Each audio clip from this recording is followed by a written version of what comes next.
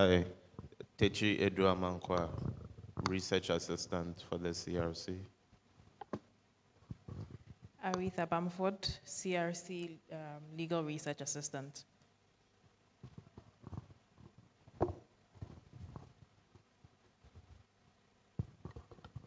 Hiba Abdul Nasser, Legal Assistant, Legal Research Assistant, CRC. Patience Asabagna, Legal Research Assistant, CRC.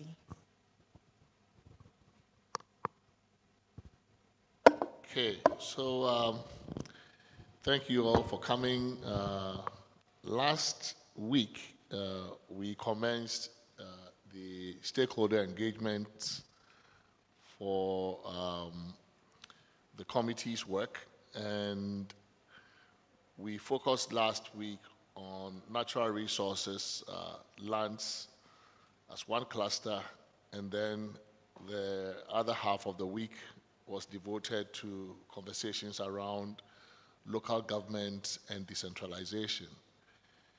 And of course, it became clear in the course of those conversations that the public administration, especially in the local government conversation, the public administration became a critical part of that conversation.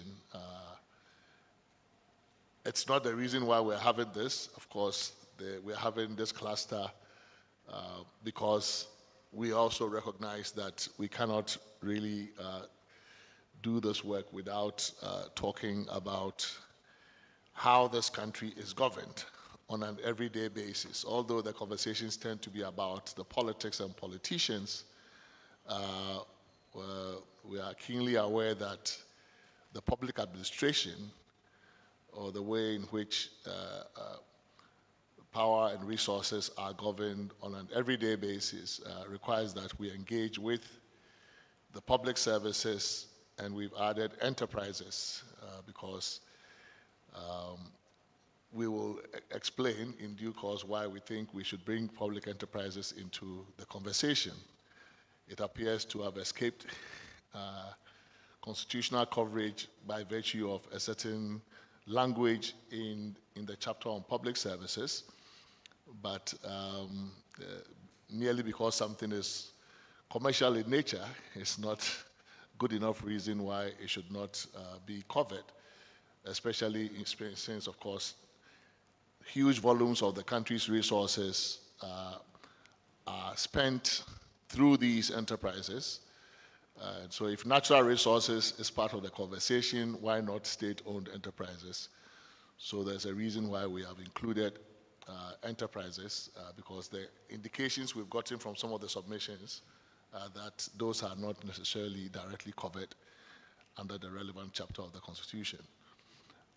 So we have a number of issues that on our plate when it comes to public services and enterprises. Questions about political polarization in the public services, questions around the excessive reliance on political criteria and other criteria, non-meritocratic criteria in hiring and recruiting, and other decisions relating to the public services, questions around retirement age, even. So there's a lot that we would like to probe further to be sure that we have a public service that is fit for purpose. And as the experience of developmental states, in our world indicates, there's very little you can do developmentally if you don't have a public service or public administration that is fit for purpose. There are also questions that have been raised around the multiplication of and carving out of the public service of various services, especially the civil service. So now we don't know exactly when we talk about these issues, whether we are talking about one cohesive system, the uniform services, somewhere else. We keep creating more of these separate services. What are the implications for public administration and for the governance, effective governance of the country. And then, of course, your views on how all of this affects the decentralization project. It's also important. If we are going to be electing MMDCEs, or at least in some parts of the country, if that is the indication or that's the trend, what are the implications for the way in which the public services are organized and structured and decentralized? So these are some of the questions that are on our minds, and I suppose that as we delve into the subject matter, we will get some clarity on these, and maybe other questions might emerge that are not yet on our minds. So that's the scope of the conversation that we would like to have today. And we are very pleased to have and delighted to have the Office of the Head of Civil Service very well represented in this room. Both the current incumbent in the office and the predecessor are here, and we are glad that we will have the benefit of their expertise and their knowledge on this matter. So I think I will cede the floor to, since your name is Enana, I think I'll give you precedence, and we will do Nana Kwesi Ejekum Dwamena first, before we get to a friend with the Republican title or secular title. So Nana, you are invited to share your thoughts with us. Thank you.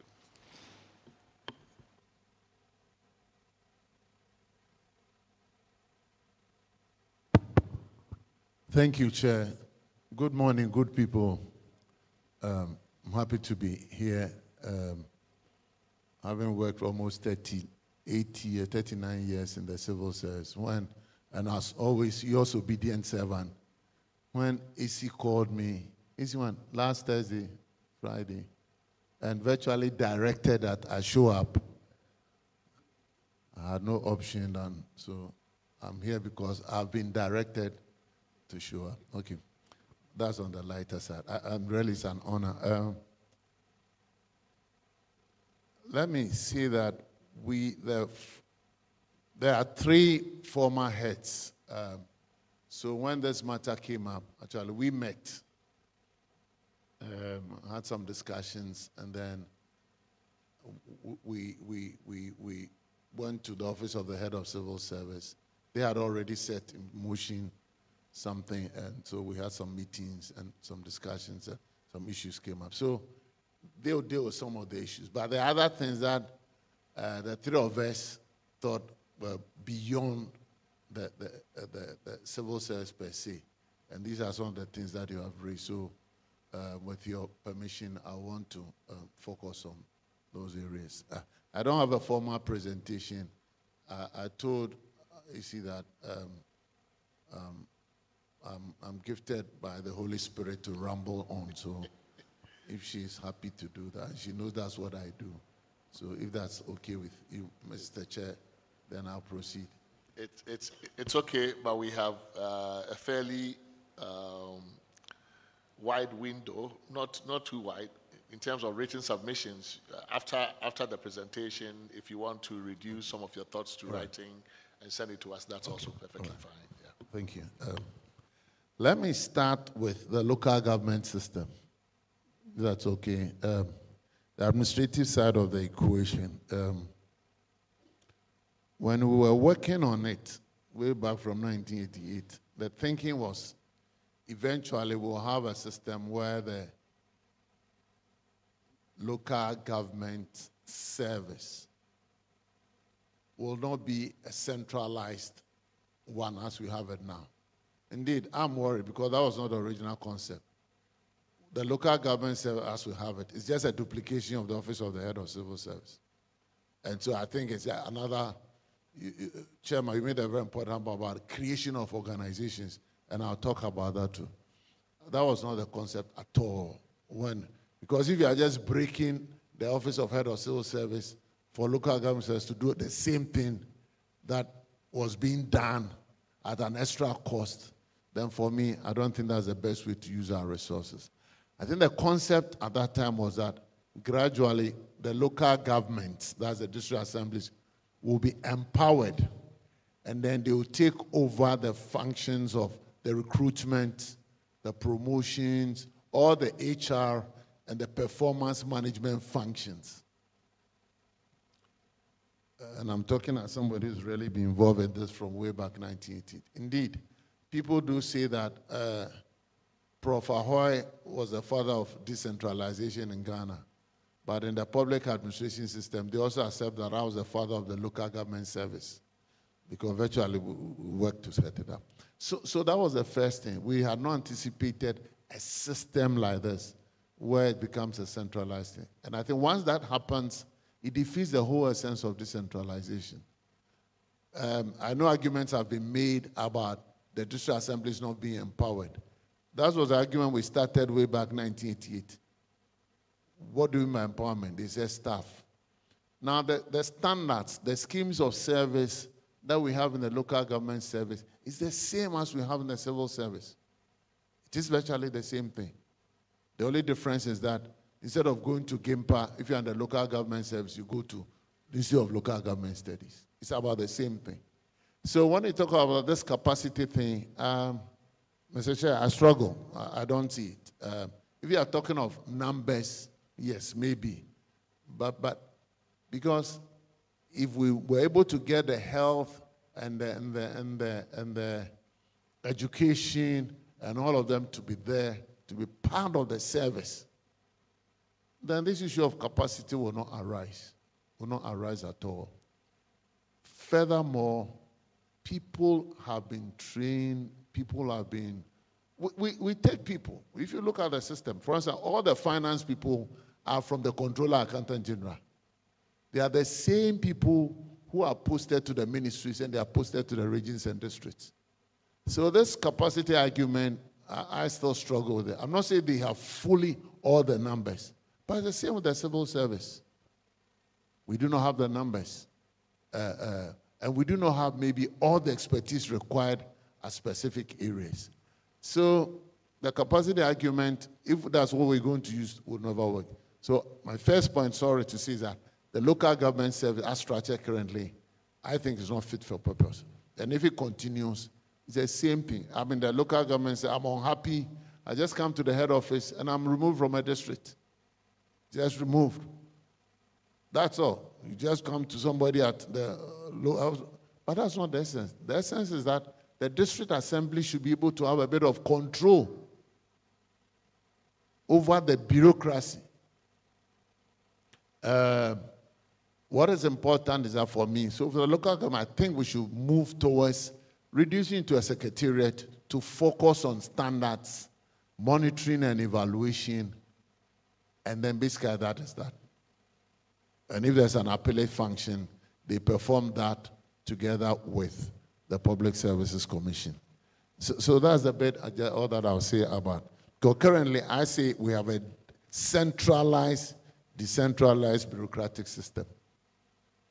And that was not the plan. Interestingly, if you go to the Local Governance Act, I've forgotten.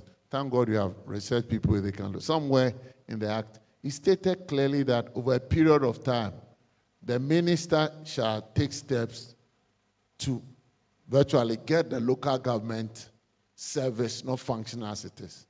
We've had this thing in the Act for how many? 5 years, 6, 7 years. I don't see any head of local government service going to do that.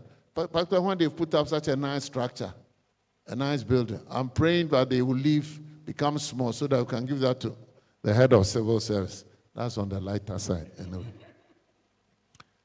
But it's in the Act. So the Act foresaw that this thing should happen. That's it. The other thing that I want to say, if it's okay, I can move on to something else. Okay, since we don't. The other thing that I want to say is the role of the Public Service Commission. The Constitution originally made that they will be responsible for the setting of standards for HR and then management in general, and also play appellate role and then facilitate the appointment of particular senior level. Mr. Chairman, when I joined the service, I think the Public Service Commission that I saw, to put it lightly, Dr. Clark and all those people, it's changed a lot. And I think it's because of the way they are appointed. We talk of politicization. I think so. And I'm going to be very blunt about that. You know, Professor Wood left as chair of the, and it's linked to which party is in power. And therefore makes decision making and playing their role. A lot of the problems we have about somebody can somebody be sacked, how long have somebody been in office, 7 January and all this, should not happen. If Public Service Commission was playing its role well, because they have the constitutional role and their act clearly states that. But because of the way they are appointed now, so Mr. Sai leaves, and I would say he was maybe the last of the doyens, proper leaves. Professor Wood comes in. Then you have Mrs. Kashriku. The thinking at that time was that Mrs. Kashriku was NDC. The relationship with Mrs. Fufie is not too good. She retires and Mrs. Fufie comes. And so that happens. And so though the Constitution say clear that they should not be under the control of anybody, that's not what happens in practice. That is not what happens in practice at all. Because that was what was happening, we'll not have all this thing. The PSC should be able to say, no, Mr. President, this cannot be done. Because some of the people who are supposed to have been appointed outside went through due process. They went through PSC. So if they went through PSC, why is PSC not coming out to say that that's not the thing? And any recruitment process at PSC takes a minimum of 4 months. A minimum of 4 months, sometimes 8 months. And I think it's partly because of the way they are appointed currently. I think that maybe if we can get Parliament involved, Kenyan system is an example where Parliament is involved, but I will not suggest the system where the President nominates people to Parliament. No. I would rather say it should be open, and I'll be linking out to meritocracy and performance management. It should be open, competitive, advertised, Parliament advertised, and then they go through. You can give it to GIMPA or some other people to shortlist, go through the vetting process in Parliament. Then the President is either giving one candidate or giving 2 candidates, any of the 2 qualified by whatever standards that's been set up, and then the people are appointed. And when we start the appointment that way gradually, they would then begin to assert their independence, which is already in the Constitution. And it's linked with the whole issue of, Mr. Chair, the balkanization. But let me talk about the creation of agencies and these departments and these services. The concept, when they started, was that these agencies will go, they will not be under the so-called rules of the civil service. And I don't know what those rules are anyway. Because these people go, they follow the same budget processes that is given by everybody, Ministry of Finance. They follow the same budget process. They follow the HR instructions that are issued by PSC, which we all adopt. The recruitment process is the same. Promotion process is virtually the same. So what really changes? Nothing changes except salaries. That's all changes. Nobody can convince me that if you go back from 1992, 93 up to now, with all these organizations that have been created, that their performance, you may get a few people. But I can say on authority, because we write the annual reports of the Office of the Head of Civil Service is a compilation of everything from each sector. And when you look at the reports, thank God we did it for, first as head of reforms, the civil service, I did it for 4 years, 5 years, before head of civil service for another 9 years. You don't see any extraordinary performance improvement. So then, for me, there's a problem. The other thing is, majority of the people are either initially seconded from the civil service, or they come to the service and stay here forever and ever, and when they're about to retire, then they go back to the organizations. So, under the National Institutional Renewal Program, Mr. Chair, as a follow-up to the PADIC and Civil Service Reform Program, there was this National Institutional Renewal Program. It outlined clearly a process for the creation of these services. I remember one of the key things, because I was part of the technical team, one of the key things was that you cannot create any organization that already exists or whose function is about the same thing. Mr. Chair, what happens is when people are unhappy, either the minister is not happy or somebody is not happy, instead of saying this organization is not performing, let's fire the head of the organization. Let's kill them if they won't go or whatever it is. What we do is we just set up we start with a project. We have a unit, we have a project. Then before they grow into something, and then very soon becomes an agency, whatever. And they move the same people from the civil service to those organizations. Value addition is very minimal. And I think there's something that a lot of people don't know, Mr. Chair, but if you have a strong working civil service, during the COVID time, a lot of people don't, but the first instructions that led to all this working from home and everything came from the civil service. We did ours first. And if you look at the circular that was issued by the Chief of Staff and the PSC, were just copied. The only difference is that instead of Office or Head of Civil Service, it's Public Service Commission. Instead of Head of Civil Service, it's Chief of Staff. What I'm saying is, if you have a strong, vibrant Office of Head or Civil Service that is fully monitoring and evaluating and is empowered properly, we will not need a lot of these things. We will not need them. One of the things that worries me is all these commissions and authorities that are scattered left, right, center. Mr. Chair, now people are changing movement. There's a movement all over the world. There's a movement making organizations. Get a CEO, somebody, give them the authority, give them KPIs, performance, whatever it is, and then hold them responsible. I've sat on a few of these boards or councils, and to a larger extent, in the last 3 years, we wanted an organization, the National Growth Center, to help us do a research on the performance of these boards and councils and authorities and what value has been added. I think that's something that the head of says. But from the letter that we saw, based on our annual reports, the value added is not much. Yes, it's a constitutional requirement about getting governing councils.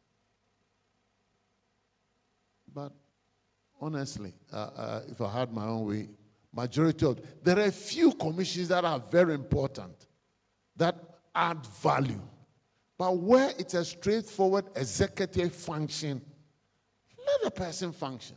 Give the ministry or whatever, give them the standards, and then if they don't deliver, I'm one of those who strongly believe that we should start with our chief directors. I tried that, but I wasn't too successful. That we should have the chief directors on contract. 4 years that the chief directors are the heads of the bureaucracy of the civil service. So like Eunice here, she's the chief director. Once the chief directors are on contract and their performance is what happens in the sector, then there will be an obligation to ensure that all these so-called agencies are performing. But I think as a nation, we should begin rather to look at bringing all of them back into the civil service and have one body. We can have those who are purely commercial, let them go out there. Let the regulatory people go out there. But all the others, they are simply implementation units. They are simply implementation units.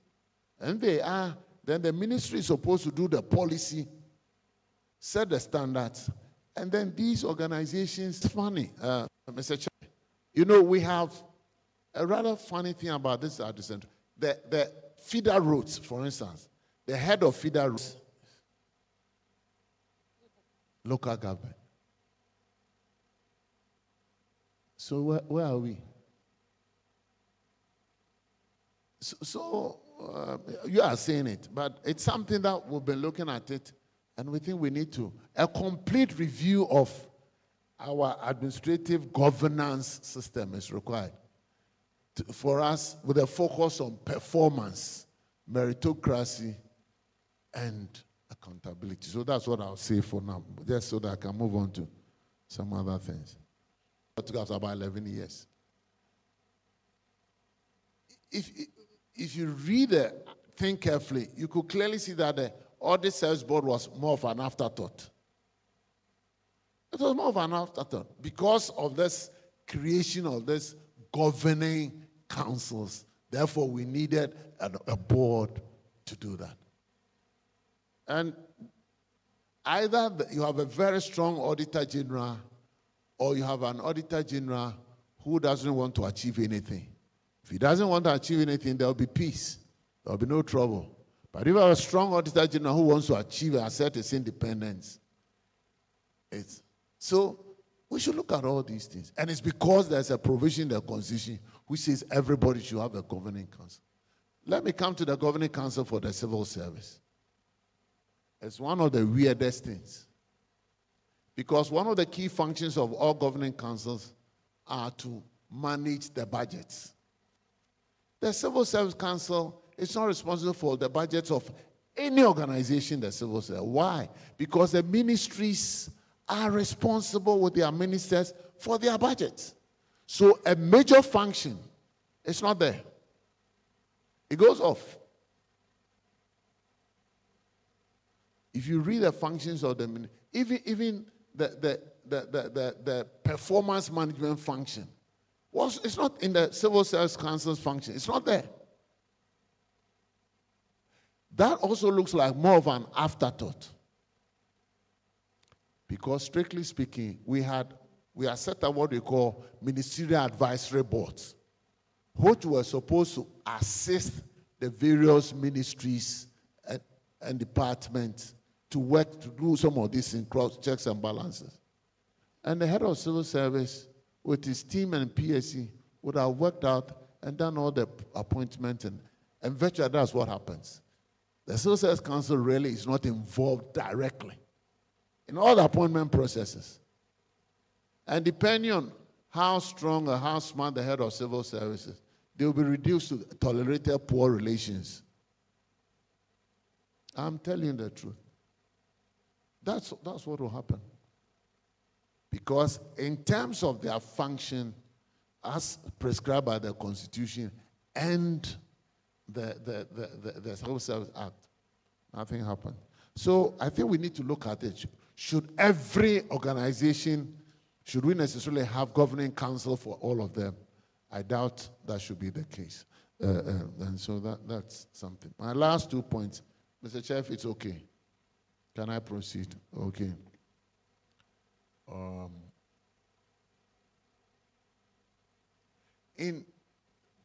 Prime Minister Buzia set up O&M, who later changed into management services.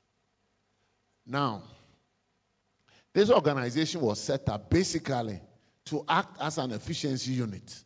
It's the equivalent of the O&M in Office of Management and Budget in the US and stuff like that. You know what? Somewhere along the line, were told that because of creation of services, local government service needed a management services. PSC has a management services. Education and health have something of that sort. But to train the management, the capacity for management, it takes a lot of years. So have all these. Meanwhile, if you go to management service department, they have about 40 or 45 people trained there. These guys are good, doing less than a fifth of their function. Because Prime Minister Buzia, he had this service-wide perspective that if it's the standard for recruitment, it should be the same thing. MSD should make sure that is. If it's establishment, that means if it's one director, 2 rat catchers, 3 snake killers, and that's what should happen. That is what should happen. And so they have a service-wide perspective. So as long as they are able to advise the office of the chief of staff or every minister that you cannot go this way. And a very typical example, when they set up the Ministry of Gender many years ago, the late Madam Asma, may her soul rest in peace. They got a consultant, came out with a wonderful structure, which will not deliver anything. So they brought it back to MSD. I was then a chief management analyst there, and we were to go to cabinet. So we went. And consultant was there, we were also there.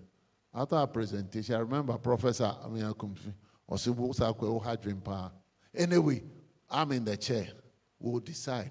Thanks be to God. When they came back, it was everything that MSD has said, that was taken. Meanwhile, we have spent 500,000 or something, about that figure, for this concern. Management service was set up by Prime Minister Muzia to do exactly that.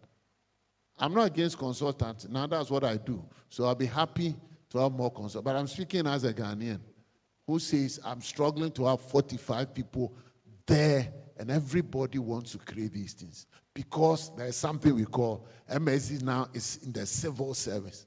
So we are not looking at even capacity to deliver efficiency. And local government have got 3.5 people. PSC, 6.5. That's all that they have. And they are not delivering. So that's why I have this bloated establishment all over the place.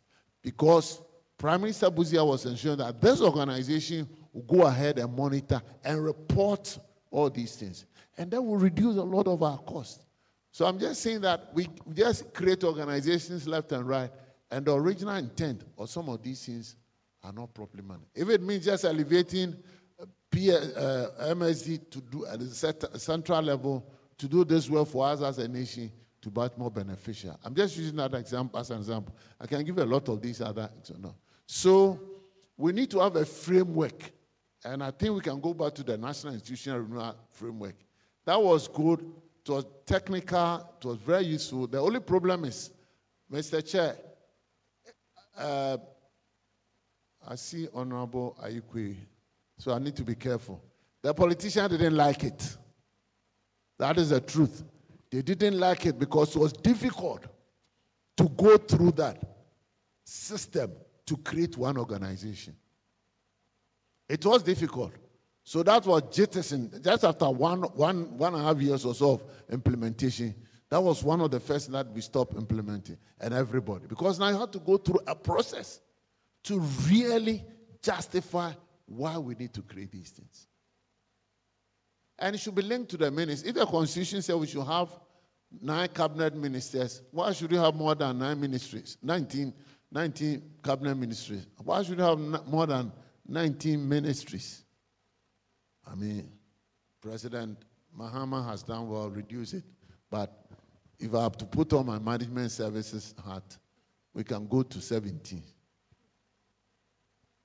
And if management services was, because one of the key things was to get management services to do that paper for the president. So you made the proposal and you sent to management services, and then they'll look at it to say whether we don't have organization or these functions cannot, then the president will make that decision based on evidence. I said the politicians don't like it because both have been fortunate to have worked under 4 presidents in different capacities. Every time they came to power, I'll say the office of the president is not properly structured to do some of the work that you are supposed to do. All these organizations in the office of the president, you send them for 14 years. We sent annual reports to the office of the president, not even a letter of acknowledgement. Because the structure there is such that they cannot look at all these reports. It's not structured to do that.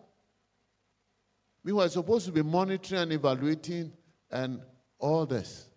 No. So the office of the president becomes just a glorified project. If you take the political side of the thing, it's just a glorified project management organization. And we know project management, they don't last. They don't last. We struggle with proper e-cabinet from President Kufuor's time up to now because of this, what I call project ties office of the president. And I offered to help every president. Oh, we'll get back to you. They never go back. When you book me a pushika, you give up and you pray that God will have mercy. So what I'm trying to say is we have all this. The NEP thing is there. It was a proper, they didn't like it, so it was never up. And I think if we had done it, even this balkanization of the civil service would have reduced considerably. Council head of civil. The head of civil service. I'm out there, so now I can say it. If you look at all the people that are appointed by the president, the head of service is the only one who is not appointed in consultation with the governing council. That's why I said the governing civil service council was an afterthought. He's the only one who is appointed PSC and the president. 193 or something. No, I don't see, because I know there are people who know that thing. He's the only person who's appointed separately. Under the civil service law, originally it was made the equivalent of a minister, secretary. Secretary, that's as a minister. The Venerable Crab, when was doing his work, removed that, said that was inconsistent. But actually, the secretary business was for the purpose of determining the remuneration of the head of civil service. As I sit now, my predecessor and I, we're having a conversation with the Attorney General. If it doesn't work, we'll take him to court about our remuneration. That should never happen.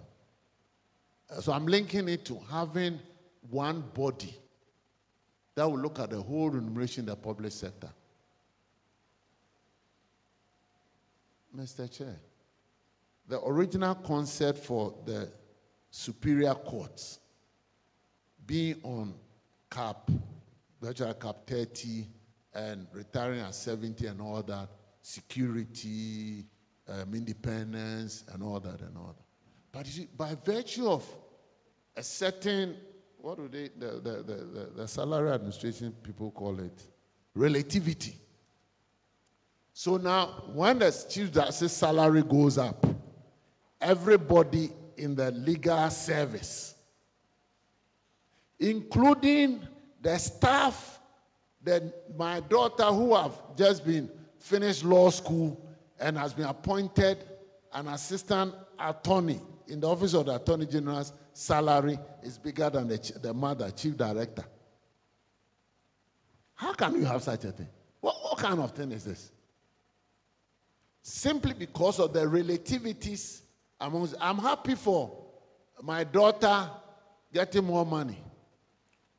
But it's funny, particularly you realize that even the chief director in justice, Attorney General, is also a lawyer with years of experience, sometimes 20, 25 years at the bar.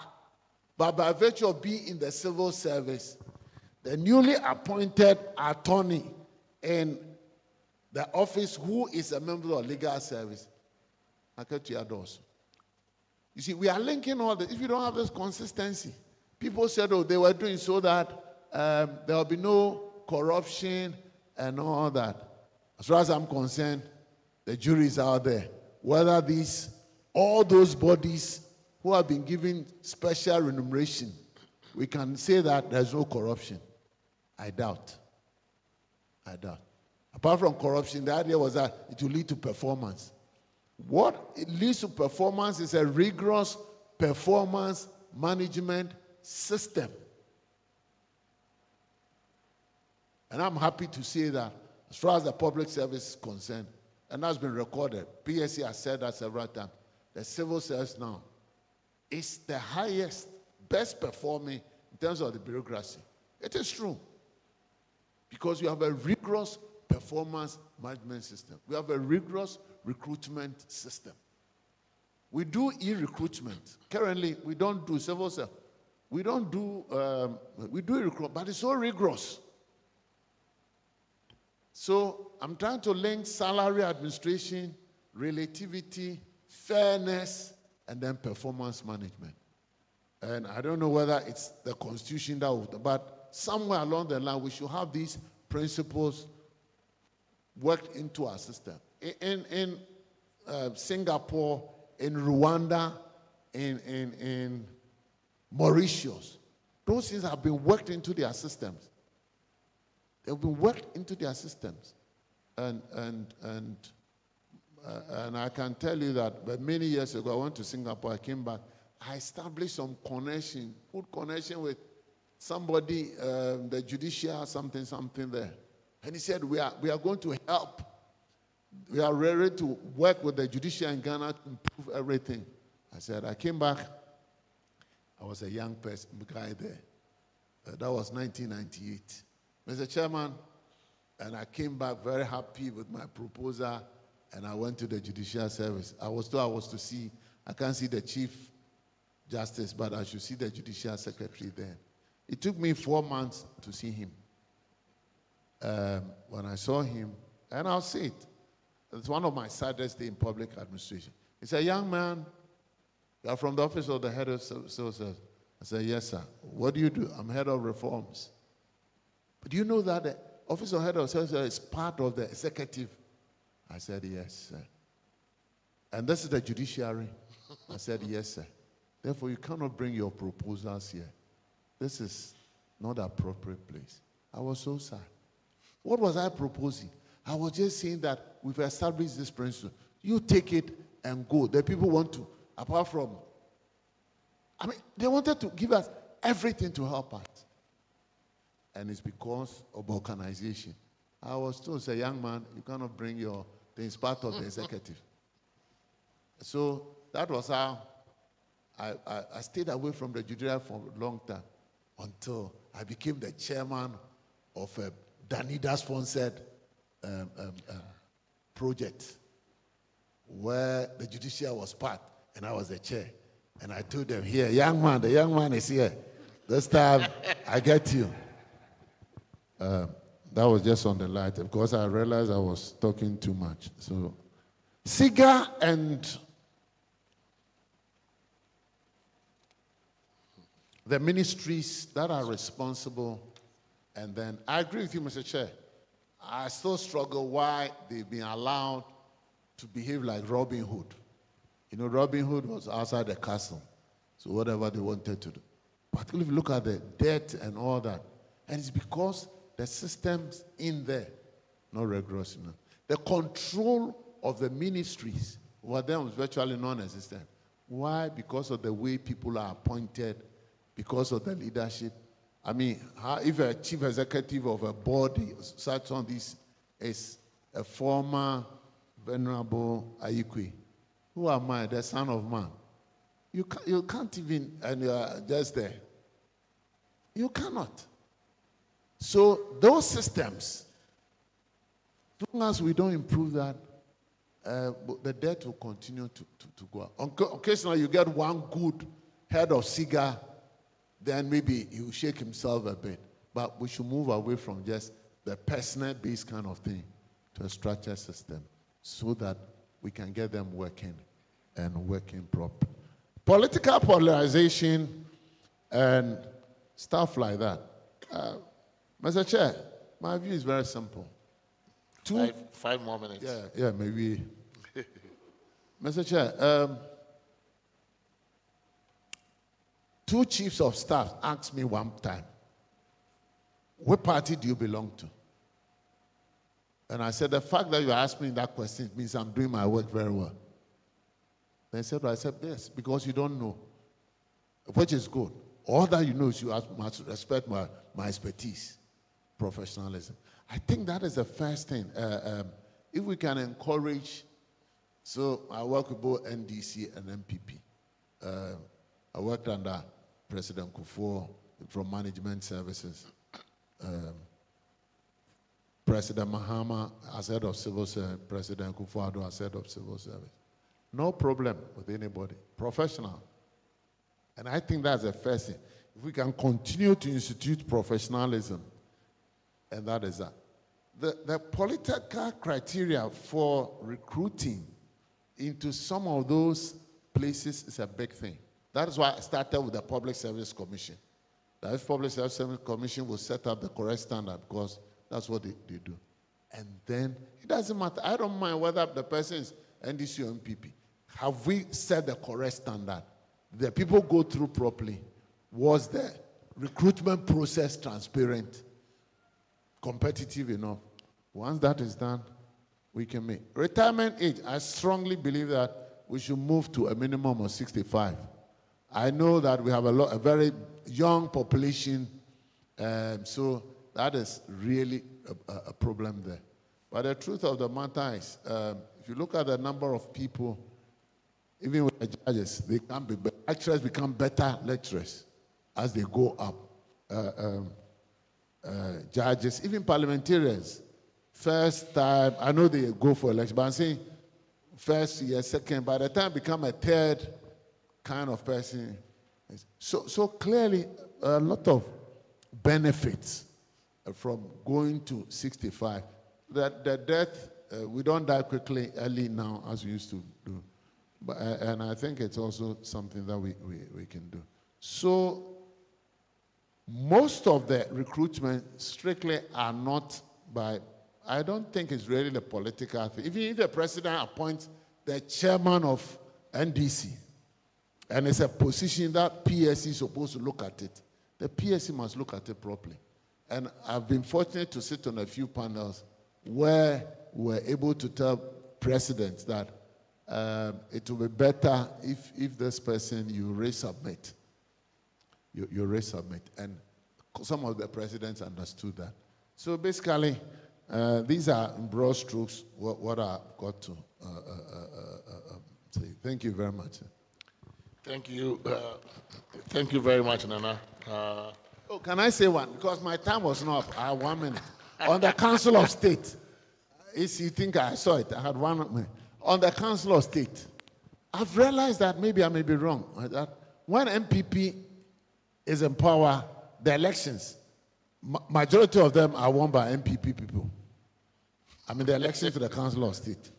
And when NDC is in power, majority, even the last one, that's another matter. But the key thing, if the essence is to give fearless advice to the president, and with the powers of the president, and you have all of them party members, majority of them, and president will also select people, which invariably, majority of the people, they will select them.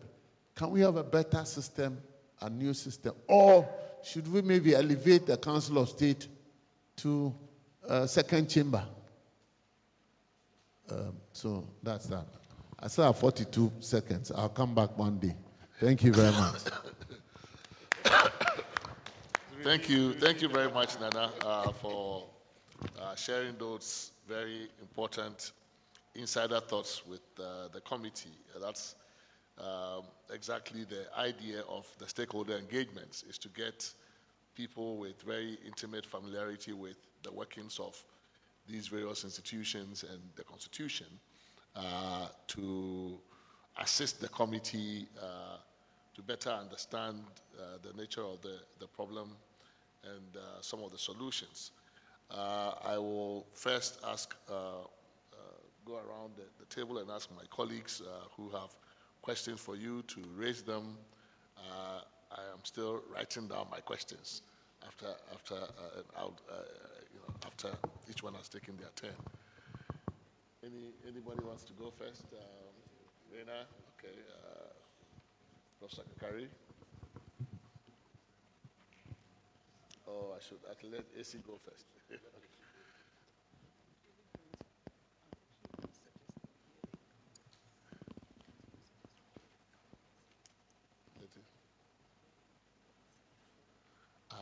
You want us to hear the comment? Okay. AC, Dr. AC Ansa has another good suggestion, which is that we should listen to the current head of civil service.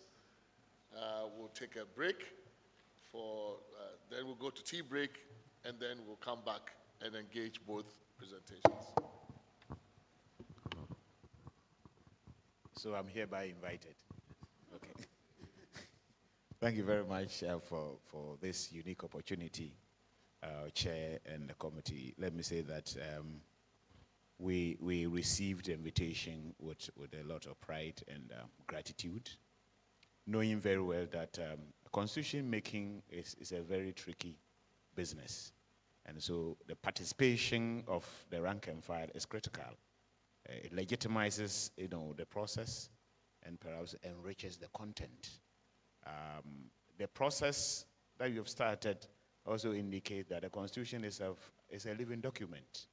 And from time to time, we have to touch base with the Constitution and see whether all the relevant portions are in tune with the exigencies of the time. So we accept this invitation honorably.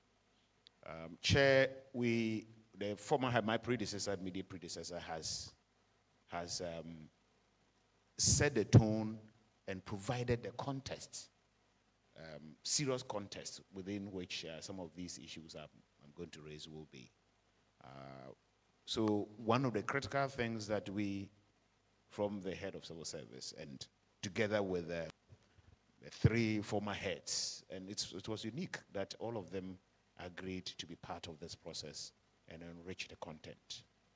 And so the major overarching issue that came to the fore was the review of the governance architecture of the state. And we touched base with few areas, but we thought that that must be one of the key things that will engage the attention of the committee. And we touch on about 4 major issues here. Serious effort ought to be made to reduce the excessive powers of the president relating to appointments, etc. And Chair, I remember that you have indicated somewhere that the Constitution has granted too much powers for a good president to need, and still too much for a bad president to have. And so we want to subscribe to this position that you hold. If all roads are leading to the Jubilee House, without serious countervailing forces, call it pushing and shoving, within the system to ensure that there's equilibrium, is a recipe for disaster. All of us become dull conformists because of overweening, overbearing, overmighty, and sometimes unlawful powers of the president. And my predecessor related to the ministries that are created, and anytime there's a change of government, we have to struggle to realign, among others, with all kinds of implications.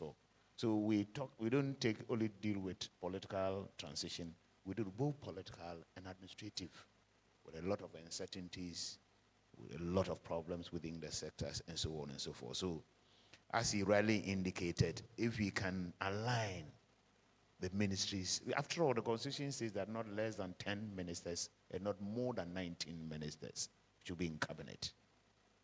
What will be the clout of, for instance, those who are left out, those who are not cabinet ministers? And what signals are we sending to the people or those in that sector, for instance? So some realignment and process must be considered. And we are also conscious of the fact that our transitions, of course, from 2000, 2010, very murky, very messy. And that is what it is that informed the Presidential Transition Act of 2012, which act we still think that must be reconfigured and perhaps properly disseminated for people to really appreciate the essence of the transitions. But what we have found disturbing is the termination of, councils and, boards, and the collapsing of all these things during the transitions. And what it portends in terms of institutional discontinuity and the loss of institutional memory, among others. And sometimes during the process of reconstituting, it means a number of things that perhaps would need the board's approval will have to wait with all the uncertainties associated with these things. So we thought that if government or governance is a continuum, then we must have a system that will ensure that this continuum is constantly oiled so that we don't have terminations and vacuum so created. Then of course, Nana related to what is it that we talked about with regards to the agencies and so on, and the domineering powers that they have, the access to the centers of power for such CEOs, and then the tendency to disregard even their supervisory institutions, ministers. And sometimes some of the agency heads can rubbish even what the chief director has said, even though they have to live under the control of, invariably, of the chief director. So we have said that in the reconfiguration process, it should be possible for us to realign this effectively so that that hierarchy of authority is clearly established. Thus far, we seem to have created almost like an administrative jungle with a hierarchy all over the place, controls not properly, and people do whatever they want to do. And it is a reason, if you go back to the 80s and what it is that informed the IMF and the World Bank's prescription for privatization, among others, at the time they realized that the SOEs had been created and given multiple inconsistent and irreconcilable objectives. Create jobs, turn over healthy balance sheet, serve as avenue for employment. When you put all those functions together, they are irreconcilable. And therefore, it was not surprising that we were supporting them almost to the tune of 10% of GDP at the time. And that is why the IMF said that, no, you have to break. The state must shrink and concentrate on the powers that, those areas that it has the ability to do. So those are areas that we think that we need to tidy and make sure, so we're able to deal with that. And so the relationship about it properly, we are saying that if these things are done, we'll promote the independence of some of the officers that are appointed.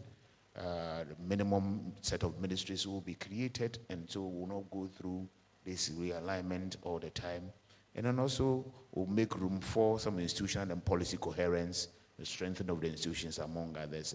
Good corporate governance will be the major driving force. Nana has touched base with the strengthening of the Public Service Commission. I'm not going to go through that. But we are interested also in the Auditor General and what it is that we need to do.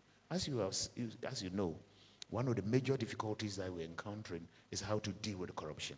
And it's one of the safety valves that we put into the system. We think that the persons who are appointed must be subjected to parliamentary approval. Why are we saying that? We say that at least that person will reflect multi-party consensus, not bi-party. We are anticipating that other parties will be in parliament, so it will be a multi-party consensus and reduce the suspicion usually associated with such high-profile appointment. Of course, the independence of the Auditor General will be enhanced, and there will be transparency in the appointment process. Of course, there will be high level of neutrality required in the discharge of such high office, and it will invariably reflect in effective and efficient delivery of his mandate. And you know that in most Commonwealth countries, the Auditor General works to Parliament. But what we find disturbing is the fact that even though the executive is the one that literally will be oversighting. It's the executive that can, the president can ask the Auditor General to go into any investigation. Parliament doesn't have the power to do that.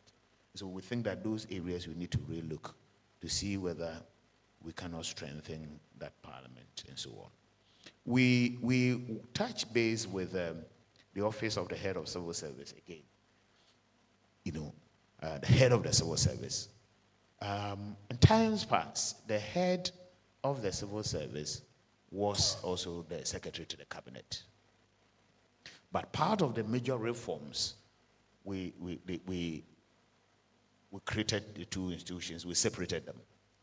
Because PADIC, as a result of the PADIC reforms, we separated the institutions. It was, at that time, it was the whole local government system and others were all part of the civil service. So the civil service was huge. And they thought that giving that huge responsibility and asking him also to concentrate on the cabinet, which invariably they did, you needed two institutions so that they will be effectively deliver. But what we have found interesting is the fact that there's some disconnect between the civil service and the policy, major policy institution as the cabinet. Because as you know, the cabinet assists the president in the formulation of major public policies and programs, which policies then the civil service will implement. And so there's a disconnect. What we are suggesting is that the head of the civil service should sit in cabinet to serve as a bridge between the cabinet and the civil service. When he understands and appreciates the nuances of the policy-making process, etc., it will be easier for him to preside over the implementation of same when he returns to his office. So he serves as a bridge, and he will serve as I said, between the incumbent and incoming governments and so on, and provide expertise, to support policy formulation and so on and so forth.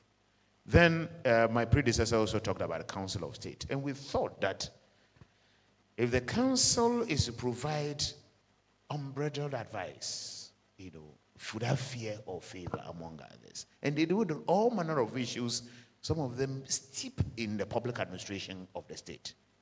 Why wouldn't it be possible for us to get, let's say, a former head of the civil service as a member of the Council of State? For us, we think that it will enrich the quality of advice at that level, especially when you are dealing with the major, what we call the administrative arm of the state, the administrative organ of the administrative executive of the republic. That's something that we have suggested. We have part of the technical reviews of the budget. The head of service chairs one of the sessions. And this year, for instance, for the 2025 budget, I chaired almost all the commissions, the budget of almost all the commissions. The Track Commission, the NCC, SHRAJ, OSP, and so on and so forth.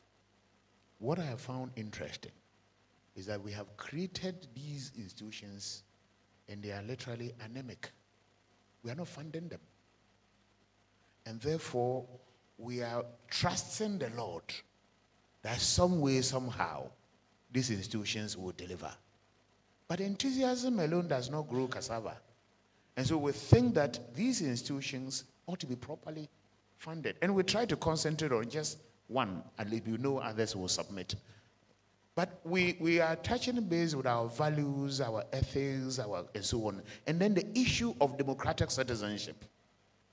And this is situated within the functions of the NCCE, for instance. And the last two budget technical hearings, I literally serve as an advocate of these institutions. And my argument to the Minister of Finance at the time was that, look, if we can't fund this institution, let's scrap them.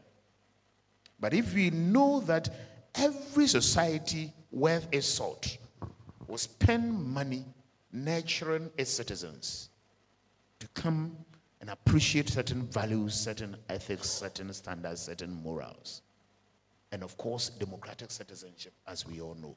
And this is what NCCE will do. And so we have indicated that some dedicated funding arrangement ought to be made for this institution, for instance.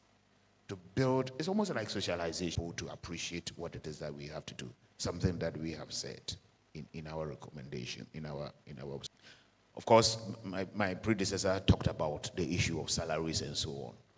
There is no parity of esteem. And so it should be of interest to this. The idea that, or the justification that this institution, oh, they deal with money, and therefore there is a tendency that they will be corrupt. You know what they do? They create artificial conjunction, right? So there is no moving, so that there will be conjunction, and then it will create a fertile grounds for this prebendalism, this corruption, among others. So the idea that somebody is working with money or is collecting money and therefore must be well remunerated as against those who are just signing or pushing paper, that idea is simply untenable. That justification is untenable. So the last one that we have said here, if any serious wine get better with time.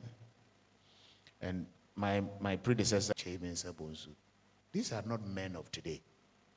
But they are not even men of yesterday. They are men of the day before yesterday. They went through the system and they nurtured themselves up to a point where they literally become institutions in their own right. And so we are saying that at the level that the person is performing at his best, that is when his or her best, that's when we say the person should go home.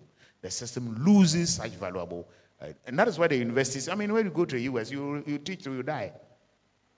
You understand? The higher you go, those are issues that, so the capacity that we built, and we see that when they even train up to that high level, they can even impact more on the system for us to even create more opportunities for the young ones that are coming because of the depth in their knowledge, their exposure, their experience, their education, which will be lost in any case. And what I've also found interesting is that a number of them after retirement are now seeking post-retirement contract. You may grant the post-retirement contract, but the person, the continued existence of that person in that contract largely depends on the appointing authority. What is the capacity of that individual? What will be his independence in terms of his judgment and all of that? So you need to literally, they become overgrateful, let me put it that way. They become overgrateful for the additional years they have been given. And you cannot get the best from such individuals. So I'm saying that legitimately, let's move to that area so that we are able to tap into their expertise and also reduce the dependency ratio. I mean, as our national circumstances improve, we are getting more people, we are improving our life expectancy. So if we are not careful, we are going to improve, worsen the dependency ratio. And that may even affect the sustainability of our Senate social security system. So there's something that we need to quickly look at that. Because once they retire and you take them off, they don't even contribute. Even if they are on contract, they don't contribute again anymore to the social security system.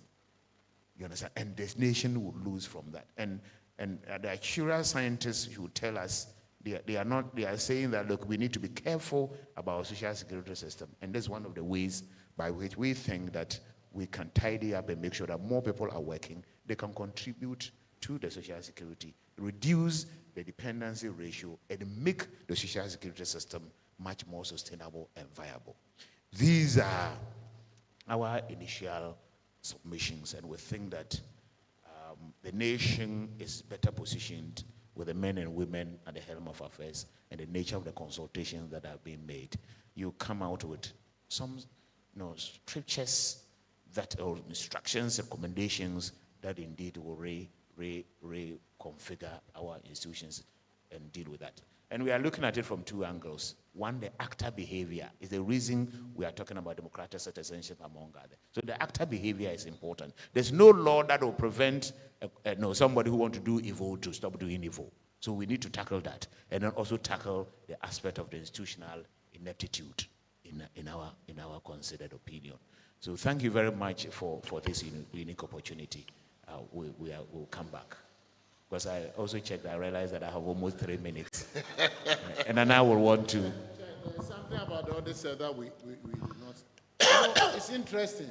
While all other boards are collapsed, the audit service board always remains, no matter the political dispensation. So if it's possible for the audit service board to remain forever and ever, why should other boards?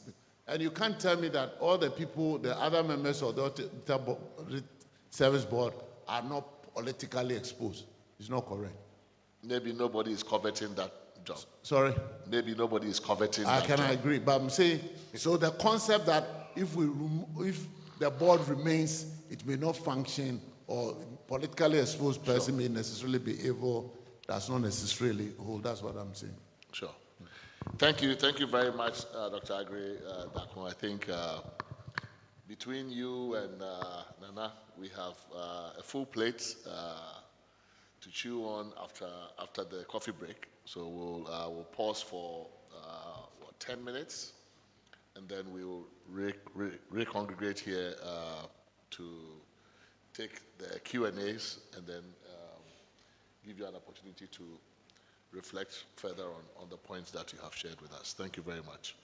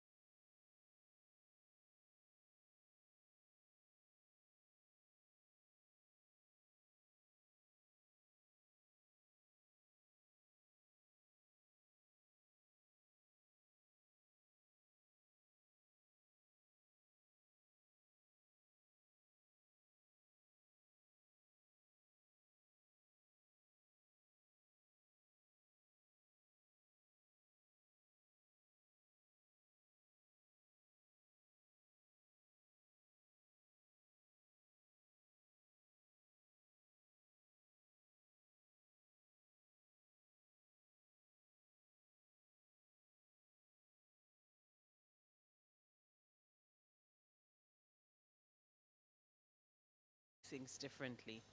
And I'll start with, I think the last point just before the break on the retirement age.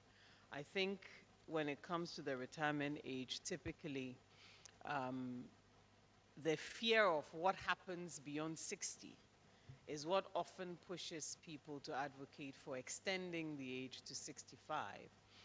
And I'm wondering how we can actually, given our demographic shifts, structure things such that we begin to, rather than extend the retirement age to 65, look at how we can leverage, people's expertise up to 60 and build those who are entering the service better using that expertise. That way, we also end up focusing on life beyond 60. If it's not a fearful thing to leave the service, people will be willing to leave the service. So rather than, I'd like to challenge us to think of how we can equip people to look forward to life beyond 60 outside of the service, so that as they create room for younger entrants into the service, we focus on building their capacity. Could we actually have people working over 60? You can retire at 60 and get into a second stage of active engagement. There's tier 3 pensions. Could we actually look at having people post 60 contribute to tier 3 for their own welfare, etc.? So I think I'd just like us to look at alternatives to pushing beyond 65, given the demographic shifts that we have. One of the things that I'm really curious about is e-government, the role of technology beyond service delivery. I'm wondering what your views are on how we can leverage technology, and within the framework of the Constitution, of course, within different agencies, the employment of technology will be, will be taken up. But is there anything we need to do to actually mandate a certain level of efficiency using technology at this level? Is there any recommendation in terms of e-government? Because I know there have been several initiatives and we really haven't seen the impact in terms of e-governance. And lastly, I had a question that this one, and it spells out the various members of the commission. So it mentions 2A says, a chairman, vice chairman, 3 other members who shall be full-time members of a commission. And B says, such other members as Parliament may, subject to Article 70 of this Constitution, by law prescribe. I'm wondering what the full number is, because the B doesn't specify how many people in addition. Just trying to get a sense of the body that is, shaping policy, etc., around how we run government. I'll pause there and allow others to also speak. Thank you.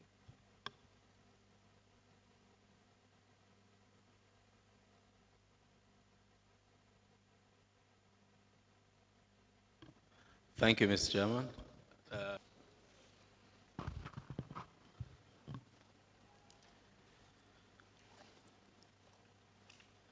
I want to pick this issue of reducing the powers of the president in terms of recruitments and appointments.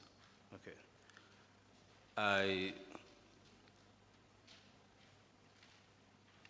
In terms of that, would you say reducing the power of the executive or reducing the power of the president?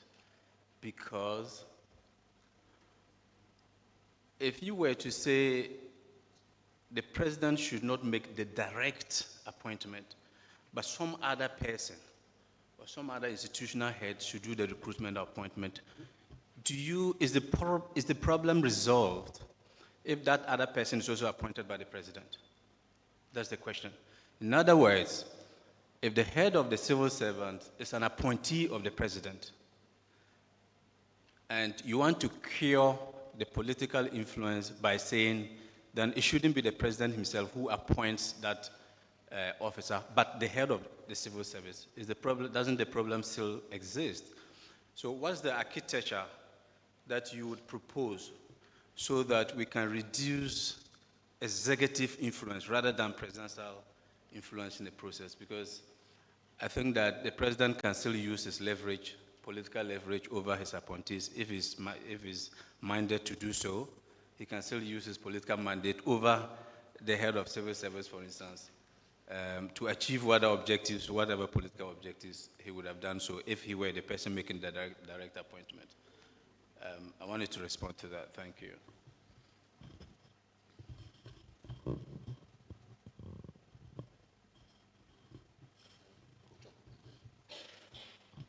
Thank you, Mr. Chairman. And thank you, Nana and Dr. Darko. Thank you very much for a thorough and comprehensive education on all the matters that you raised. Of course, the issues you have raised are complex, and at the end of the day, they seem to me to all boil down to politics. Some questions could only be referred to the politics we are in. For instance, the role of partisan politics in many of the issues you have both raised seem to me to reduce or seem to me to result in a central theme you are all concerned with, that is efficient management of our public affairs, the governance system, and so on. So,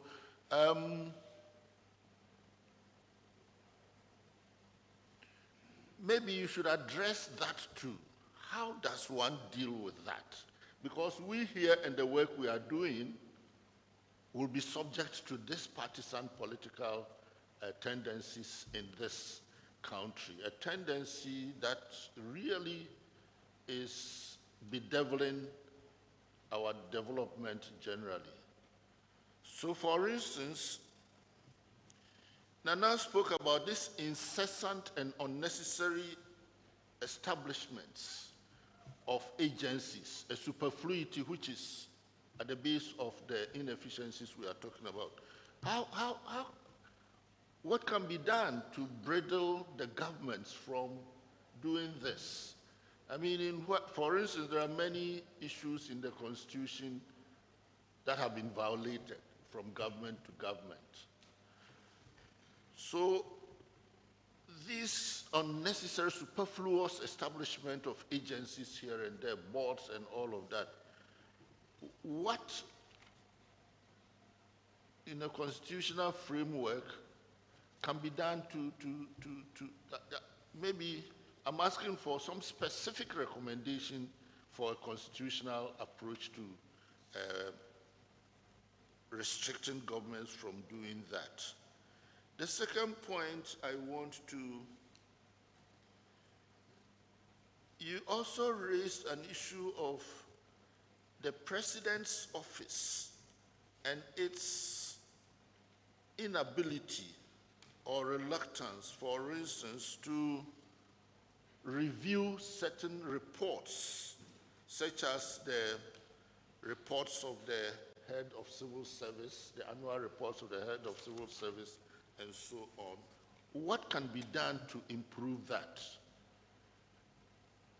Because it's not only your office that is complaining about this problem of the president's office not responding to certain reports that would help the president's, the executive's work itself. And the other point I want to raise is also about the concern about transitional periods and the confusion, the dismantling of institutions, boards, and so on, all of which, as you put it, limits institution building because it reduces institutional memory and all of that. I think that is an area that will need some advice on, some concrete recommendation on also. Maybe I'll come back later, but in the meantime. Thank you. Okay, I have quite a number of questions. Let me start from one, the retiring age of 60. Don't you think a better approach would be to essentially deconstitutionalize the retiring age for the public services and then leave that to legislation because of all the different policy considerations that are fluid, changes over time, demographics? If you lock it in the constitution, then it becomes difficult when situations change and you want to revise the number. And once we take it out of the constitution and leave it to legislation, is it not also possible to tolerate some asymmetry in the retiring ages? So that, for example, academic institutions, the public academic institutions, do not have to follow even 65. The judiciary doesn't follow it anyway. The judiciary has 65 for some judges, 70 for others, right? And I don't particularly see any clear rational logic why it's possible for one being a judge to perform, whether intellectually or physically, up until 70, and yet for an academic not to be able to do the same thing. So those are two issues coming out of the retiring age. Then this conversation about the multiplication of agencies, isn't this a larger problem, right? We seem to have this proclivity to just create more and more public institutions, and therefore to grow the public service ad infinitum. I mean, you look at, it's not just the public service problem. We don't seem to want to have limits on the number of anything. So the Constitution talks about the cabinet being up to this number plus the vice president, and still gives the president the opportunity, the power to appoint as many ministers as are necessary for the efficient running of the country. So there are no limits. We have no limits to the size of the parliament. We have no limit to the size of the Supreme Court. We have no limit to the size of...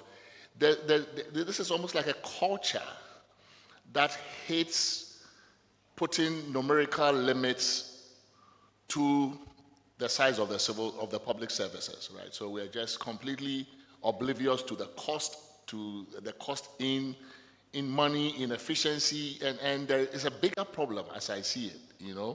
We do it with the creation of districts.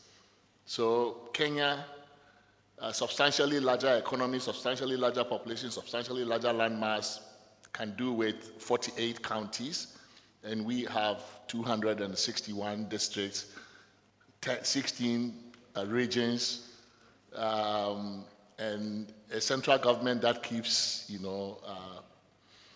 reproducing itself, ad infinitum. So there is a bigger problem there, right?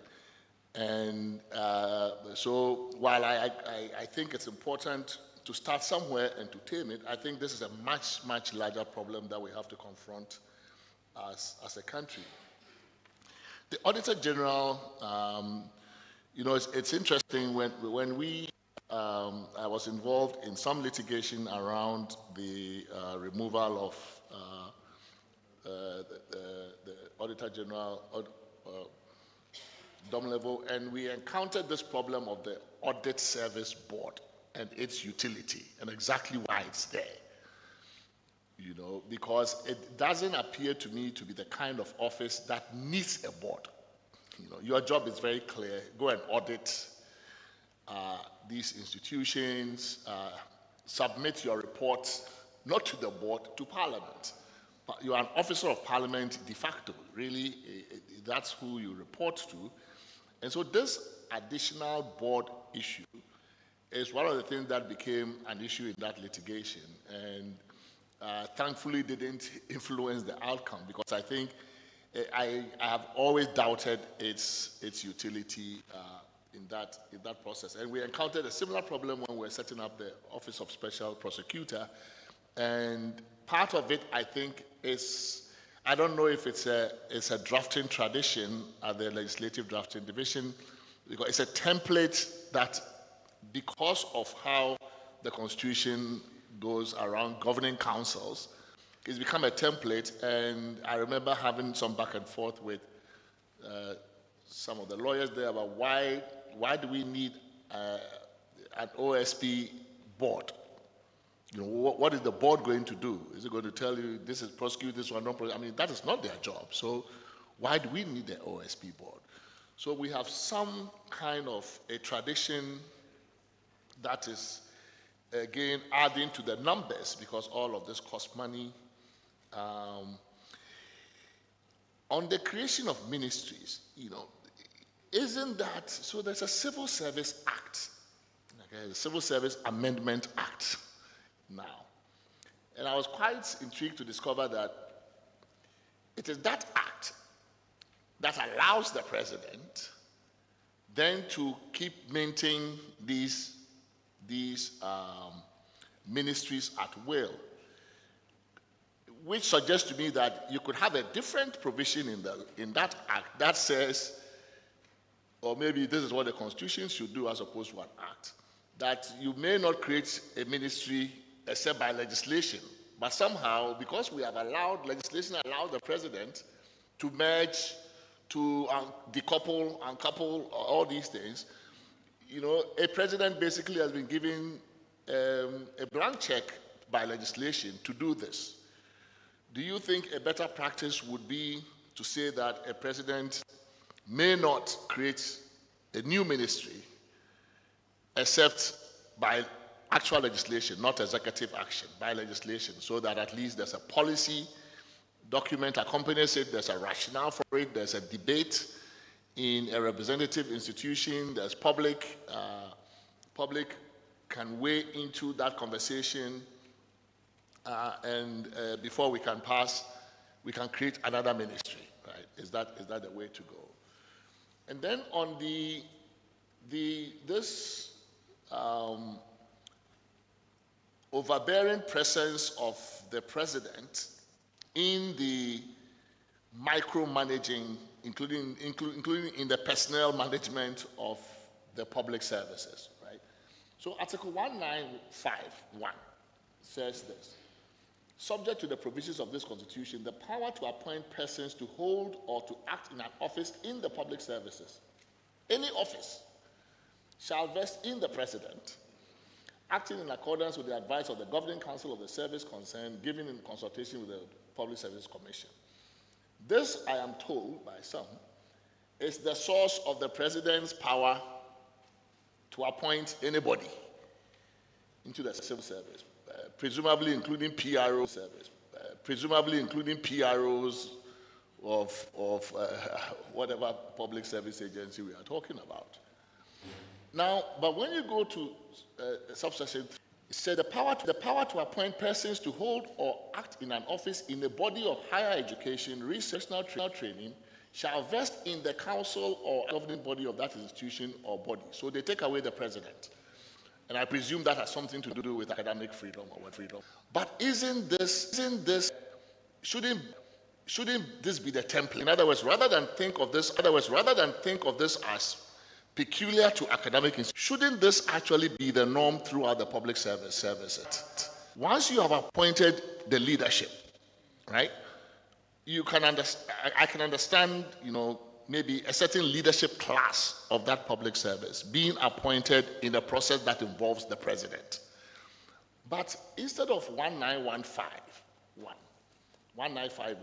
shouldn't we move towards a 1953 model across the public services so that we expressly take out the president's role in appointing any average person? I mean, really, it's a bit bizarre that we have this provision, and you see it repeated in almost every law that is made.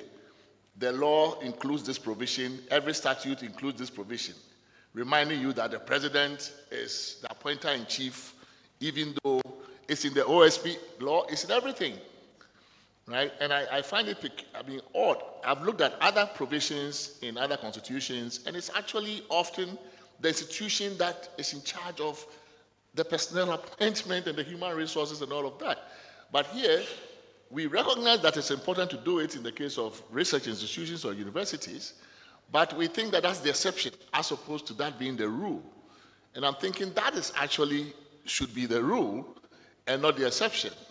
So that 1951 really shouldn't be there as a general provision. Maybe it should be limited to certain offices in the public services, but not to every public officer in the public office, in the public service, right? So it's a bit bizarre to me when you look at it as the president appointing everybody. Then last in this round of questions, the SIGA issue, right? So yes, when we read the Constitution, it appears that as currently written, the SIGA bodies are not covered under Chapter 14. And I do not know the logic for it. The fact that you are a commercial entity, I don't think suffices for you to escape constitutional scrutiny in terms of how you are governed. These are public assets, huge public assets, where a huge portion of our GDP and our national GDP actually runs through these institutions. If natural resources, which are also commercial assets of the state, are regulated through the Constitution, why must we not have a provision? I mean, why must we not bring all the state-owned enterprises and how they are governed, how they are appointed, and all of those things also within the ambit of the Constitution? But then the follow-up question, then how would you do it? Obviously, the Public Services Commission, they are not civil service, right? Because of their commercial nature, they are driven by a different logic and a different imperative. So we can grant that. They may need a different kind of body to regulate the things about them for which we have the Public Services Commission doing in the case of the Public Services. I mean, what would you recommend? I mean, the State Enterprises Commission used to be there. It was never in the Constitution even then. Now we have SIGA. Should we roll a SIGA-like body into the Constitution to be the one that handles that? Because some of the submissions that we have received are in that direction. Right? Some, at least one that I've seen that recognizes this issue, says we must create a SIGA, a Public Service Commission, SIGA-like PSC, and let that take care of the state-owned enterprises in terms of how we appoint boards and how we appoint CEOs and regulate that way. Is that something? Do you have some thoughts on that? I'll reserve the questions for other questions for follow-up, but you can take up these these rounds of questions. You had a question.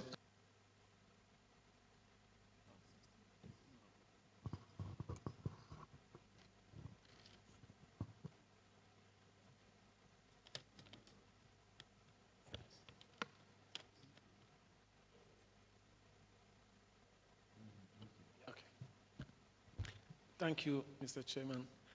Nana, you spoke about the Auditor General, and also you mentioned the issue of salary relativities in the public service. There's a submission that was sent to the committee that talks about the Internal Audit Agency and raises a number of issues. I thought maybe I'll bring it for your comments, even though there's going to be a separate engagement on independent constitutional bodies. But it will be good to get your take on this one. So I'll just read quickly what the issues raised. One, lack of independence of the Internal Audit Agency. And it says, the agency's oversight role lacks the necessary independence from political influence, undermining its credibility and effectiveness. Internal auditors across the country also lack independence since their promotions, transfers, and resources to work come from the very people they audit.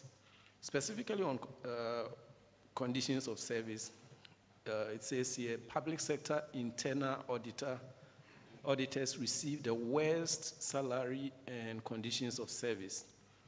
And then in terms of scope of audits, it says the predominant focus on compliance auditing neglects critical areas such as performance, value for money, and lifestyle audits that could provide a holistic view of public service efficiency.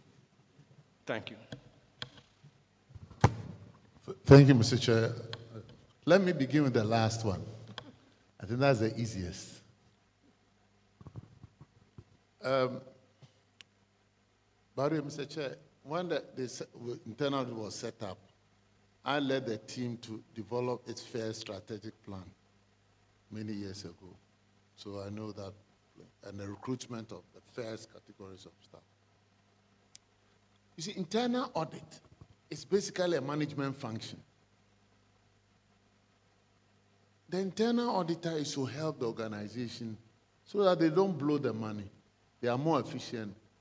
The external auditor comes in only after they have either mismanaged or blown the money. So basically that's it in simple language. So when you say the internal auditor is not a police function. Internal audit is not. All their regulations at international level, it's not a police function. It is a facilitatory function. It's a support function. It's supposed to help the managers better perform. That's it. And it's been there. We used to have local government inspectors that metamorphose into this. So, to begin with, I've never bought that idea. We've had numerous, being to the extent of when they were making this, their legislation, I was prepared to go to Parliament and present a paper on that. I don't think it's helpful.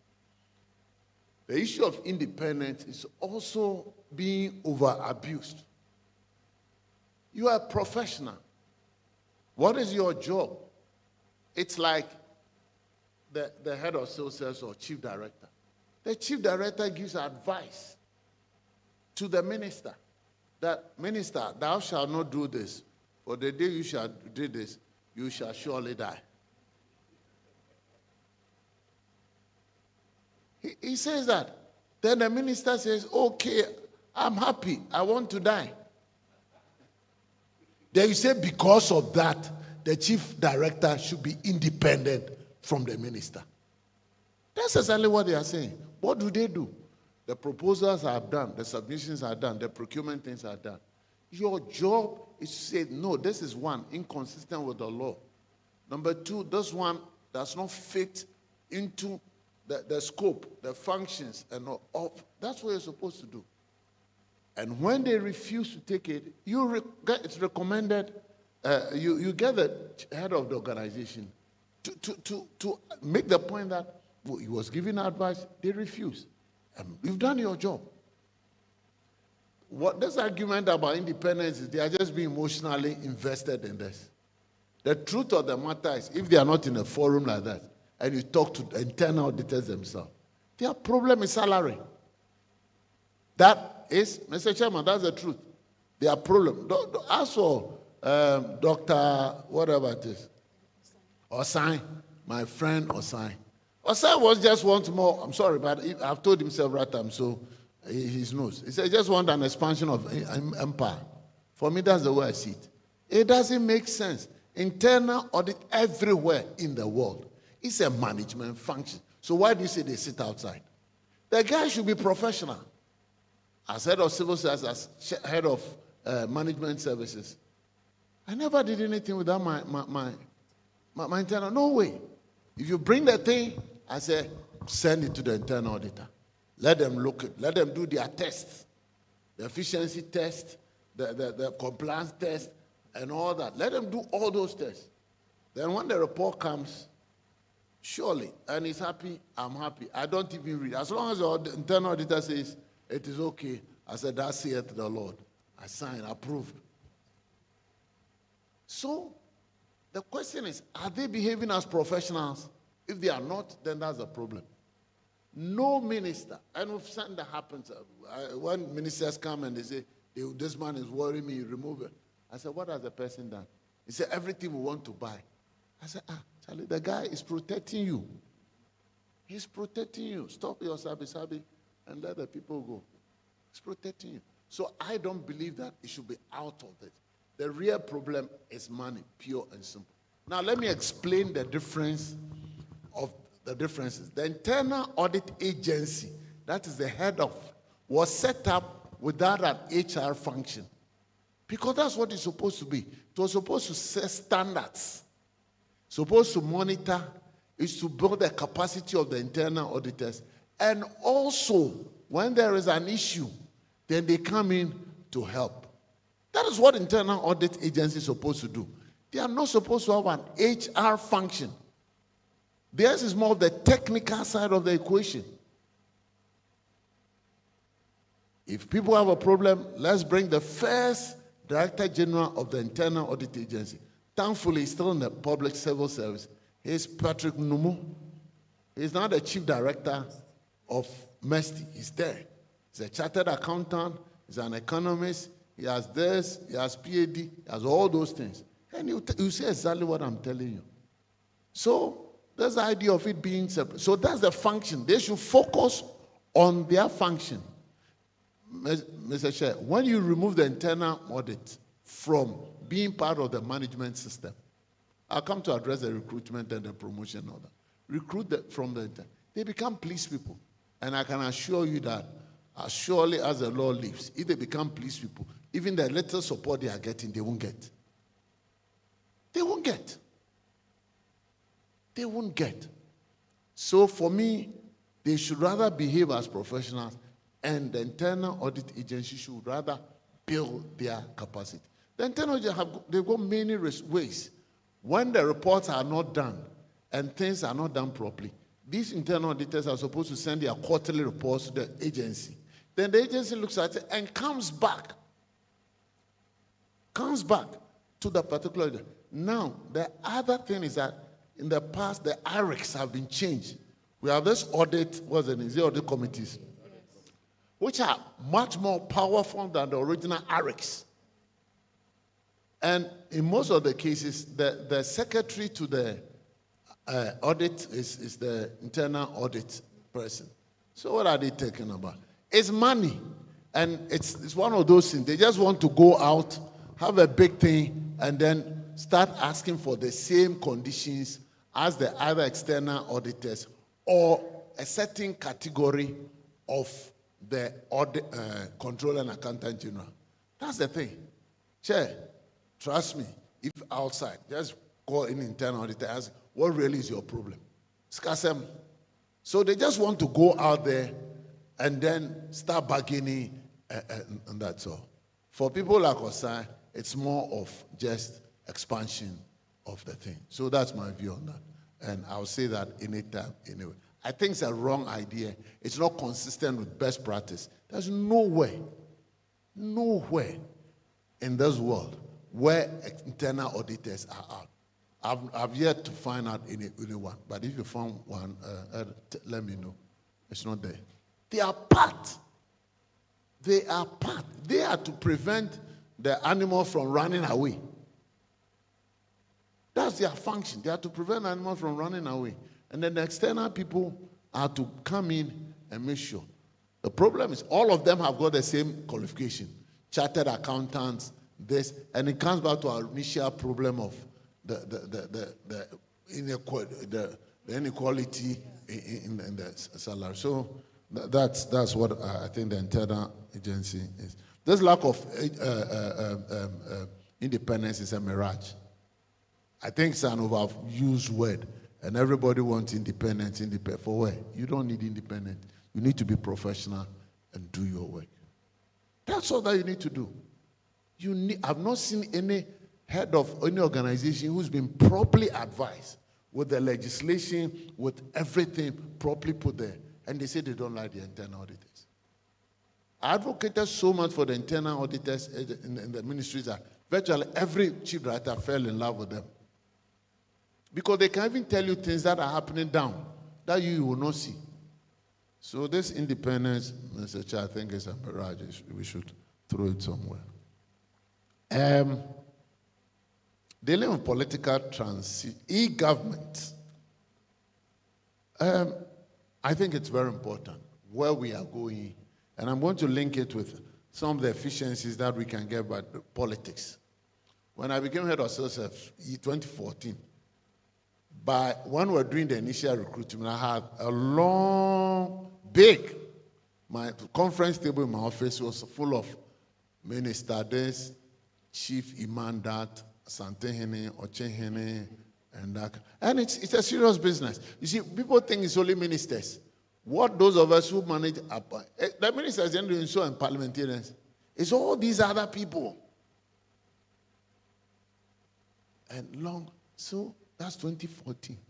2015, I told my chief director, we will not do this again. Let's do e-recruitment.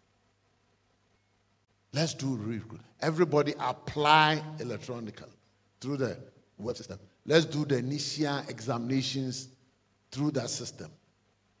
And by end of 2025, on my table was clear. So I'm just agreeing with you that when you use the e-system, we use the electronic system, we behave in such a manner that it removes a lot of these things. And I remember people come, oh, Nana, what has happened? My son, I said, oh, they took the exams and asked them. Because the results, the moment you do the thing, you get the results there and there. It's not somebody who's going to mark. So in your room or whatever it is, you do it. We were not even bringing people anywhere. You do it in your room. And you pass or you fail in your room. So they will go and they will tell the minister, there was an interview, I was not invited. Then the minister will call. I said, oh, let me, what was the pass mark? Then the person will come and say, oh, I didn't see, there was no pass mark. I said, they'll go and look at it again. That's how I reduced over 50 at times. Mr. Chair, you have recruiting 500 people. Then from all these nice people that you have around, you have over 30,000 before the public. How are you going to manage that? So E, for me, is very important. The other thing about E is that our promotion process used to cost us, the civil service, an average of about 700,000 every year. Once we move from that to the electronic system, it's less than, it's, I think, just a 1/5 or 1/6. Yes, or about a third of that, let me say. That's all. It's gone down. And all the issues of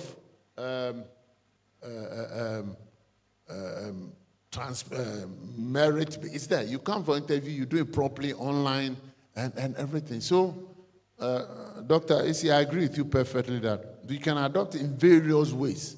And in the public service, I think we should have started with the cabinet. Even what we do now, the budget, the budget and the expenditure, gift mix. Dr. Kakari, Prof, let me tell you a story. I was at that time the change management team lead for gift mix. That's changing people's mind either by the Holy Spirit or by Cain or whatever it is. We went to Ministry of Finance. This gift me was sponsored by Ministry of Finance. Then a chief budget analyst. After the presentation, the first question that came out from chief budget analyst, aspiring chief director, said, Nana, you know, I have 2 years to retire. This is not a politician. That's why with all Apollo, when I see politicians on the radio and they fight him and call themselves corrupt, I still wonder why they do that to themselves. We, the public servants, are more corrupt than them, but we have kept quiet. That is the truth. We have kept quiet. Onukpa and his people will always be on radio, TV, and be doing corrupt. But the truth is, because we know the maneuvers. So this guy said, Nana, oh, you wait. If this is what you are going to do, it means the contractors will not come here again. I said, no, they will not come. I mean, there will be no files here. They will be paid directly into their account. So they will not come for the check. He said, no. He said, Nana, I have 2 years to retire. Can you wait till I retire? Then you introduce Ministry of Finance. Ministry of Finance. Chief Budget Analyst. But you know, in spite of all the problems with gift mix, it saved this country a lot. It saved this country a lot. Because it's funny. The people, you know, the literary assemblies, what they used to do, Chairman, they will give them the money, then they will go and buy treasury bills. What they are buying Sika, go and buy treasury bills. So when the time comes, maybe what they need to do, they will do it in whatever, something. Time is up. We've not finished the question.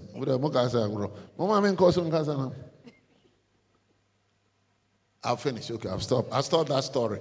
But gift mix is good. Now, somebody asked about what can we do about this multiplicity. I say we have the NEP framework there, the multiplicity of institutions. The NEP framework was there. It was a stringent system. I'm sure somebody can find that. National Institutional Program report. It's there. It had how to set up a ministry, how to set up a department, and they included Parliament in that. The department included Parliament in that. So was it supposed to end up in legislation, or it was just a policy document? Or? It was a policy document, but that's why it was easily jettisoned. My recommendation would be that let's get the NEP framework and put it in some kind of legislation. Because the framework was so rigid that people were not, you couldn't just get up. Because you have to get management services to come and do a review as to whether this thing will be done. So you can't just get them today and say, by executive, I've created this. No. So it's National Institutional Renewal Program. One of their frameworks. I don't know whether, but I'm sure they go to the Public Sector Reform Secretariat. Public sector, they should have those documents. This would be 19 or 20 something. Sorry? Year? Is there a year, a particular 1993, 94. Oh, okay. Or maybe we can go to PRAD, Public Records and Archives Administration. We should have that. The powers of the president to appoint, I agree with you. The only problem is, the reality is that the president, it's only recently that, it's in a recent, very recent that we have presidents appointing PROs and no, it's not. Usually it's just at the top level, the directors up, that presidents are directly involved in the appointment. In the civil service and the latter, deputy directors down. It's all done by the head of civil service. So maybe we should make a thing that if we want to make anything at all, we should include that maybe the appointment of directors and above. The president, if the president is not directly involved, what happens is that the people go through a process. Then you are sent to the office of the president, and 95% it's approved. 95%. There's a story about President Kufuor. Very interesting. He said where he disagreed with something, and he didn't want to antagonize anybody. it will never leave the presidency. And when he was asked about that, I said, now the idea now, but now say, Fafo Frobre. The old man has a good sense of humor. So that's our 5%. Everything, even if the president appoints a brother, it goes through PSC. That's what I mean. My problem is with PSC. If PSC is doing their work well, a lot of these things will be a non-issue because they have the qualifications. And then there's something also. You see, we have what we call career posts.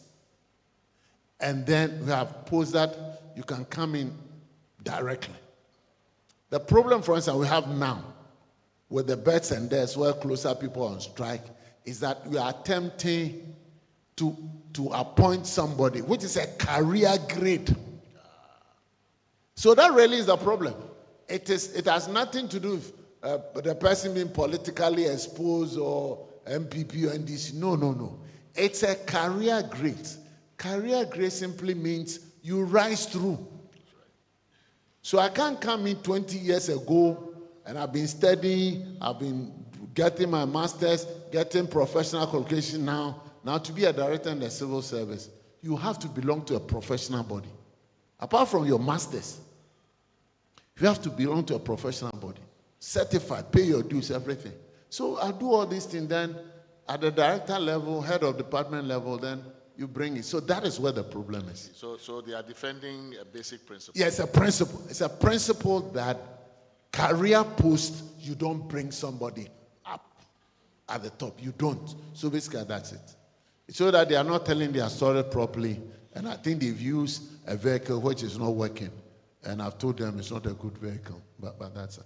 So that is it. But if PSC, you see, it's PSC that should come in and tell His Excellency the President, Mr. President, you cannot do this. They said, the Constitution says you are independent. You are the custodian. You safeguard us. And you are keeping quiet as if nothing is happening. And you are creating problems. So I think PSC is creating problem for the presidency. And it's because, again, recruitment, appointment, if you're unsure, if there's a feeling that you're MPP and there's an NDC thing and they're going to give you advice, that's why I said we should change the system for recruiting the commissioners so that they themselves can become a bit more independent.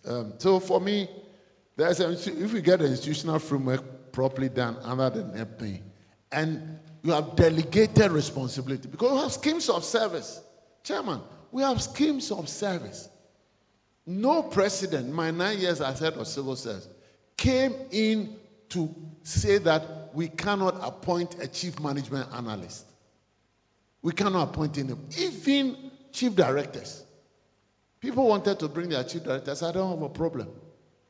I don't have a problem at all. Because that's a public service post.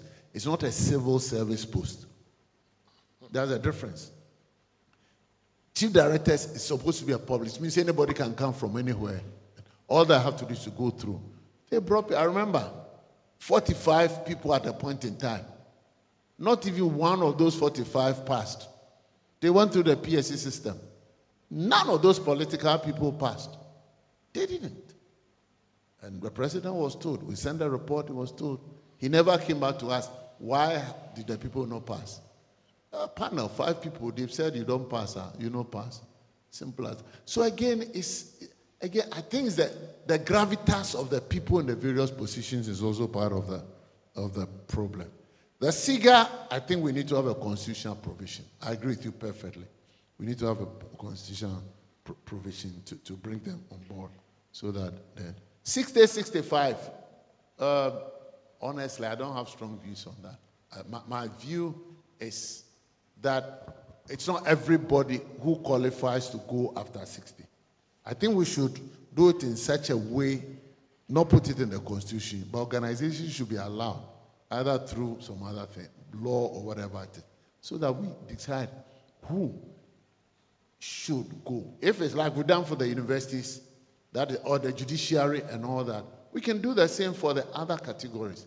I struggle to see a laborer seriously after 60 wanting to do contract. They don't work.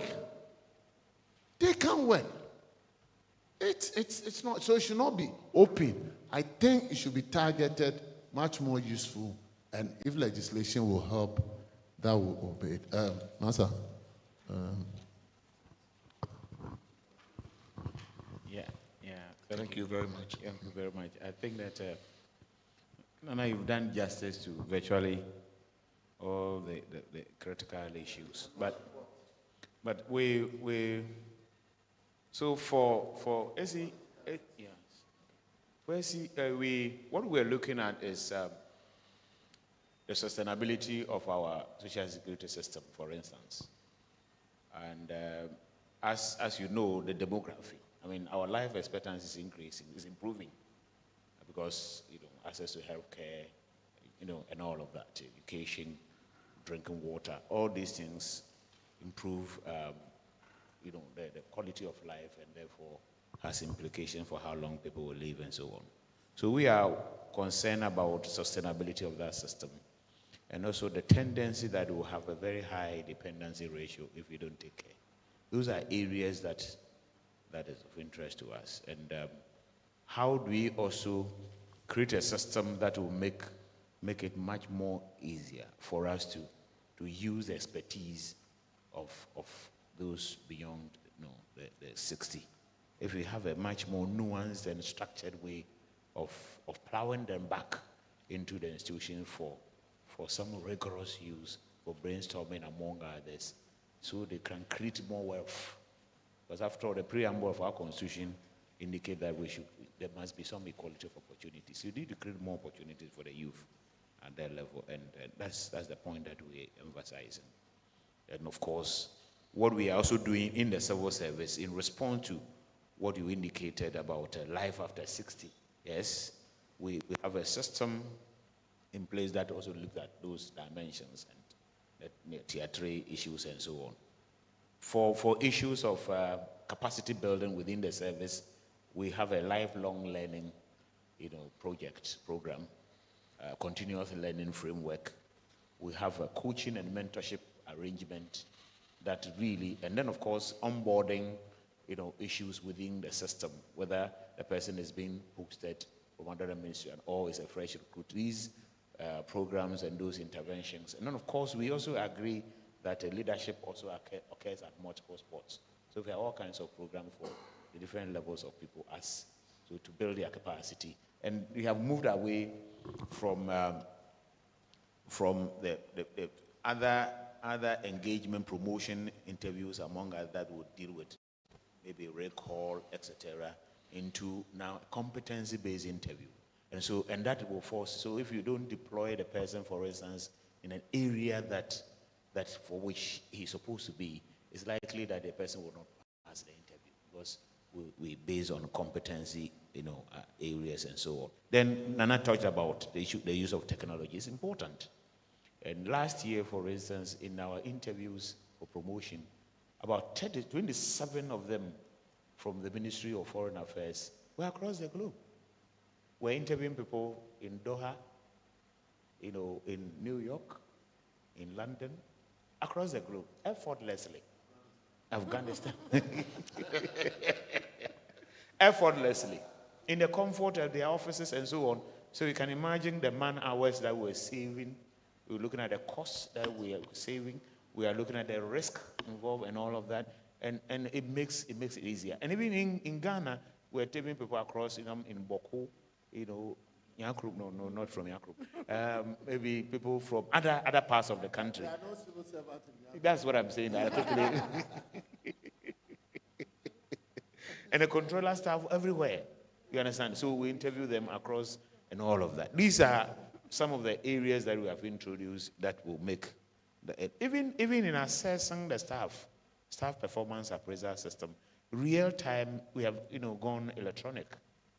And at least up to the deputy director, so we are looking for opportunity to expand. And it makes it easier, real time, and now the compliance level is around 90-something%. And the highest we've ever had in the civil service, because we have gone and so on. And it's real time, it's actually targeted at performance enhancement. And then you have a scientific basis for which you want to promote anybody. Secretary, we were looking at, you talk about whether it's the executive or is the president Of course, I mean, we are operating a system where the president literally will the executive power. You understand? It's so all roads lead to the presidency. So it's the president. So even when we are looking at, I have a problem when even people talk about even what you call cabinet approval. I would say it's a presidential approval. The cabinet is just assisting the president. That's where everything is done in his name, and of course on behalf of all of us.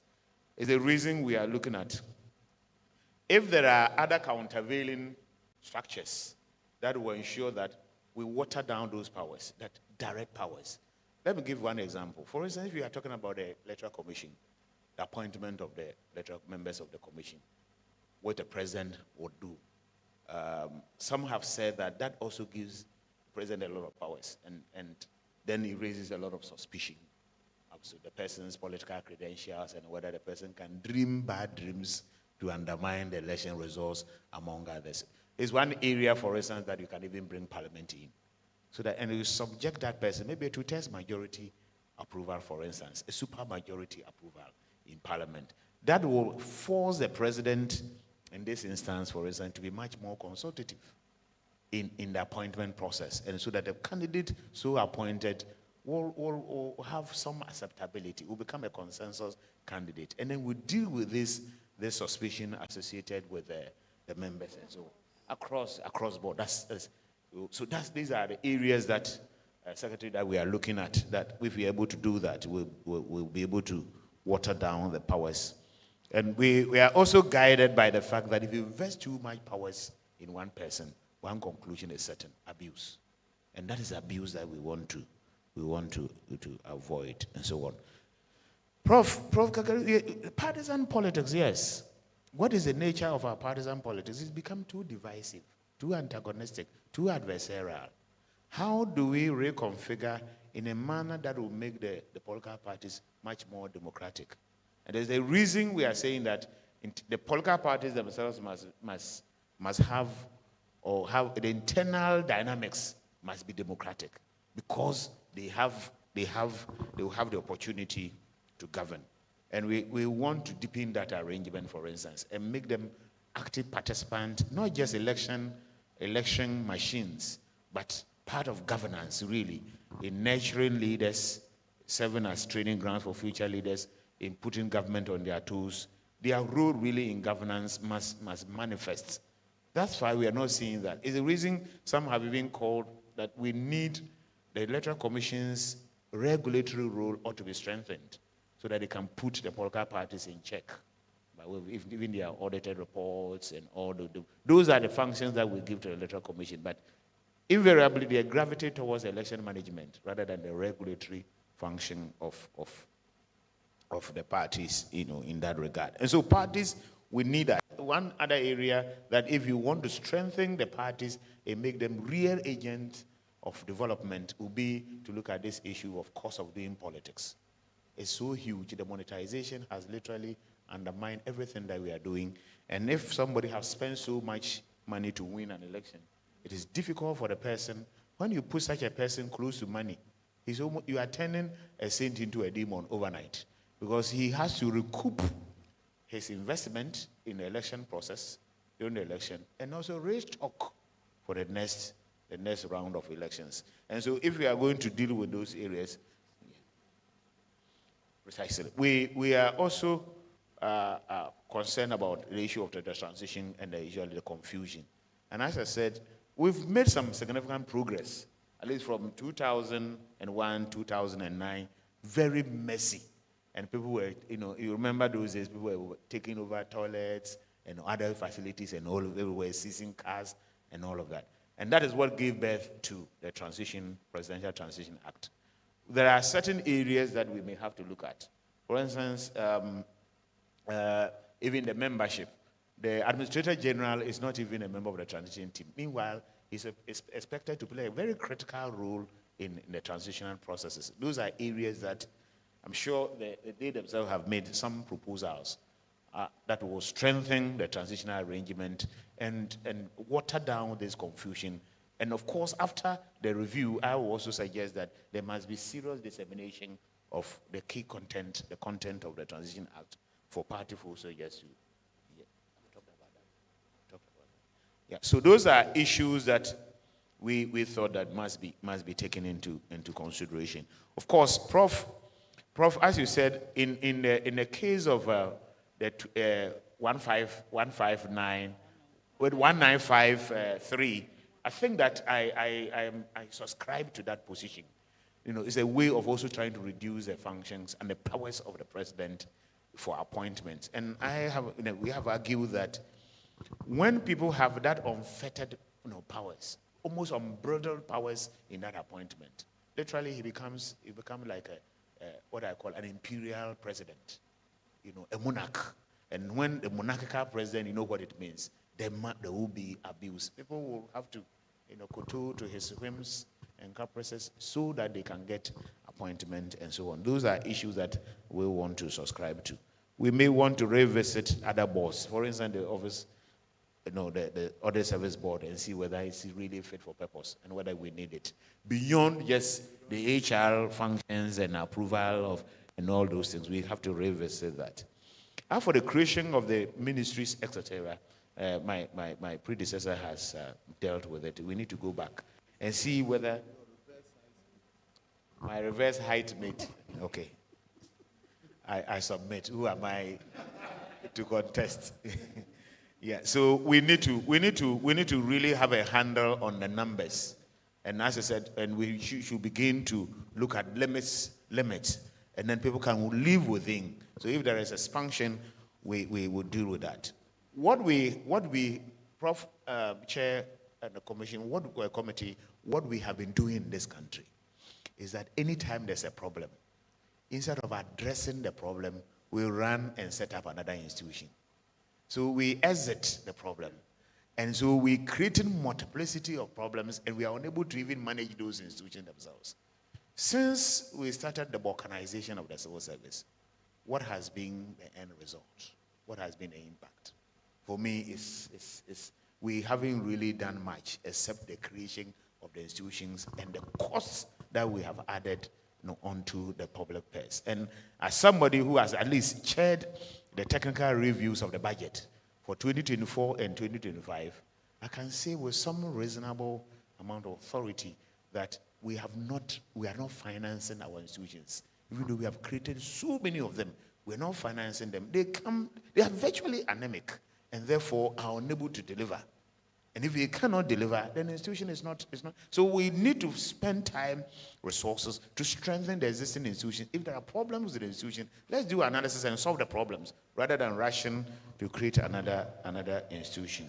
Those are areas that we think that we need to. Maybe on the last point, it's a bit cultural, right? We just father children. Yes. Yes, But you made the point about the open. The numbers, judiciary, open. Yeah. That's open. I think like we've done it. Nothing prevents us from to put a cap. I mean, based on some studies. It's not arbitrary. But I think we should begin by putting a cap. There are countries that have only 6 or 7 ministries. Estonia and co. They may be small, but they are still functioning. So let's begin to look at all this cap business and our account.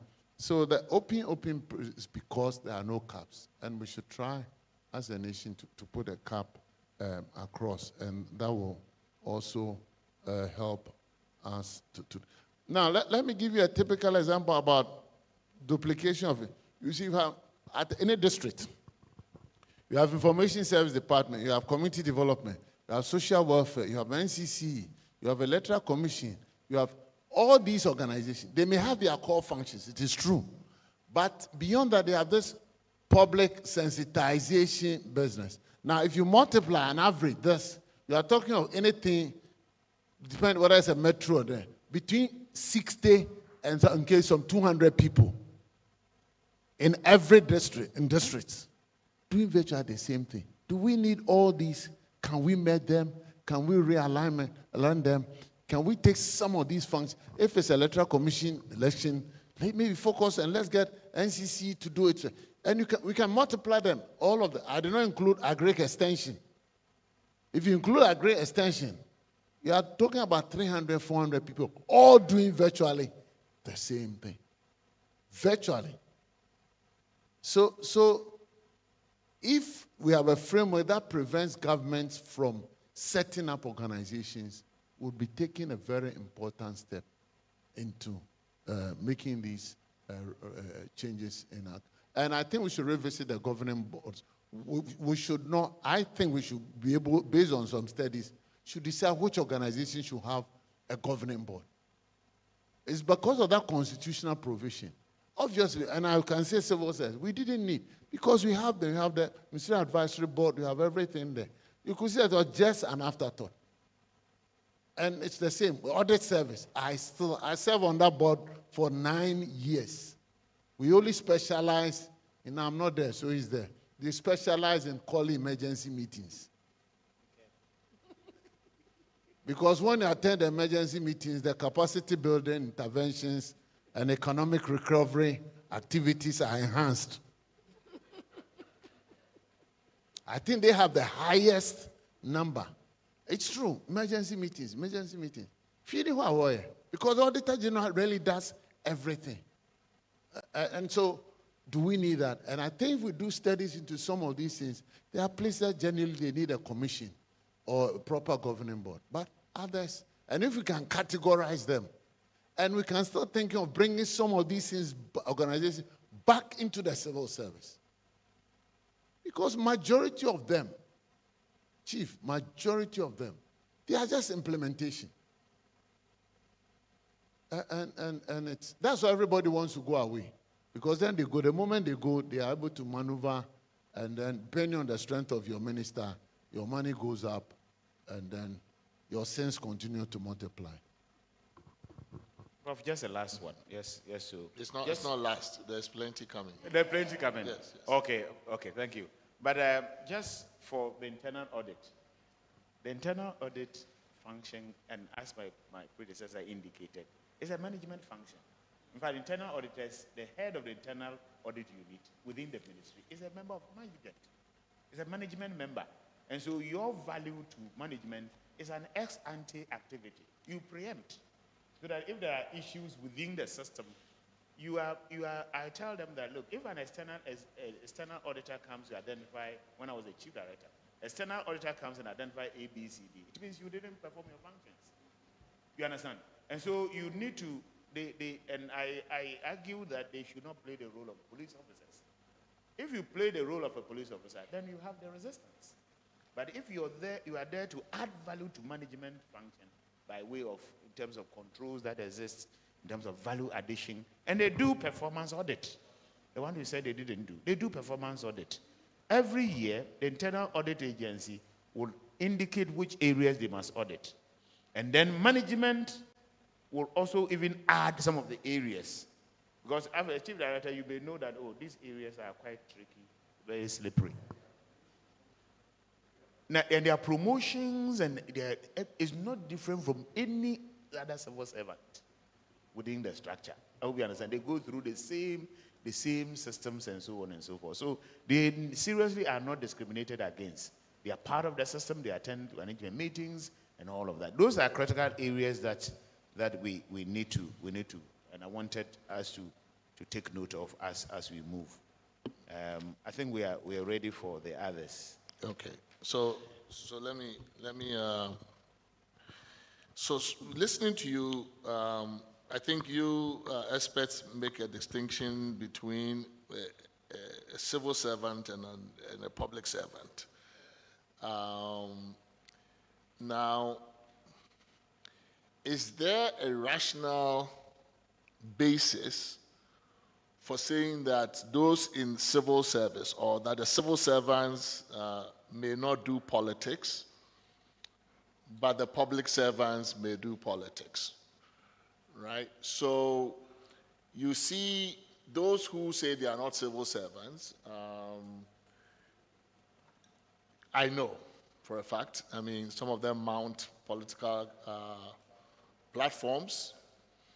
They hold party office and simultaneously hold a public office. And I think a lot of the turbulence we see in transitions come from this very obvious, visible sense that you are a politician. You belong to the party that is just being removed from office. And how do you expect that we would keep you? You are not a civil servant. You are a politician. I saw you on the campaign trail. I saw your Facebook posters. Everything. You are a politician, right? So why do you expect that we would not treat you as part of the outgoing government and expect that you would exit with them, right?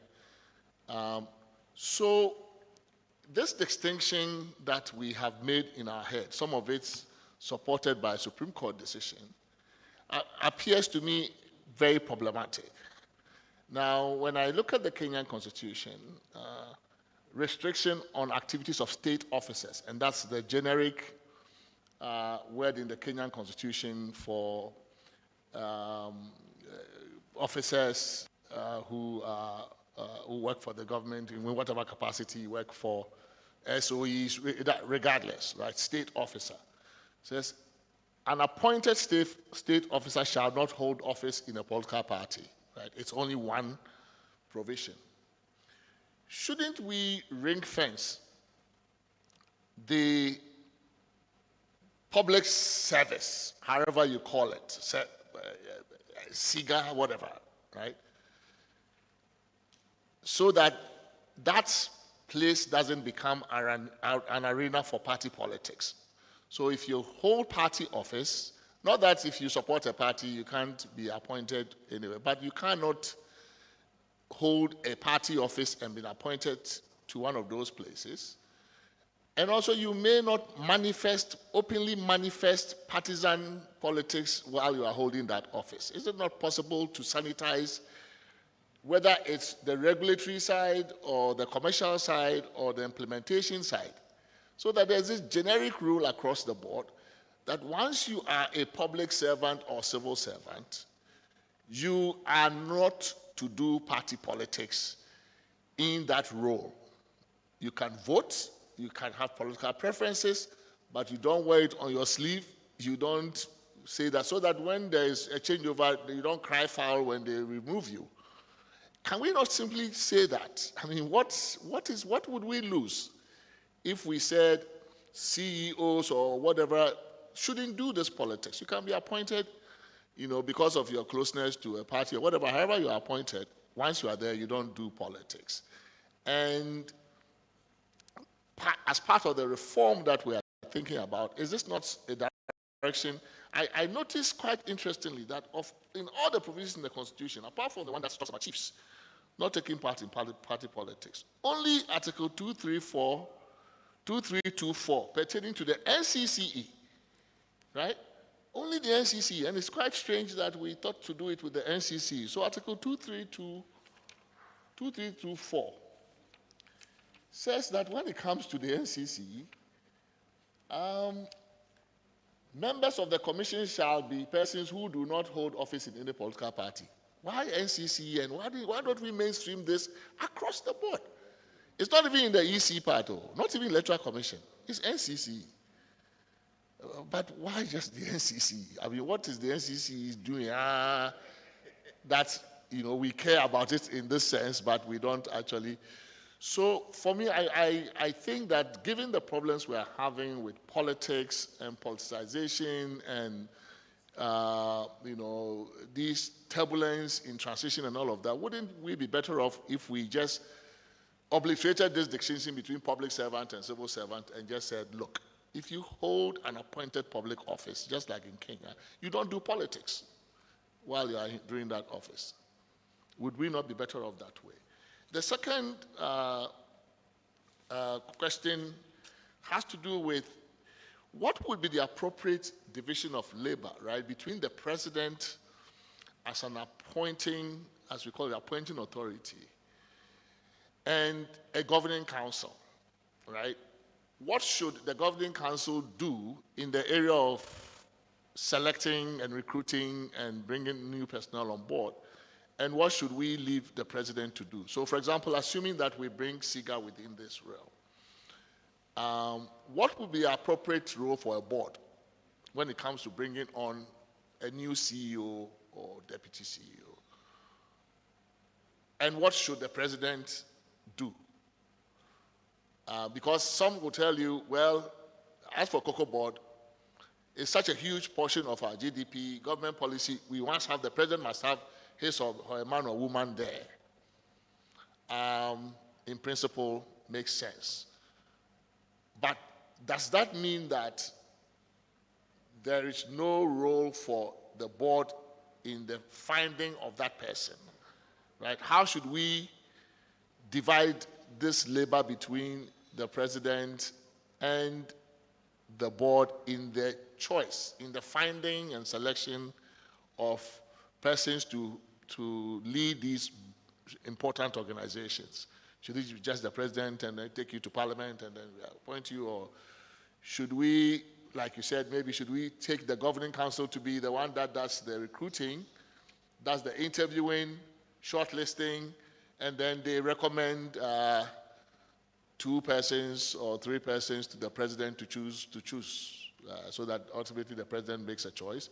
Can the president also recommend somebody to the governing council and say, okay, these are 3 people I think you should also consider, right? How should we do it to just make sure that when there is some meritocracy in the system, there's competition, and that partisan criteria doesn't dominate the entire process? Thank you. Yeah, a couple of. All right, so thank you very much, Prof. 2 questions I'd like to add.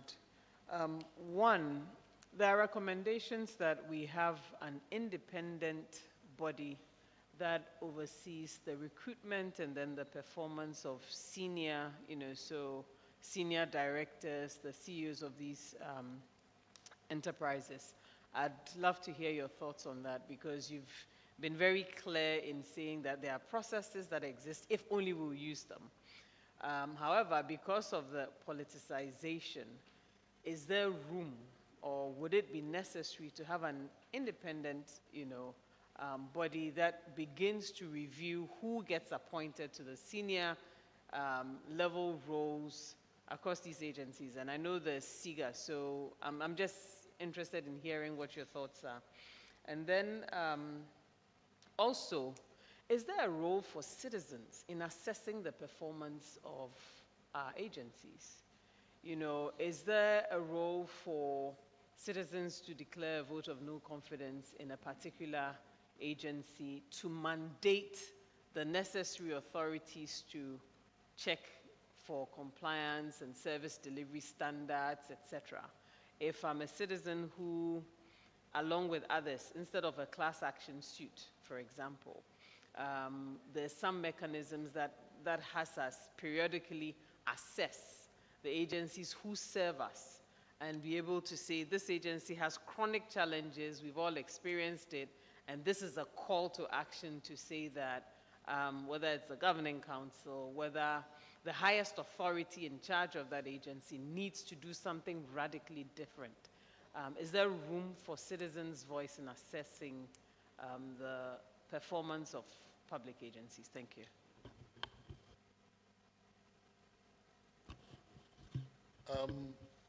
A couple of additional. One, there was a proposal concerning the number of ministries, for instance. And I think, Nana, it was you or Dr. Gredaku who said there should be alignment of ministries. Now, would you suggest criteria by which this kind of alignment could be made? 2, there was also a suggestion for a single body to determine remuneration for public service. What could be the nature of this kind of body? And what would be, of course, we cannot answer that here, but in terms of deciding on, how do you call it, the framework, yes, the categories and so on. I mean, the accountants will do better in that. But what would be some of the, because this could be very controversial, could raise a lot of discontent here and there and so on. What would be some of the rationalizations for approaching this, justification for doing that? The last point I want to raise is also about the question of the head of civil service as a bridge between the civil service and the cabinet, if I am putting it right. Yes. Please, could you elaborate a little bit on that? And what would really be the added value in relation to what persists today? Thank you. May I go, just add one more before you answer. So going back to the problem of this reproduction or production of more and more public bodies as a solution to every public problem that we face, and how that becomes a way of exiting the problem and then creating new bodies.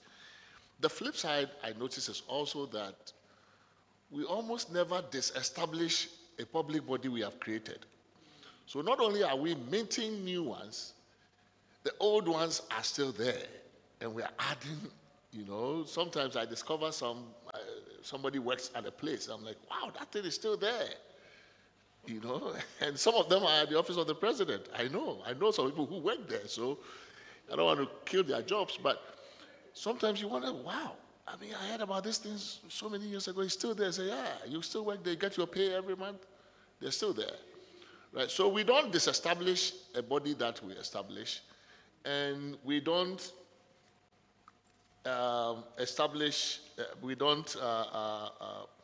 we also create new ones. I found a provision here, again, in the Kenyan constitution that I found quite interesting. It says the functions of this is the functions and powers of the Public Service Commission, Article 2341 of the Kenyan Constitution. The functions and powers of the Commission are set out in this article. 2, the Commission shall, subject to this Constitution and legislation, 1, establish and abolish offices in the public service, right? So very interesting. I mean, which means that there's a certain expectation that you will periodically review these things, and then as and when you find them unnecessary, you can take them out. Is this a useful function for a public service commission? Is this something that we should consider? Because in some places, the alternative would be, I think Nana, you put it quite well. You say you start as a project, and then it metamorphosizes into a unit, an office. The next thing you know, it's a full-fledged agency, right? And I think that is, is to be expected. One place, in other places, one way they deal with it is if you create a body by law and you are not sure of its utility long-term or its durability or its need after a certain period, you put a sunset clause in the law that says this law will either expire or will be reviewed on this date. Then we decide as of that date whether we need to carry on with the law. It's not a common practice in Ghana. I don't think we put sunset clauses in laws, but it may well be one of the ways one of the alternatives. If we are creating these bodies, we're not too sure, they're a bit experimental, you could throw in a sunset clause that says, after this number of years of trial, you can go back and look at that body, or if you don't, it expires. Otherwise, you could do the Kenyan way and say, the Public Service Commission should, be reviewing these things to see if we need to create or abolish them, so that at least there's a certain mandate and expectation that nothing will last forever if we don't need it.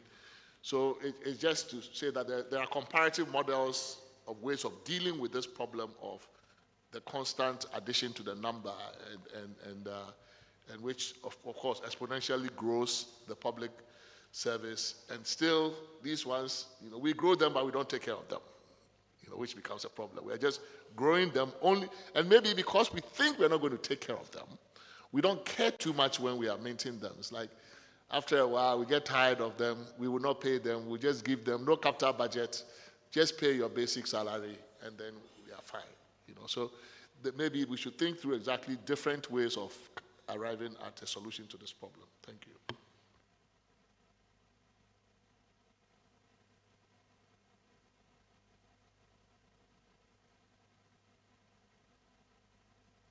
So the ball is back in your courts. Thank you, Chair. I'll start with the last one. I agree with you perfectly. I think I've said that already, that either PSC or we merge management service with PSC, Public Service Commission, or we elevate management services as Prime Minister Buzia wanted to do these reviews. To do these reviews so that that is before the creation or after the creation. And so while that would be a technical review by management service, then I think PSC then comes in to make that decision so that there's a bit of a separation. The current arrangement where you have virtually PSC doing both in some sense, I think it's a bit worrisome. If we can have it separated, that if we need to create, let's have a body separate to look at it. And if we want to kill it or sunset clause, as you said, then let's have a technical review so that it's based on something. And I still think PSC should be the body to make the final determination of that. I think it's very important. So I agree with you, just as a caveat that I'll add. But the other thing is about, like the Office of Management and Budget in the US, I think Canada, and one unit in the Treasury in UK.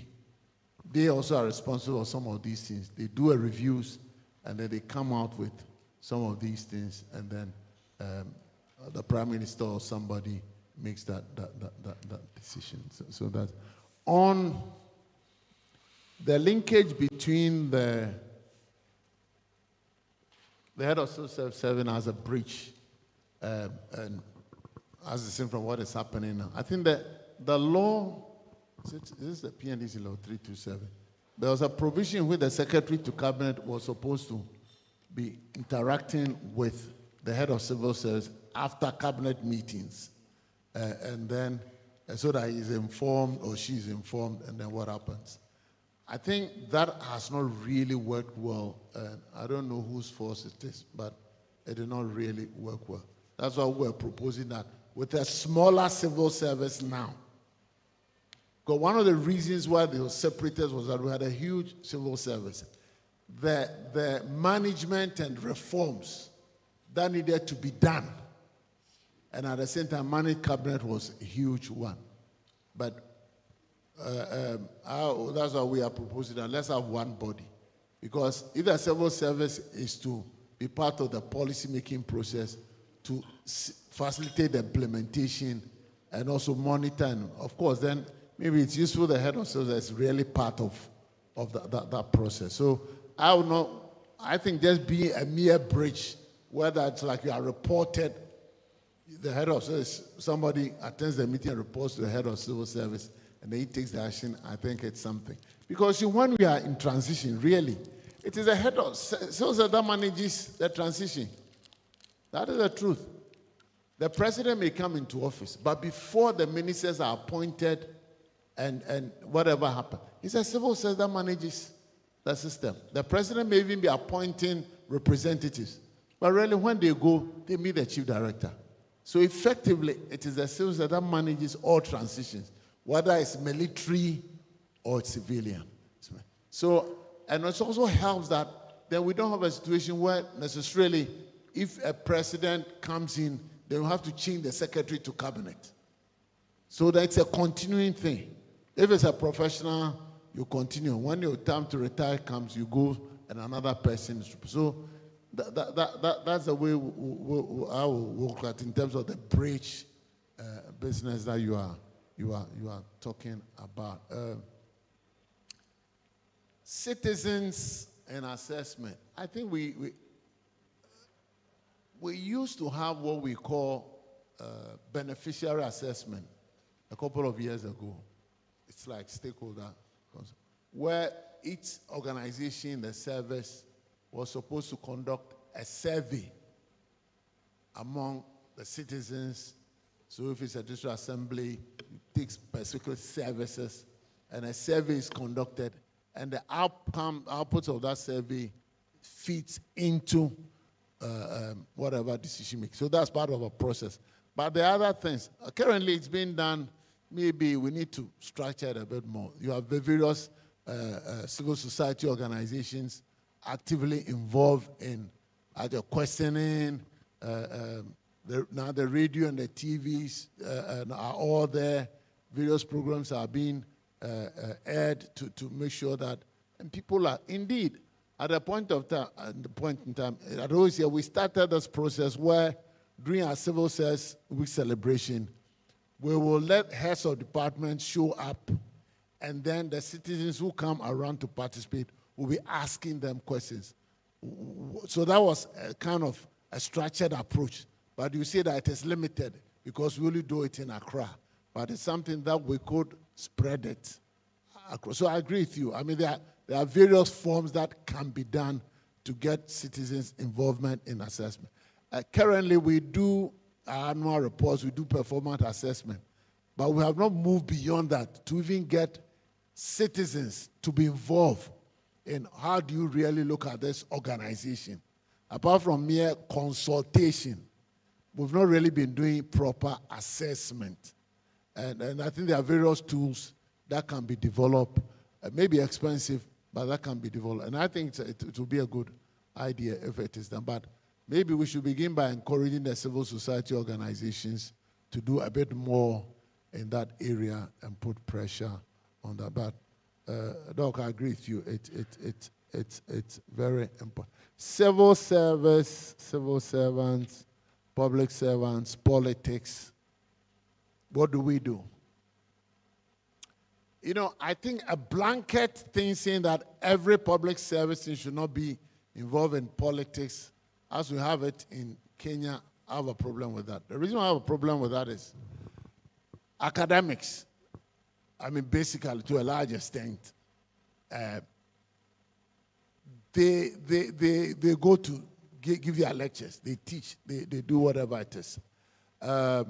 Yes, they may hold different views, but the beauty of an academic environment is you can be MPP and you can teach a particular doctrine and slant it this way, and somebody can also counter. So I think we can look at it in terms of not everybody. I'll look at it, those who relate directly to particularly have interface with the political leaders should not be involved in party political activity. Those who are directly interface. Academics may have, but they will, in the course of their work, as a lecturer, as a researcher, as a scientist, not necessarily. Yeah, by means, you can stretch it, but for a chief director, a director in a ministry, you have a day-to-day, and if you have demonstrated that you love this party, you are party B, let's be honest. Even if your mother comes to office, or father, he or she will be suspicious of you. So I think we can disaggregate which categories should really not be involved at all, and then we can ban. Maybe the chief. Maybe you are picking the easier categories, right? The chief director, fine. I mean, I think that's. And no, within the civil service, yes. I think it's the culture. It's fairly understood that you don't wear your political party affiliation on your sleeves, and you don't do it that way. Academics, and maybe even that, you are probably, yes, your ideology may be known. Some are conservative, some are left-leaning, you know. But is it okay for you to go to class and say, as for me, I'm MPP. Your class is MPP, NDC, CPP, YZZ. I don't even have a problem with the academic side, really. Yes. But should we be getting, for example, let me just pick any public body randomly. Should we allow persons who work in GMPC, Petroleum Commission, Cocoa Board, NRA, all those places to wear their politics on their sleeves? I think that was the point I was going to say, where they directly interface. I made the point that where they directly interface or likely to interface with political leadership, I don't think they should be allowed to do party politics. All those categories, I would say, should not be involved in party politics. That's my point. But so we need to maybe find a way of looking at which organizations, which sectors, even teachers. I don't see why teachers cannot do party politics. They may teach, but look, the guy's a professional teacher. Hardly would they interface with politicians, and the syllabus is there, you follow it. So they may have their own ideas, I agree. They may have ideas that may not necessarily be consistent with the government of the day. They may have, I'm not doubting that. But I'm looking at on a scale of 1 to 10. What will be the impact? That's the way I'm looking at it. What will be the impact? As it stems from the mainline civil service, or even, so I would say, apart from these few things, every other person should not be involved in party politics. Should not be involved in party politics. Because it's also part of the problem. It is part of the problem. So if you are not, and let's build meritocracy. Let's build meritocracy. If you want to do public service, whether MPRA or Cocoa Board or whatever it is, let's do meritocracy. If the president must appoint, then let's do it in a different way. Let's have a system in place where the president, in the civil service we do, if the president really wants somebody to apply to be a chief director, the president doesn't come out to announce, or minister, they don't come out to announce, but they'll say, look, you can apply. When they apply, they will be vetted by the team at the OECS. If you meet the standards, they take you to the next level. They have 3 exercises that you do. Then you have to pass those 3 exercises before you go to Public Services Commission. So there's a system in place. So that's what so we're building meritocracy. So if you go through the system, there's a gentleman who unfortunately did not go. I thought he was a very good candidate. Very good candidate. I don't political affiliations, but I thought he was so good. Unfortunately, later he got another appointment, and I always feel sad that he never became a chief director. For me, that was not an issue of party politics. It was just competence, pure and simple. So that's what I'll say. He can take the governing council and their rule. And Right. Thank you. Few reflections on. Yes, I mean, as you were, we are looking at longevity of service. You have security of tenure. Your role is the major object of the civil service, for instance, is to assist the government in the formulation and implementation of public policies and programs for national development. And it's across various sectors, so finance, education, health, etc. So the value in making sure that at least you stay apolitical and be neutral, because these are some of the things you have to be issues of anonymous, anonymity. We don't take credit. We always give your credit to your boss and so on. The neutrality, all those is anonymity and all of that, hierarchy of authority, etc. And so what we are suggesting here is that you must be able to offer advice in a very neutral manner and be as disinterested as possible. You are looking at a situation where you are going to formulate and implement policies, at least with good grace. Even if you don't believe in what it is that your leader is saying, you must offer the advice in a manner that I always tell them that it should not be said that you did not advise professionally. So how do you offer the professional advice when your boss knows that you are already tainted. And you know, like Chamber Port, in spite of its newness, regardless of its newness, nobody will want to serve a meal in it. And that is what it is. This thing even happens when we are discussing the role of the National Development Planning Commission, for instance, and its membership and all of that. So people would then attack the product. They don't even, because of its composition, they will attack the product. So that's what we're saying. So you can be a member. You can participate because you vote. Because politics is ubiquitous, as you know. So people can participate. But as soon as your political activities become overt, then you either have to resign or we push you. And there have been instances where we have sacked people.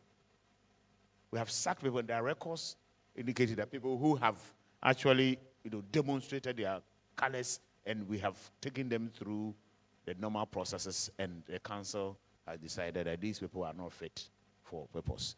And so I was surprised that a certain category of people, I mean, and if you go to Parliament, you realize that when we started the Fourth Republic, a number of the MPs were teachers, for instance.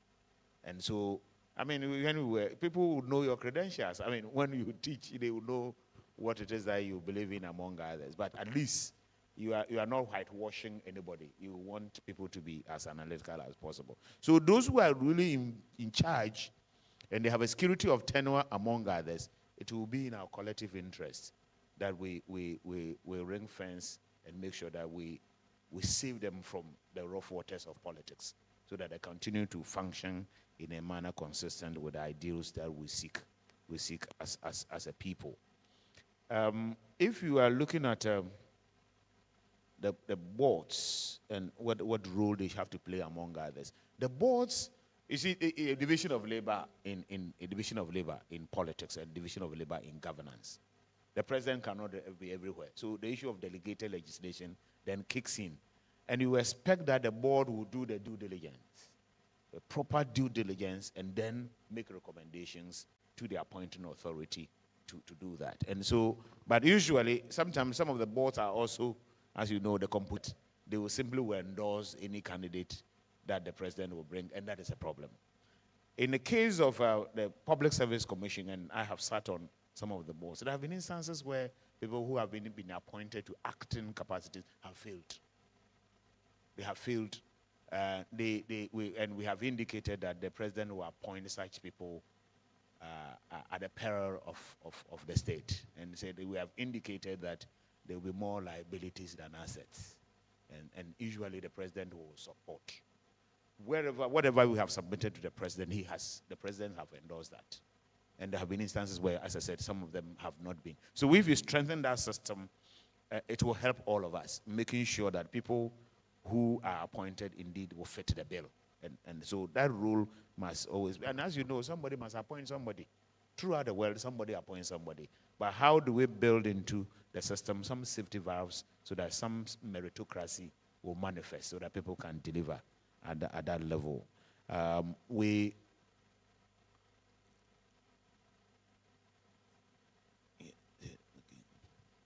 You talked about, I guess the citizen participation is something that we need to look at critically.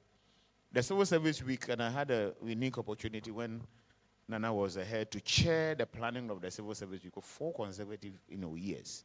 And what we sought to do was also to bring the civil service closer to the public. But we also have a client service units within every institution to be interfacing with the client service. Will give us our service delivery standards and what is it that must be done and so on. And we have inbuilt the the RTI systems. We have the client service unit, all manner of things. We have feedbacks that we get from the public on service delivery, among others. And even in the chief director's performance contract, there's a portion that deals with the public opinion survey that has been done on your ministry. And so, and if the survey that you've done indicate that there are serious gaps, then that actually affects your rating, for instance. But we need to also explore ways by which you can make the public much more, their presence much more manifest in the assessment that we do. As for remuneration, you see, we have the fair wages and other institutions, and if you look at all the reviews that we have done and all the commissions that we put in place to deal with relativities, to deal with disparities, and all of that, we had the Price Waterhouse and all those institutions that we put in place to look at the salaries and their relativities, and then eventually culminating what we had, the single spine salary structure. The single spine is no longer single. We have allowed ourselves, or so many institutions, to actually literally move away from the single spine. And you realize that those who are relied on the single spine are suffering. And that is why, so if you talk to any average group union, they want to exit. What it means is that it's now not fit for purpose. So we need to go back. And so we have so much disparities. But sometimes you see my student who has just entered GRA getting more money than my director who has been in the civil service for 20 or so years.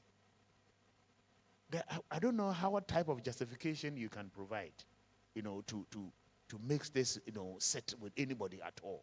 And so it's important that we look at, as I said, this parity of esteem. And if a body will review the multiplicity of structures, now if you talk to our CROSAC, the civil. Is it that we elevate the fair wages to a certain level? What should be the composition of this body? Precise, yes. So my argument is simple, that because of these relativities, we need to rethink whether indeed even the fair wages itself is fit for purpose. Because a number of them will go and literally exit, from or leave the single spine. We need to, if we have a spine that is single, then all of us must benefit from that spine. But where some have, literally left and are enjoying better conditions, you cannot. I mean, we all go to the same market.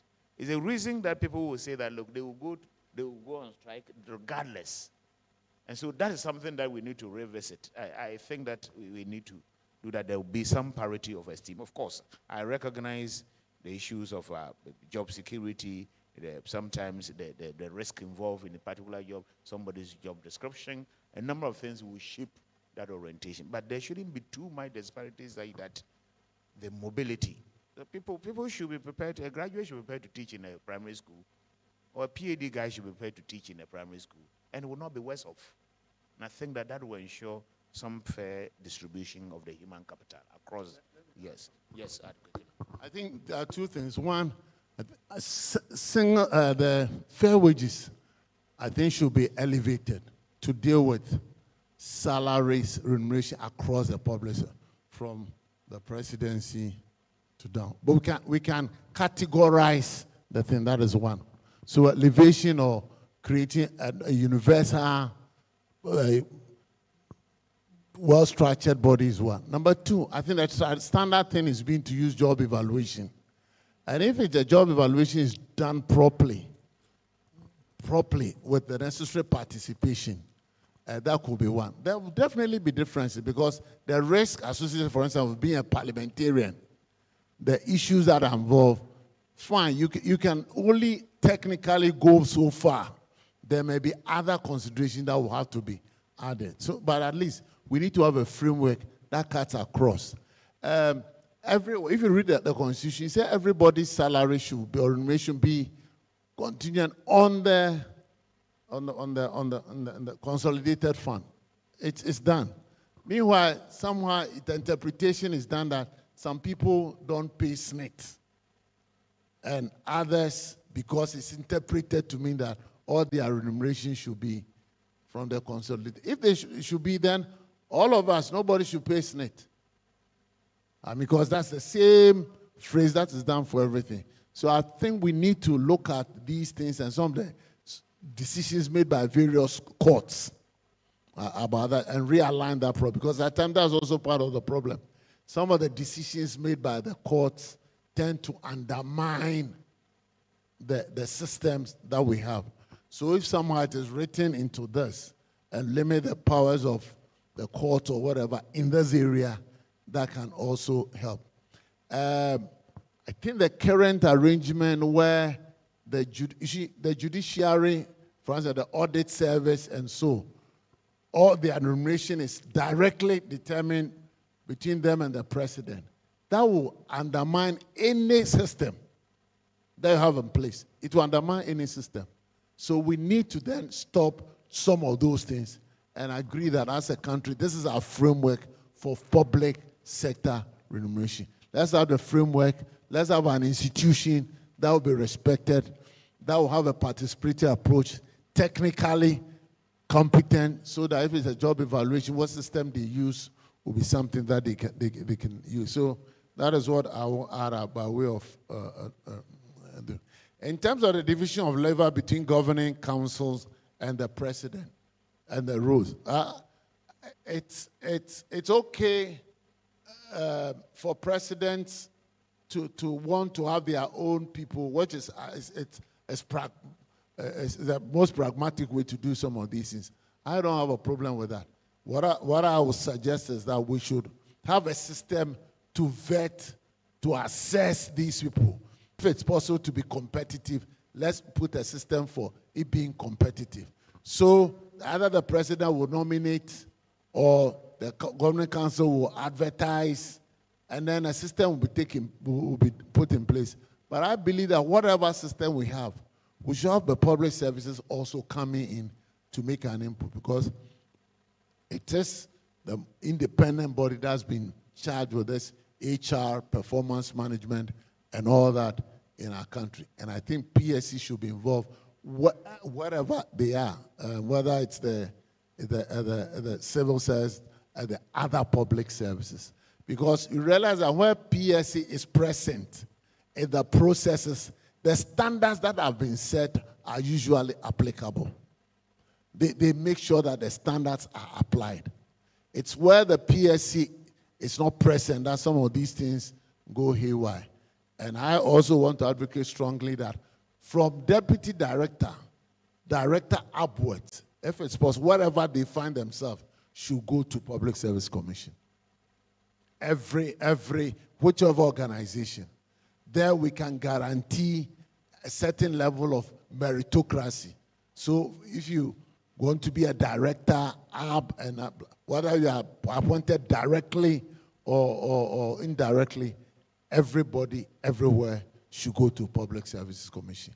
I think that will enhance the meritocracy. And then once that is accepted, then whether there's a change of government or not, once you did it properly, the people should remain in office.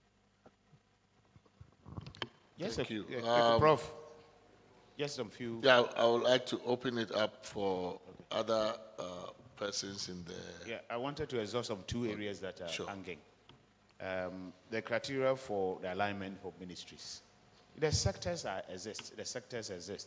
The president usually will have a mandate, and which mandate will have to be executed by these institutions. And so even if you look at the alignment that we have done, we have looked at the various sectors and how those sectors can fit under some specific ministries. And we are saying that if we do the reconfiguration well, it should be possible to reduce the numbers further. Because institutions, sometimes if you are not careful and you create some institution, you see that there's a turf war. A turf war because they haven't clearly delineated the functions of the ministries, and then the mandate, the function, the mission, the vision, those things must be clearly spelled out. And so what we did for the realignment this year was to clearly spell out their mandate very well. Of course, that mandate has been given, but their mission, their vision, etc., and the specific functions, so that they don't engage in turf wars. It can easily be done, and because of as I said, the mandate, the vision, and so on, and the function they have to perform. You were looking at the bridge, the head serving as a bridge between the cabinet and the civil service. I indicated in my earlier submission that the civil service overarching mandate is to assist the government in the formulation and implementation of public policies and programs. And the cabinet is to assist the president in the formulation of public policies and so on.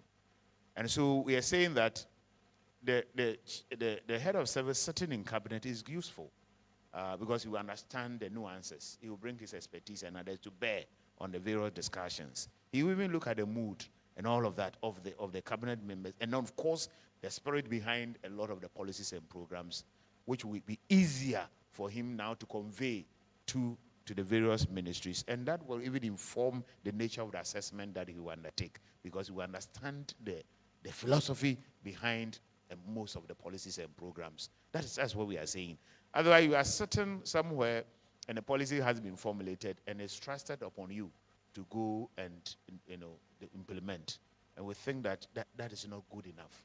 If you are part of the issue, ownership is ensured, and then of course even in the implementation process, you don't want to preside over the demise of a policy because you were part of the processes and so on. Those are the issues that we felt that this will help the nation, because the overarching aim is that we develop as a people. And so whatever reconfiguration that we can put in place to ensure that the people benefit from the stewardship of our leaders, why not?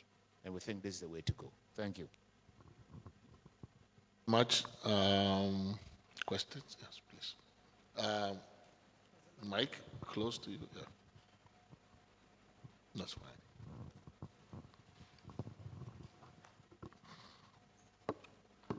Go ahead. Okay, thank you, Chairman. My name is Stephen Kwekwa Saribedu. Stephen Kwekwa Saribedu. Chair, after every election, these public corporate bodies are normally regarded as spoils of war, where you find party members jostling for control of these public bodies in order to recoup whatever that they invested in the elections, in manifold, as a matter of fact, which engenders corruption. Now, to prevent this, would you recommend that we have a dual or multi-party appointment system where, let's say, the ruling party appoints 60% of the board or council members, and then the minority appointing 40%? To sort of enhance oversight responsibilities and also reduce this winner-takes-all tendencies that we normally experience. Thank you. Yeah, any others?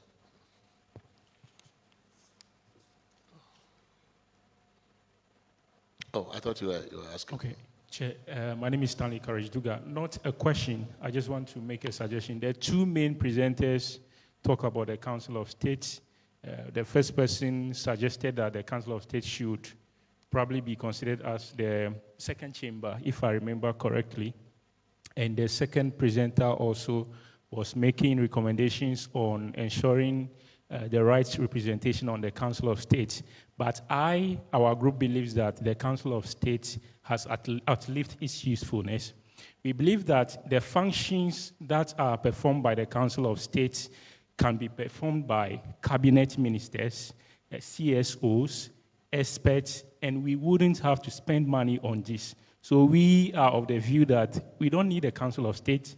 The functions they perform, if indeed their advice are considered by the executive, the parties themselves have people who can advise them on issues. So we just think it's a system to reward party faithfuls or people who have contributed to the campaign of these political parties. So we are suggesting or recommending that the Council of State should be abolished, and hopefully the two main political parties will agree to that. Thank you.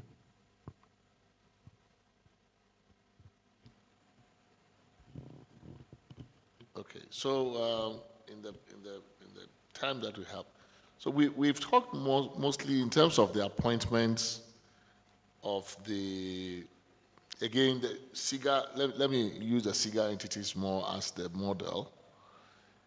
We've been more, the conversation has focused more on the appointments of, say, CEOs and other officers, not the directors on the board, right? But that's where, I think the composition of the board is where everything begins. Once it's politically, is full of politically exposed persons, every appointment they make is going to be similarly tainted, right? So if we were to move to a system where we are doing appointments in the public sector generally, meritocratically, transparently, competitively. How would you propose that we select, for example, the boards or so-called governing councils of these various enterprises? There are some submissions, I think, including from the Institute of Directors, I've seen others, that are talking about how we choose the board, not just the CEO, because that's where there hasn't been a lot of conversation around that. But I think I would like for you to reflect on that, and that's probably where Stephen's idea of a multi-party kind of board. Basically, if you can't stop it, then just make it official. Just put everybody on the board, and then, But I think the movement, in terms of the best practices in corporate governance, even with state-owned enterprises, is to move towards professionalizing the board, and as opposed to just putting using political criteria. The other issue I have is with SHRAJ. The role of SHRAJ in the public administration. Because from its earlier role, it started as an ombudsman in the 69 Constitution to 79 Constitution. And the ombudsman, of course, is very much was envisioned as very much a part of the public administration. Now, of course, currently SHRAJ in this Constitution wears, multiple hats.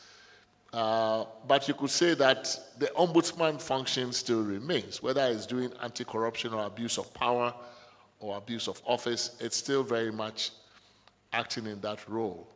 And yet you don't see it mentioned when we talk about public administration very much. Is there a way you can conceive of a relationship between SHRAJ and the public administration where, I don't know how it currently works. Do you have like internal tribunals or like administrative tribunals that deal with, complaints or grievances or, so for example, this provision about, there is a provision here about public servant may not be victimized and all of that. Who administers that policy, that rule? And could there be a connection between whoever in the public services administers that protection for civil servants or public servants? Could there be a connection between that particular protection and maybe an appeal to SHRAJ as an appeals tribunal? Because it looks like SHRAJ is it appears disengaged from the public administration, even though it was intended to be an integral part of the public administration. Could you enlighten us exactly what happens and how we might strengthen that relationship so that it becomes a proper ombudsman in that regard?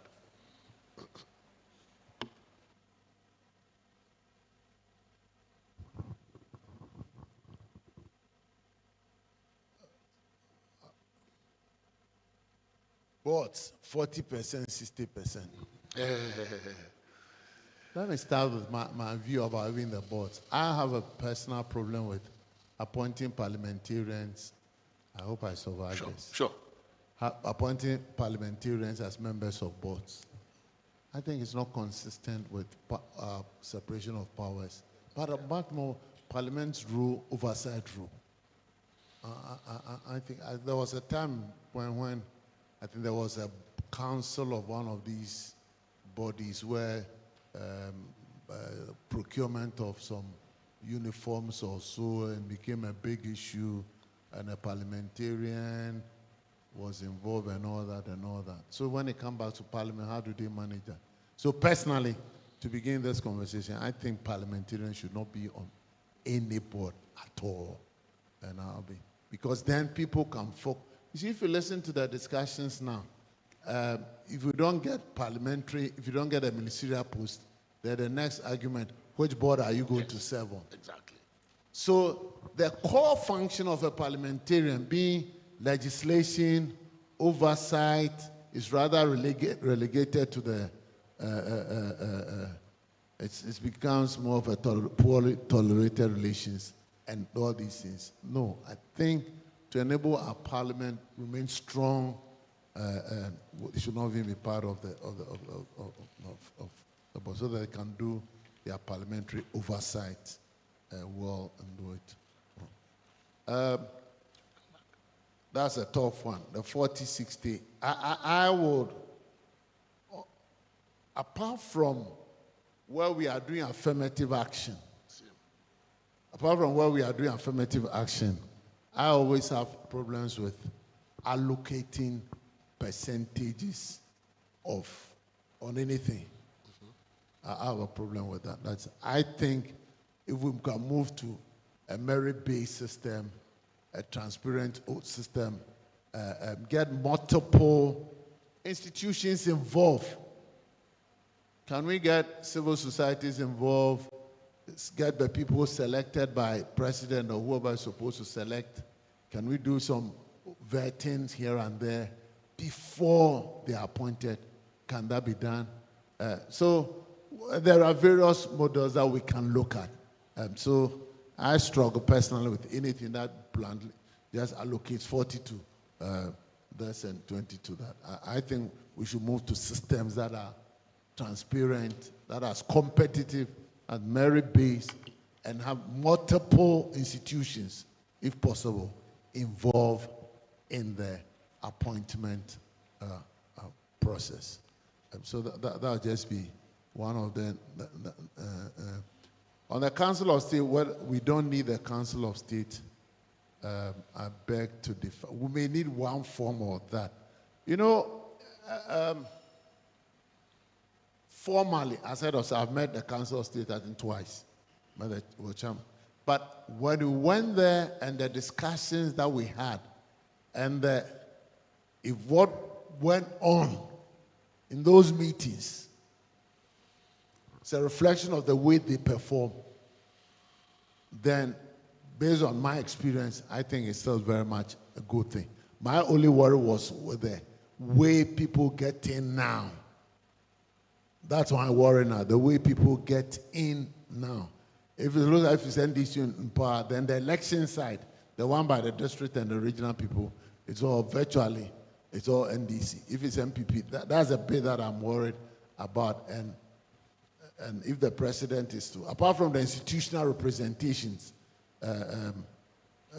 military, former Chief Justice, IGP, and all that, I think it's still a useful body, and it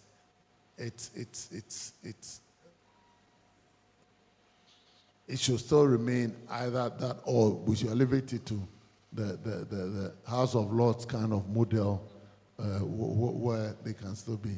It's part of the problem. If it were a second chamber, we would know exactly what it thought, right? Yeah. I mean, it's part of the problem, the fact that we Secrecy. have no way of divining what advice they give. That's exactly my Right? point. So if you Yes. have a body that is in the Constitution, entrusted with the responsibility to advise, and yet you cannot know the advice so that you can evaluate its work.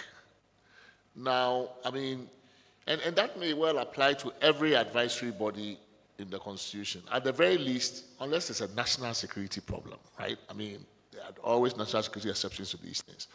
Unless we're talking national security or intelligence, must we not know, if you have an advisory function in the Constitution, what advice that you have given and whether or not the action that was taken pursuant to your advice, or whether your advice was disregarded?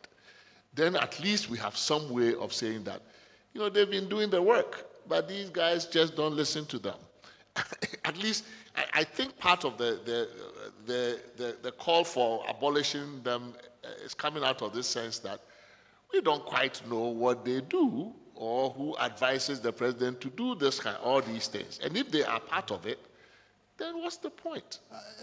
Chairman, I think, you know, in Ghana, you see, Yegobis Abrewa. You could be Sabroana. Nobody comes back to tell us. Yeah, but that is not.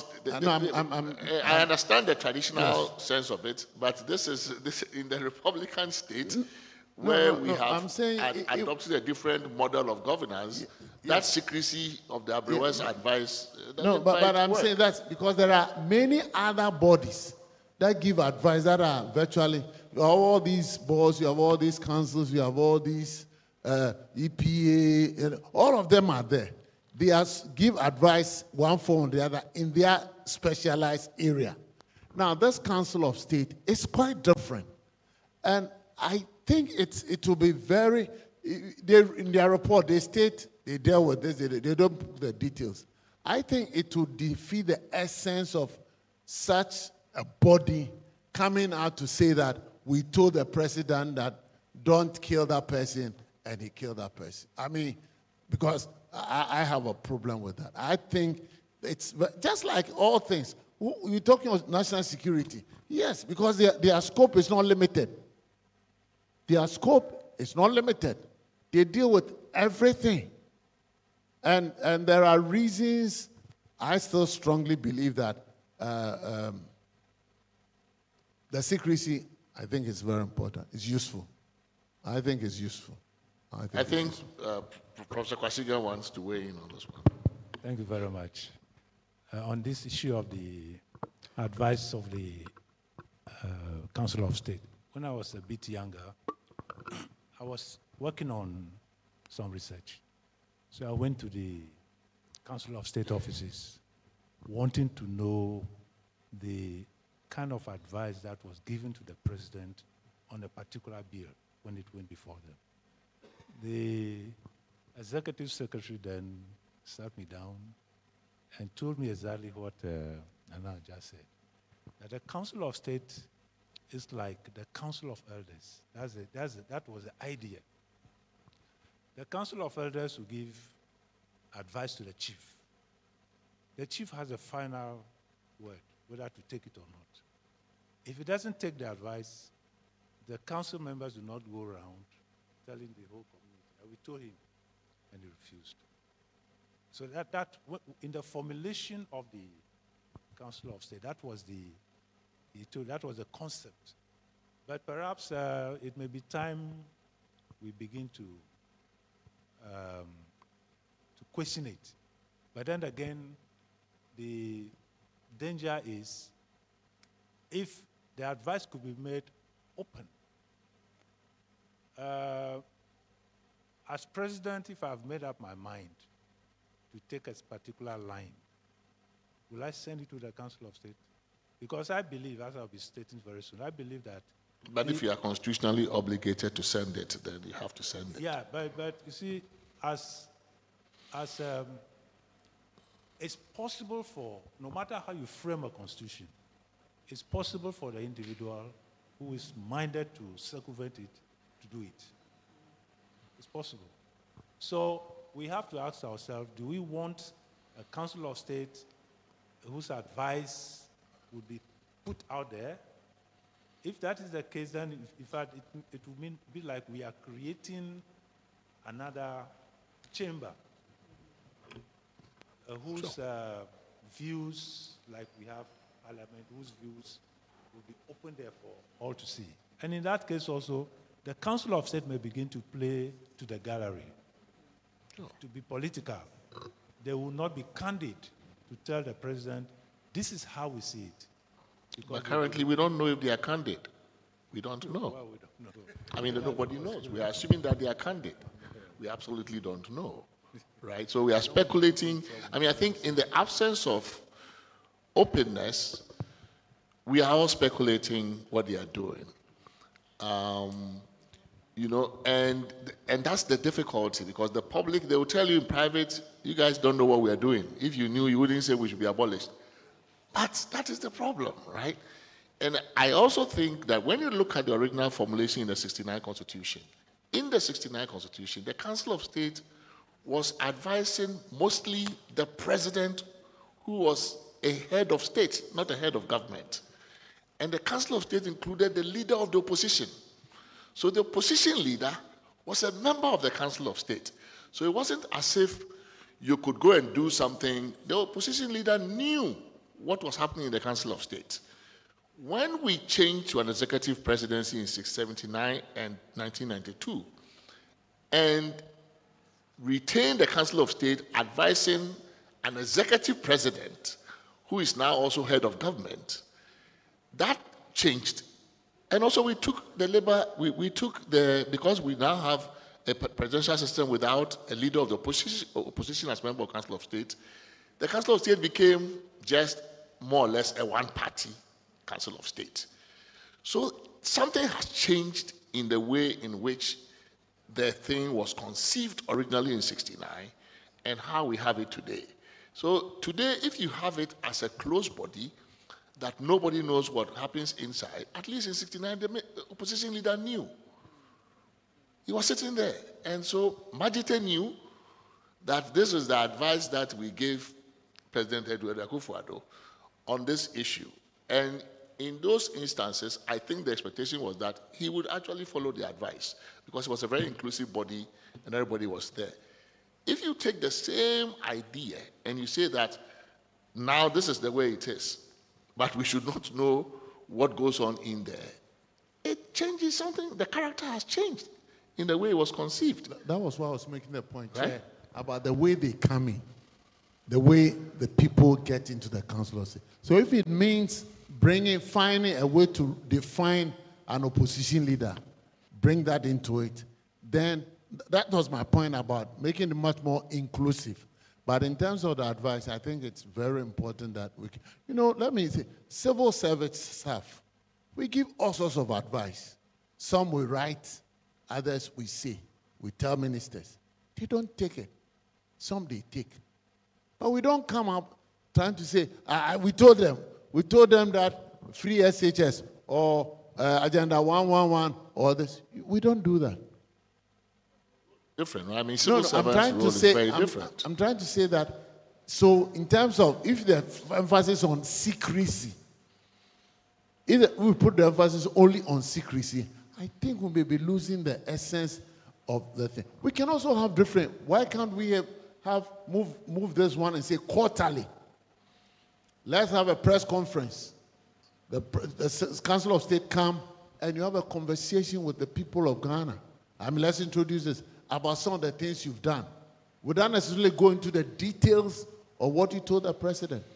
Well, we can have various ways in which we can deal with this issue of it being too opaque and shed a bit of light. Yeah, I think basically to address the public sentiment around it, the Council of State itself must take this opacity issue seriously, because you cannot pay a public body to do work opaquely and therefore has no accountability to anybody. It's under Article 71. People have very strong views about Article 71 and all of that. And, it's difficult. So at least, even if, like Professor Kwajika was saying, at some point in his career, he wanted to know, as a researcher, what kind of advice. Even if it was possible, maybe after the fact, to go into the archives and say that, on this issue, this is actually how the Council of State advised, but they are gone. But at least we can go to the records and say that there were minutes of this meeting. The advice transmitted to the president on this matter was this, but we knew the president did that. Even if you would not do it contemporaneously and you would do it later, there will still be value for us. But to be totally in a black box where we don't know your advice and you keep telling us, you don't know the advice we be giving. We've been hurting the president, Powell. But, and it's difficult for people to feel comfortable with that idea. So I think something has to give. Either we make the body a lot more inclusive in a way that, it would give everybody comfort, knowing that this is not just a party thing, and that there are voices from the other side or from other parts of society or the state. Then, we know that at least we can be assured that the advice, even if we don't know the detail, we can be assured that the advice a somewhat credible advice was given. We don't know it. We may know it as an academic matter after the fact. But I think that somebody has to give the public some comfort around this idea of the advice and how we get to know it. And again, I think, again, it's good to know that 69, the leader of the opposition was on the Council of State. And I think that the understanding in 69 was that the president would actually act in accordance with the advice that was given. So somehow the formulation and the way the word advice has been used, I think has also led us to think that the advice was supposed to be just advice and you can take it or not take it. Yes, because in 57, right, in 57, whenever the phrase was used, the Governor General acted on the advice of the Prime Minister. He was supposed to act on the advice. No choice. It followed from the formulation in England where the Queen was supposed to act on the advice of the Prime Minister. So if the Governor General was just a titular head of state and was supposed to be acting on the advice of the Prime Minister, why should the meaning change when we change? I mean, so we have just completely taken the phrase on the advice of somewhat away from its traditional understanding, and we think that his advice is useless. So it made the Council of State weak, when in fact, in some cases, I think it was intended that the advice should be taken. All right. Thank you, Mr. Chair. I think with the issue of the Council of State, the current public sentiment, focuses on a number of areas. First is the whole issue around how it works, the opacity that we've mentioned. The second is around the membership and how they are appointed or elected. I think a third has been the whole thing about, are we getting value for money? And then I think the last point, which I would add, is in terms of, linked to the value for money, is it that if the president is not obliged to, accept, then what is the purpose? What was the point? Because he has other ways of getting advice. And so in terms of whether the president should or should not, I may suggest that we kind of identify which issues should be sent by the president to the Council of State. Based on that, then he has to accept that. So if we're saying that if there are appointments to, for example, appointments to certain positions, or maybe some decisions that have to do with the peace and security of the country, whatever, so that if we are very specific about those ones, then the issue of the limiting the powers of the president doesn't come in, because we are seeing that, okay, for A, B, C, D, E, F, these are the ones that should go to the president. In terms of the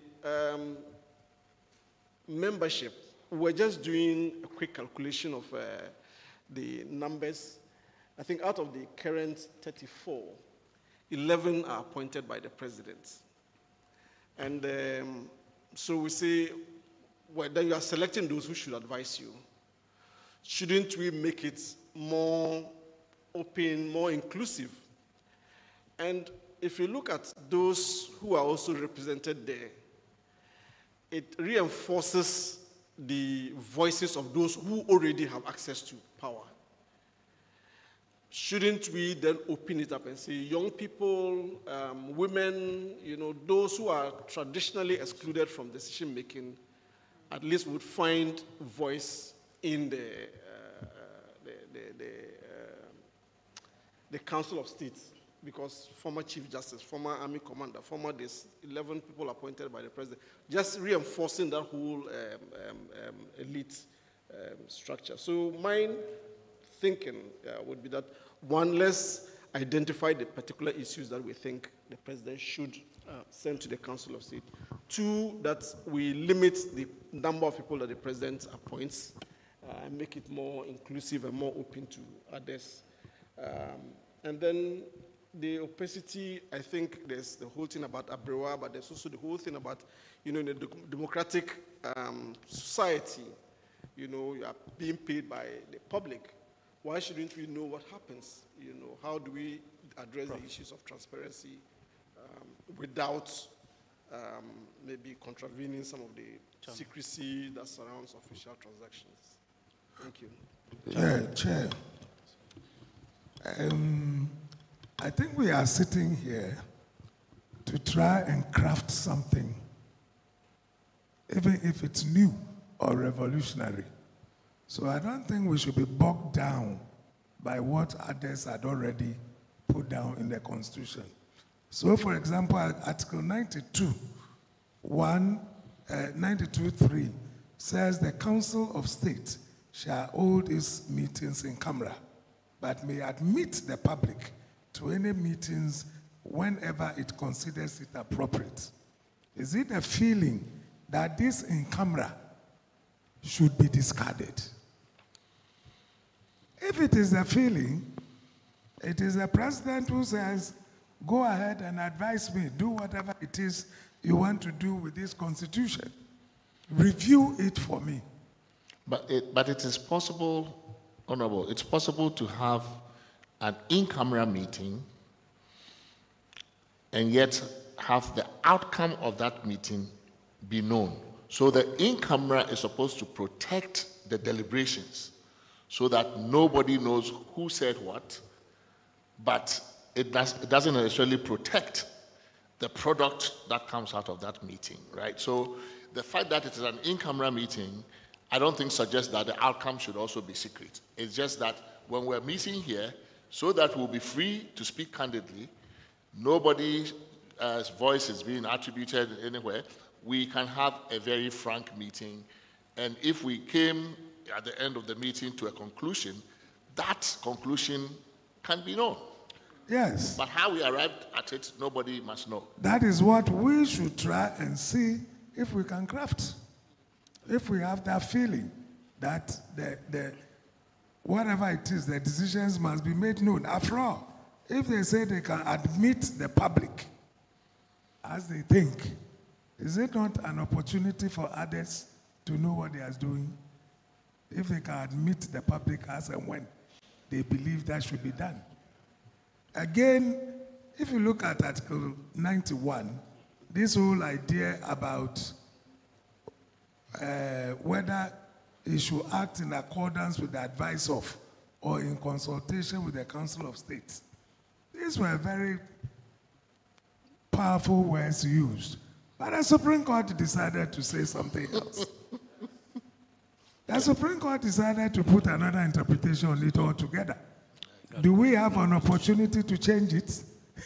Can we say, look at it again and say that the president shall be bound to follow that advice? Yeah.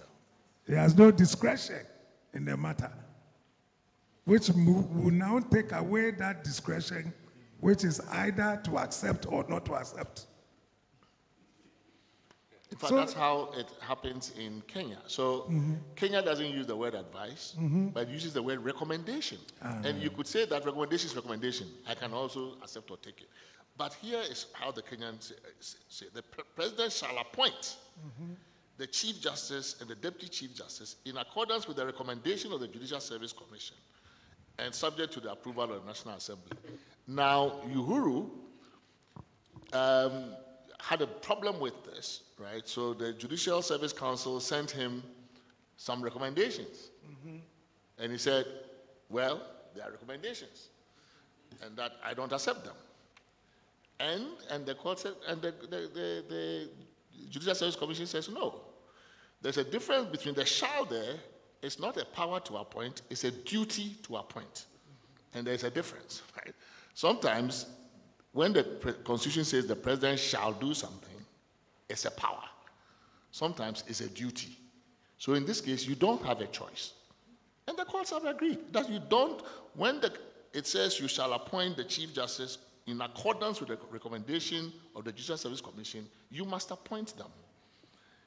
So this formulation that advice is advice, recommendation is recommendation too, but it's not, and it's a term of art that is used in a phrase. And I think that the way we have allowed, I agree with you that the Supreme Court, I mean, I know that case from the Ghana Bar Association. I think that, the Supreme Court definitely, it's one interpretation that we can disagree with. But I do think that these things, sometimes it's not the Constitution that's creating the problem. Sometimes it's the interpretation that is creating the problem. And I think there is enough in here to suggest that the framers meant something else when they said in consultation with, meant something else when they said in accordance with the advice of, meant something, but we lump all of them together as one and said they mean the same thing, which is not necessarily the case. We sit here and we are complaining about its enormous powers when it comes to appointments. But 91(1) says, the council shall consider and advise the president or any other authority in respect of any appointment which is required by this constitution. In respect of any appointment which is required by this constitution. So that it will not have free hand to just go about appointing anybody. But now we have watered down the entire thing and say, oh, he's not bound to follow the advice. But if this had worked, then it means that there was some check on the appointments that he was making. I think Alhaji Tanko's advice is that we should be clear, given the interpretive culture in which we operate, to be clear, if we want advice on say, EC to be binding, we should say so. Say so, that's all. If on others we think he should just have the benefit of their thinking, we should say so. And I think maybe, given the history, that might bring clarity to this kind of issue. That's what I would suggest. That's what I would suggest. Bind him, use words that will be a little difficult for any manipulation. Because you already do. The appointments to some offices themselves are problematic. Because if you send your people there, they will go and speak for you. Yes, I think Chairman just, took the wind out of the sail, the point I was going to make. So from the discussions, it appears to me that the issue is how we conceptualize the Council of State. Now, if the concept of the Council of State is one that we think provides a superior wisdom, okay, despite all the array of advisors and ministers, presidential everything at the president's disposal, we think that the Council of State provides some superior wisdom that the president should act upon. Then that would be one way of conceptualizing it. But if we were to think of the Council of State as one more layer of advice or some material that the president can have regard to in coming to a conclusion of a specific matter, then we have to make that very clear. So it's a dichotomy between the two of them, and I think that we should be clear as to which path we're taking. Now, having said so, you see that Article 91 divides the Council of State and the effects of their opinions into two. In the first instance, you notice that under subclause 1, it appears to be binding on the president, whereas under subclause 3, it is not binding. And we don't need to have this confusion as whether it is binding or not binding. Depending on how we conceptualize it, I think we can base on a recommendation on that. Thank you. In fact, Professor Asari Azar has a very interesting, he's done some very interesting characterization of this. And he says, when you look in the Constitution, there are in some cases where the president is supposed to act in a head of state role. And whenever he's acting in a head of state role, as in the 69 Constitution, the advice was intended to be binding.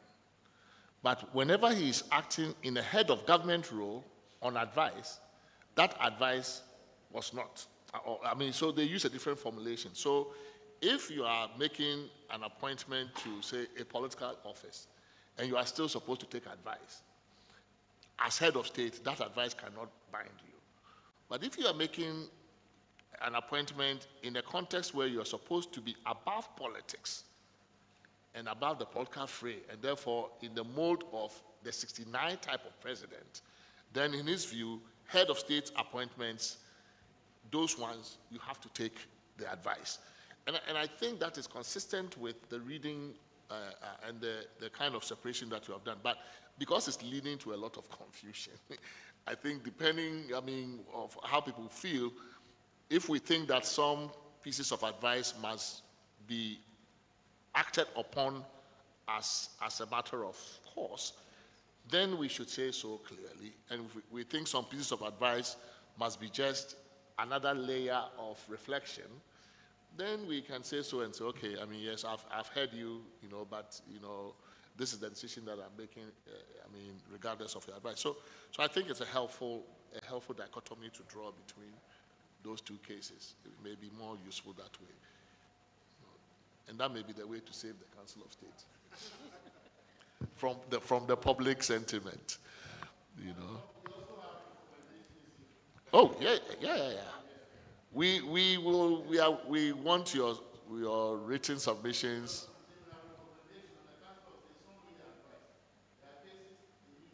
You see, they are using all kinds of words. Maybe they should be consistent in their language, right? Because sometimes they use on the advice of, other times they use in accordance with the advice. And then so there are different phrases they are using in consultation with, on the advice of, so I think that is part of the whole confusion. Yeah.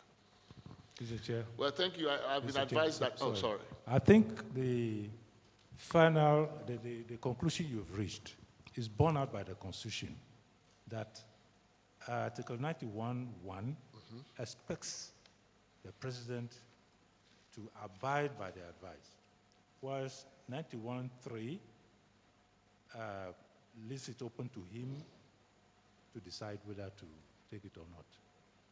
If you look at, let's look at 91(3). The Council of State may, upon request or on its own initiative, consider and make recommendations on any matter being considered or dealt with by the President, a Minister of State, Parliament, or any other authority established by this Constitution, except that the President, Minister of State, Parliament, or other authority shall not be required to act in accordance with any recommendation made by the Council of State. Under this clause, so which means? If we read the article together as a whole, now if you look at clause 1, the Council of State shall consider and advise the President or any other authority in respect of any appointment which is required by this Constitution or any other law to be made in accordance with the advice of or in consultation with the Council of State. So in the 3, it is clearly stated, shall not be required.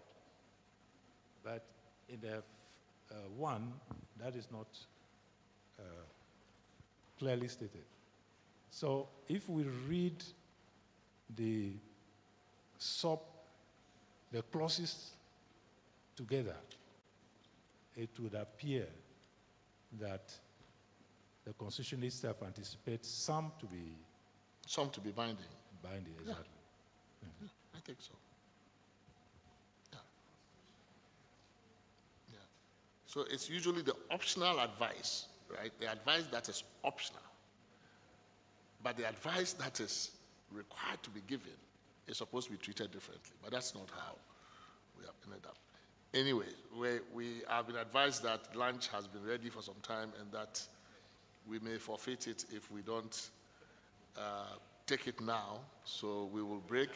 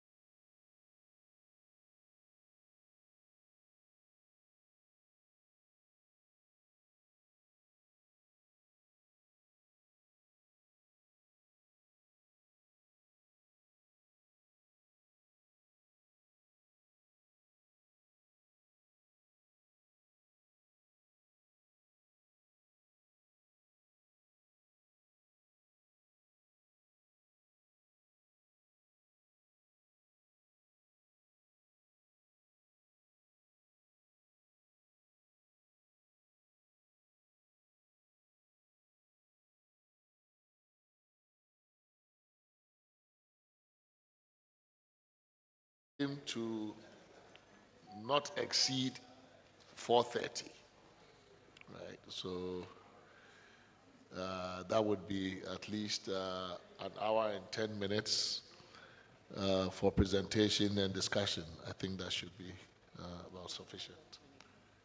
Okay, so 25 for presentation, and then, so we invite Professor Kwashiga to take the floor. Thank you very much, Mr. Chair, and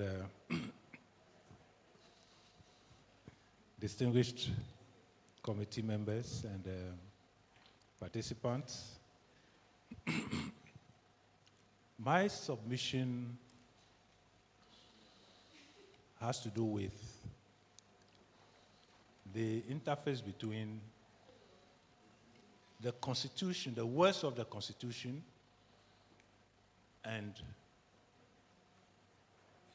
the application of the Constitution by those who work it, those who operationalize it. And in that case, not only those elected into office or those appointed, but all of us.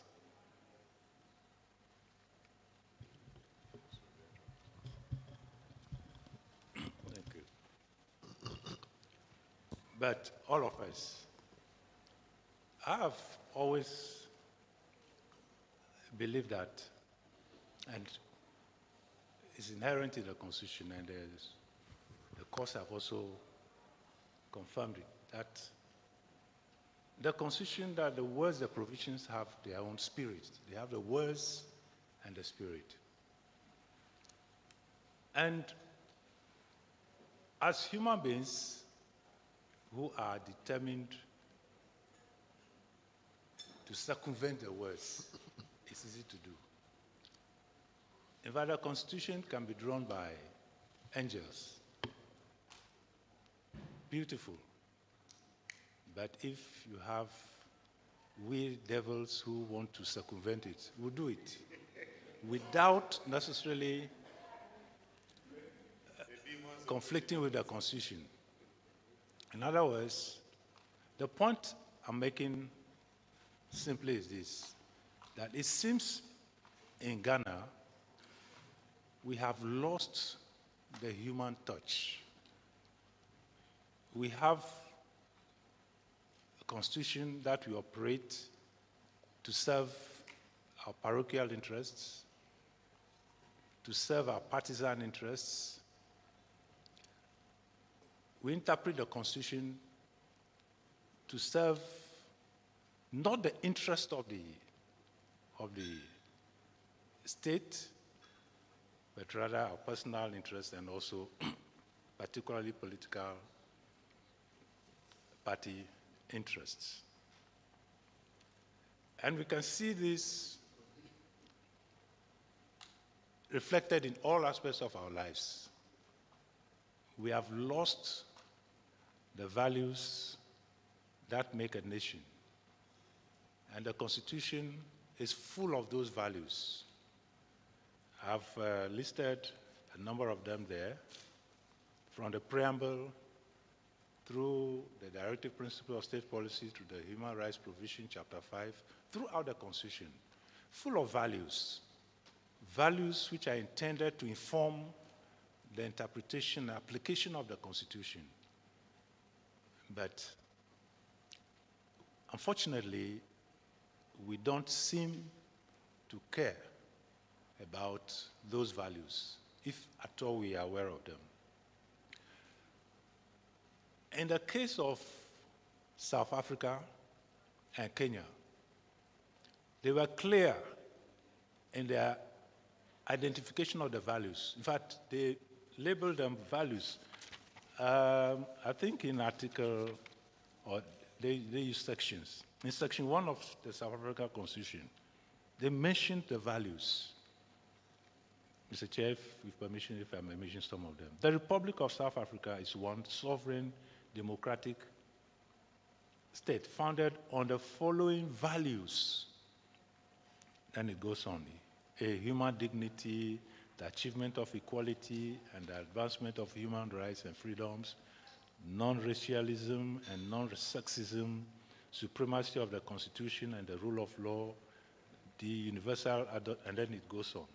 Then in that of Kenya, they have section 10.2, also sets out values. It mentioned the word values. Then there are the national values and principles of governance include patriotism, national unity, sharing and devolution of power, and then it goes on. In our case, we find these values all over the place, but clearly stated for that matter.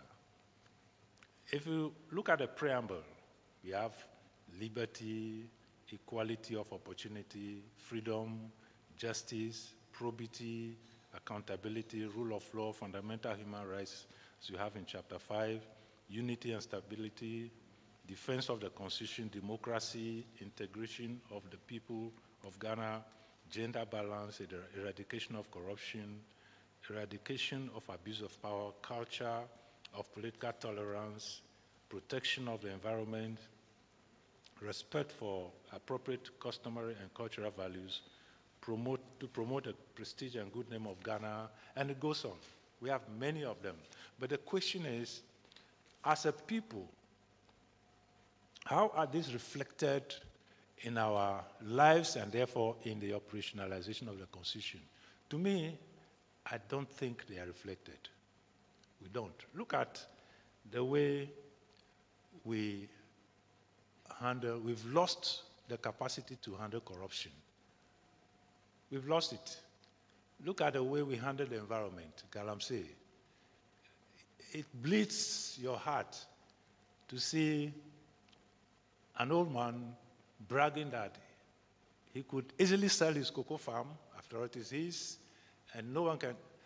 These are things you cannot expect from someone who has the appropriate orientation, socialization. Look at bail. The Constitution provides for the police to keep someone in detention for not more than 48 hours. And then if the person is taken to court, the court can decide to grant bail or to retain the person until brought back the next time. And when the bail is granted, one would have expected that the moment the bail is granted, the person should be released as soon as possible. But we have situations where the person is kept there for weeks, not because he could not satisfy the bail conditions, but because some officer doesn't think it's proper for him, or it's proper for the person to be released. And therefore, he or she delays administratively. The person could be there for more than a week. You look at, I mentioned corruption already. Why is it difficult for us to handle corruption? Because it has become normal. And if we carry it higher up, unfortunately, I may have to be a bit personal. When we were student lawyers, not student lawyers, when we were learning law, Nana Addo was one of our idols. My mate, Iko is there. We adore them. But then, when the former president decides to appoint non-political operatives onto the Electoral Commission, you ask yourself, is he aware of the consequences for our democracy? Although the Constitution does not specifically say you cannot do it, but you as a Democrat, should you do it? and many other things I wouldn't want to mention. So the question is this: how can we ensure that in working with the Constitution, with the words of the Constitution, we proceed with the background of these values: democracy, liberty, freedom, that the police officer should be such oriented to the degree that he or she knows that this person who has been granted bail has a constitutional right. That must be respected. Whether I like him or not, his right must be respected. Now, the conclusion I've come to is simply that we have failed to take into account the values that inform the provisions of the Constitution, and some of which are clearly stated in the Constitution. We don't care about them, possibly because we don't know about them. We've not been oriented properly. It was Kofi Annan, respected Kofi Annan, who said that no person is born a Democrat. It takes conscious orientation and education. And it appears in Ghana we have not taken care of that. We have the Constitution, we have the values, we have the provisions, and that is it. Then we expect everybody to know what to do, to respect the values, and as from the example I used of our good friend Anado, we were expecting him as a human rights lawyer, a human rights activist, a human rights lawyer, to know what should not be done if we want to promote the democratic values in the Constitution. But that's not what we saw. So I believe that we have to consciously look at how we can reorient ourselves as a people to the point like Rwanda, Japan, Singapore, where there are certain values that define us, that should define us, that there are certain things we will not do. If you remember, during the World Cup in Russia, 2018, and then 2022 in Qatar, even when the Japanese lost the game, you remember, they stayed behind to clean up the trash. How did that happen? It couldn't have happened just like that. There must have been conscious education. So I understand they don't take their values lightly. And one of them is cleanliness, care of the environment, and all that. You go to Singapore, we always talk about them. How did it happen? They decided to adopt certain values. And if you don't ascribe to those values, you cannot be part of the ruling class. Simple. And if you breach, they'll deal with you severely. You go to Rwanda. A story was told of by someone who went there, went to a market, a supermarket, paid for what he bought, was given some change. So as he was leaving, some coins, he was giving it to the security man at the gate. The man was surprised and refused to take it because they have been conscientized that it is not proper. I will not take it because if he took it, there will be someone who will report him. How did that happen? How did that happen? Here, we are prepared to openly brag that as a presidential, no, not presidential, as a MP, president, what is it, candidate for a political seat, I have so much money which I can use to throw around to win the elections, and nothing happens. As a voter, I'm prepared to say that I've been given so and so by this candidate and that candidate, and nothing happens. There must be something wrong with us.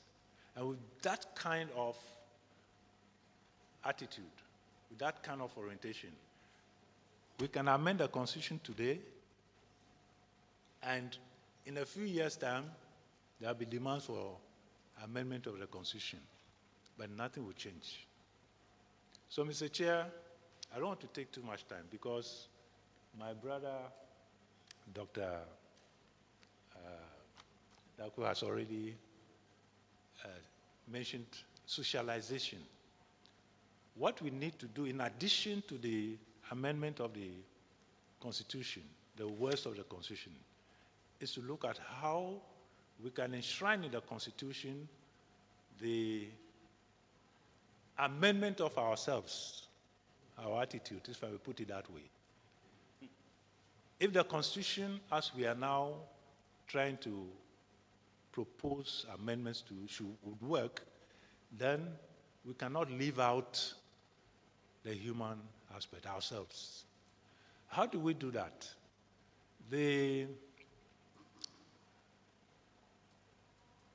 It was in Nkrumah time that we had an attempt at it, the young pioneers. Patriotism, the fatherland, being prepared to die for the fatherland.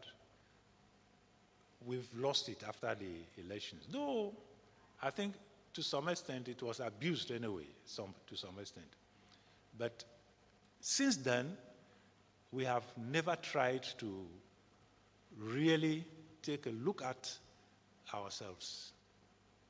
We've never tried to reorient ourselves, to cultivate certain values that we should not compromise with. Right now, I don't know what values we have as Ghanaians. I doubt if we have any. Ghana used to be the pride of, in fact, when you travel, you hear Ghana compared to places like Nigeria, Cote d'Ivoire, etc., where things work, and you are proud. But now, I'm not too sure if I'm so proud of our record. I think we've lost it. Mr. Chair, it is rather unfortunate that even in our educational system, you have parents supporting their children to cheat. Teachers supporting their students to cheat. What is the value? And those children who grow up to become our members of parliament, our judges, our business persons, civil servants, pastors. So, Mr. Chair, unless we, through this constitutional amendment process, unless we consciously put in something to reverse the trend, I'm sorry to say, this country will decay. And the constitutional amendment we are working on may just be words we are putting down on paper. Because, as I stated in the morning, a human being or group of human beings that are determined to achieve something will achieve it irrespective of what words you put on the Constitution. They will find ways of going around it. It is when we have the right orientation that we can apply the provisions to achieve the spirit, the true spirit behind those words. So, Mr. Chair, I believe we have the opportunity to now implant in this Constitution the need for reorientation, re-education, not just of our children, but all of us. The NCCE, is that it was mentioned in the morning. It was described as jaundice or what? Anemic. Definitely, it will be anemic because someone in power may not be interested in it because it will not serve his or her purpose. The NCE must be constitutionally, specifically mandated to take care of the reorientation, re-education of all of us. Provision must be made, financial provision must be made in the Constitution for that to happen. Mr. Chair, we should not leave it to some legislation or as a matter of policy for some policy. Either it will not happen. The Constitution must specifically provide for our reorientation and must provide the resources for it, just as how we have the common fund for the district assemblies. Perhaps the Constitution may go ahead and specifically mention that the GET fund should support it. I'm mentioning that it should be the Constitution so that it is mandatory. We should not leave it to some individual. It shouldn't be policy, it shouldn't be in some law. Otherwise, Mr. Chair, it will not work. The case of Kenya, if you look at the case of Kenya, Kenya has values clearly stated in this constitution, as I mentioned. And Mr. Chair, they went ahead and produced a very big document titled National Values and Principles of Governance, Training Manual. Mr. Chair, I quoted, it's at the end of my submission. It's on the web. It's a whole document, I think over 200 pages, outlining the values in the Constitution, explaining what those values are. In fact, it is meant for those who go out there and train. I don't agree with the approach they have taken anyway, but I think it's worth looking at. I would want to see a situation where we have it in the Constitution so that it becomes mandatory for whoever is in power. The Constitution must make it mandatory for all of us to go through some kind of reorientation. Orientation to make corruption to become nauseating to all of us. Orientation to make it possible for us to respect the rights of others. Orientation for us to respect and tolerate others' views. Orientation not to make our political parties superior to the state. We should be able to accept that the state is the state. It's for superior to every other organization. I don't want to talk about we should not talk about leaving it to the churches. Let's leave them out. Let them handle their own affairs. But the Constitution must clearly capture this within itself and make it mandatory. Our children must be taught in schools. Boot camps should be organized for them. For us, they're already grown ones. I don't know how it will be handled. But we should think about it. And there should be reward systems. There should be reward systems. It should be possible for someone to be rewarded for reporting corruption and all that. So, Mr. Chair, I think these are my ideas. They may not be these dramatic reforms that I'm thinking of, but I believe that whatever money that is spent in our reorientation will be money well spent. Thank you very much, Mr. Chair. Thank you very much. Having spent your career teaching constitutional law and these issues, it must be really frustrating for you to come to this conclusion that much of what we have been trying to do hasn't actually yielded the desired results. It's actually true. Must be humbling to accept that outcome. But yes, and I think the point you note, in fact, very few constitutions have a body dedicated to the promotion of civic virtue and constitutional education. We have one. The entire chapter 19 is dedicated to the NCCE. Chapter 18, even SHRAJ, Article 218F, gives SHRAJ an educational mandate to educate the population on human rights and all of those things.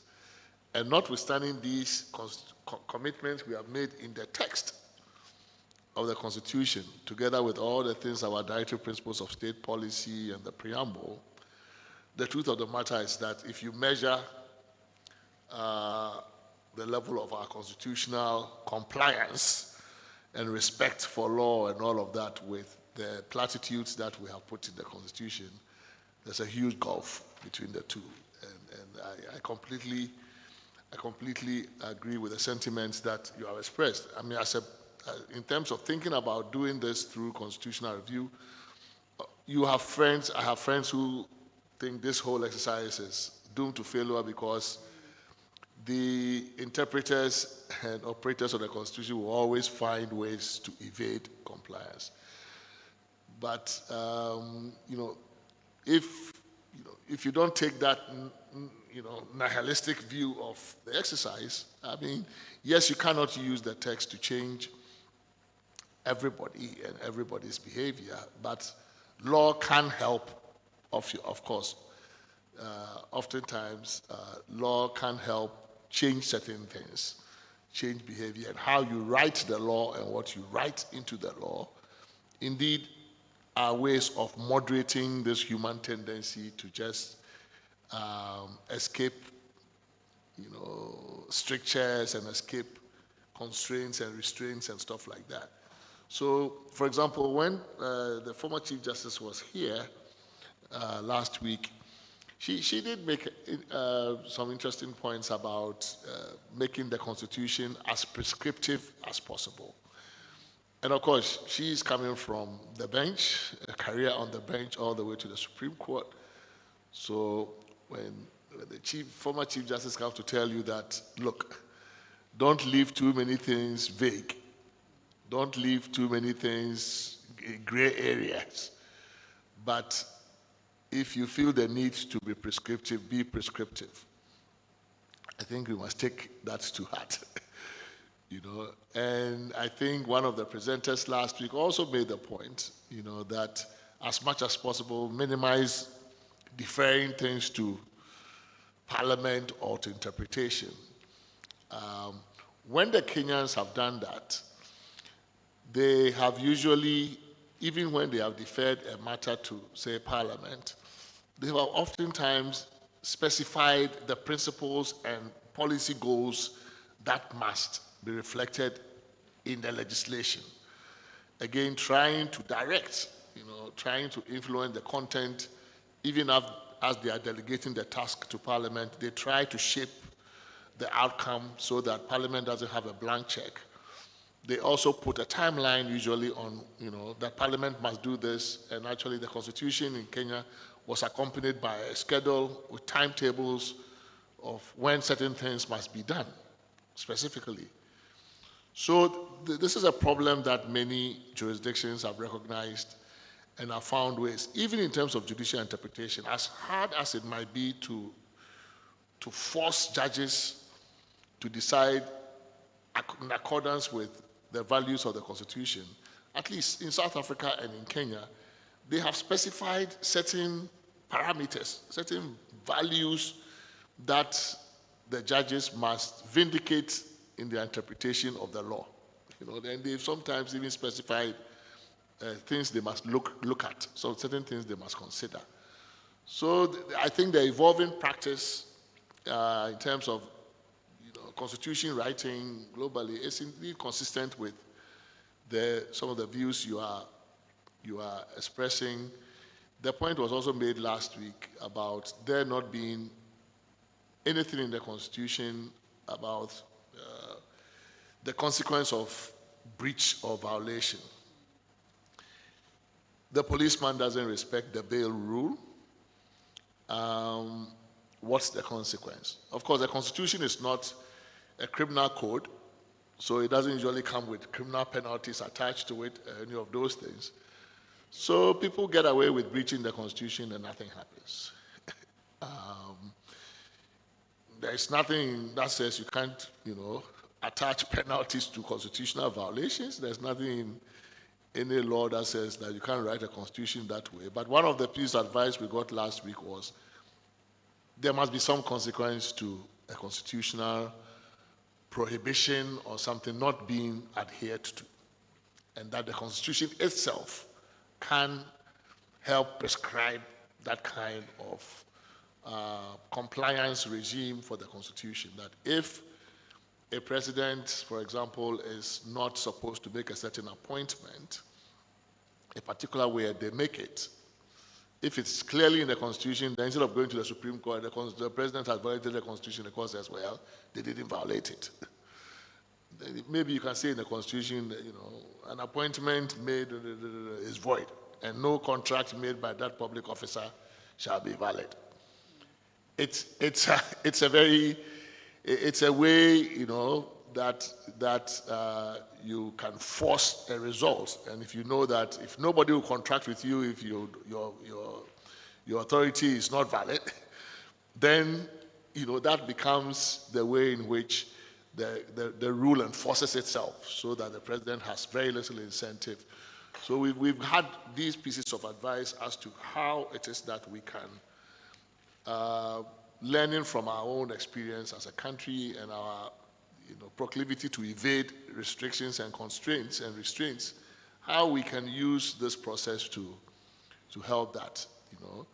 But I think your point about the 2011 Constitution also made a similar point about funding constitutional bodies, including NCC. And we've heard this morning how we create all these bodies almost with no intention to make them work, so we don't fund them. So I think this is something that the committee must reflect on seriously, so that, and tying the funding of NCC to say get fund, which is an educational fund, seems to make sense. Some fund that is set up for the education of civic virtue and cultivation of civic virtue, I think might actually be one way to go. My own sense is that our Constitution is also too permissive.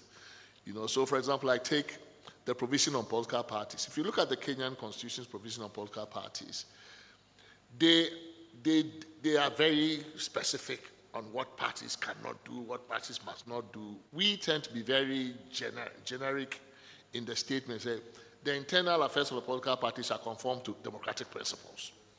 Now, what is that? Right? Now, if you go to the equivalent provision in Kenyan Constitution, Article 91, it has article, every party shall 1, 2, 3, 4, 5, specifically says the certain thing, and then goes to a party shall not. Then it delineates, among other things, it says shall not, 2A, 2D, engage in bribery or other forms of corruption. Now you have a system, we have a system where even the party constitution can say that you can be sanctioned as a party member if you go to the public to expose corruption in the party?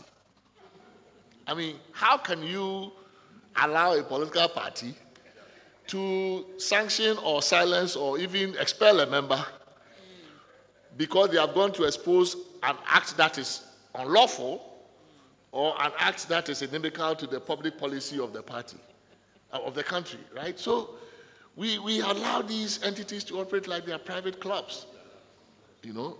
So there are ways in which I agree. I think that there are ways in which we can really tighten, you know, the Constitution to both promote compliance and make sure that there are consequences for breach, but also to promote civic virtue. And I agree completely that without that kind of deliberate cultivation of civic virtue, a number of the things that we are seeking to do may not actually work. So this is very good advice. You know, it's very good advice coming from your years of experience teaching this, and it's echoed by many of those who have operated the Constitution who come here. That you guys must, you know, make sure that you don't leave loopholes, because we are a very loophole-friendly kind of people. We love, you know, putting deliberate loopholes there so we can evade compliance with this. So I think this is a very important, especially at the very early stage.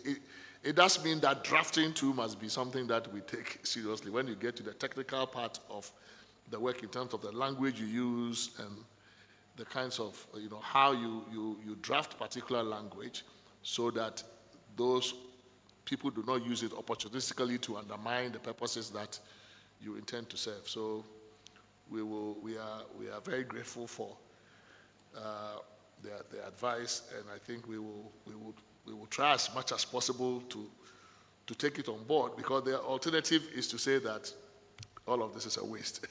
We don't want to do that to ourselves.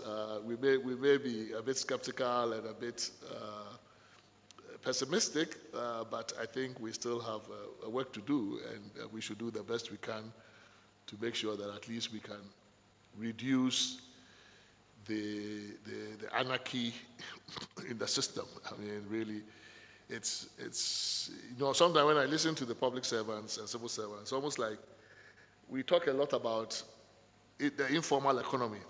I think we have also built a very informal state. The state itself is informal.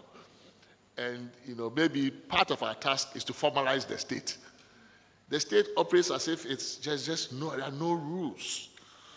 You know, so it's one thing having an informal economy and trying to formalize it. But when your state itself behaves like the Wild West, and it's like it's informal, rules are not obeyed, nothing is obeyed, that's very difficult. You know, I think that is where we are heading. If we don't put a stop to it, we will end up at a point where we have created an informal state that is very difficult to put back together. You know, a state without rules. Everything on paper is not obeyed. It's basically, there are no sanctions, because the police officer, who is the very first law enforcement person, when you go to any country, you see how, you know, how traffic rules are enforced or not enforced. That gives you a very immediate idea whether or not the country is lawless or not.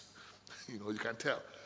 You know, and your first encounter with a policeman or woman will give you an idea whether or not this is a law-abiding society or it's not. So I think when a police person who is supposed to grant bail in compliance with the Constitution thinks that the way to do it is to play around the rules and, you know, keep you notwithstanding a court order or notwithstanding the Constitution, and there are no penalties to it, that's a problem.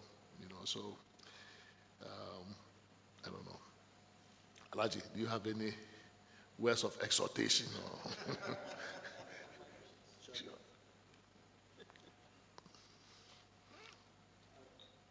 At this stage, I wonder whether exhortations would even work. But I think, in addition to the example Prof has cited, I remember the days of Kutua Champong. You know, we had this charter, the National Pledge, National Charter. Charter, yeah, something, yeah. But I mean, in secondary school in those days, Monday assembly, you had to recite it. The first lesson after The Monday assembly was devoted to discussing the pledge and then the charter. And yeah, I think that whole thing about inculcating these values right from the get-go is important. But we can't leave all that to that kind of moral suasion and the whole point about how we institute a regime, sanctions and incentives regime that would incentivize this thing, I think is quite important. When we met on natural resource governance, the person from ASEP talked about the quality of our natural resource management policies and etc. That most of them are world-class. Where we differ from other countries is in the implementation, that everybody finds a way of cutting corners. So you look at the way GMPC was set up, world-class institution, etc. You go there today, and there are so many staff that they even take turns to go to work. I do know that because when it comes to posting of national service people, you go, they take turns to go to work. You look at the number of astroturfs that are funded by GMPC, you wonder, was that why we set it up? So I think that this whole thing, there is a limit to how prescriptive the Constitution can be.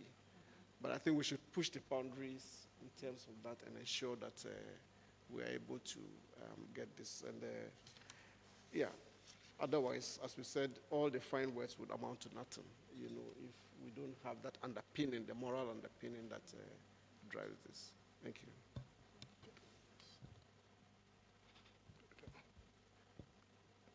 Thank you very much, Mr. Chair, and thank you, Prof. Koshiga, for those brilliant ideas. And let me start by making disclosures that that's my teacher, and that's my former dean as well. Prof, I have 3 questions for you.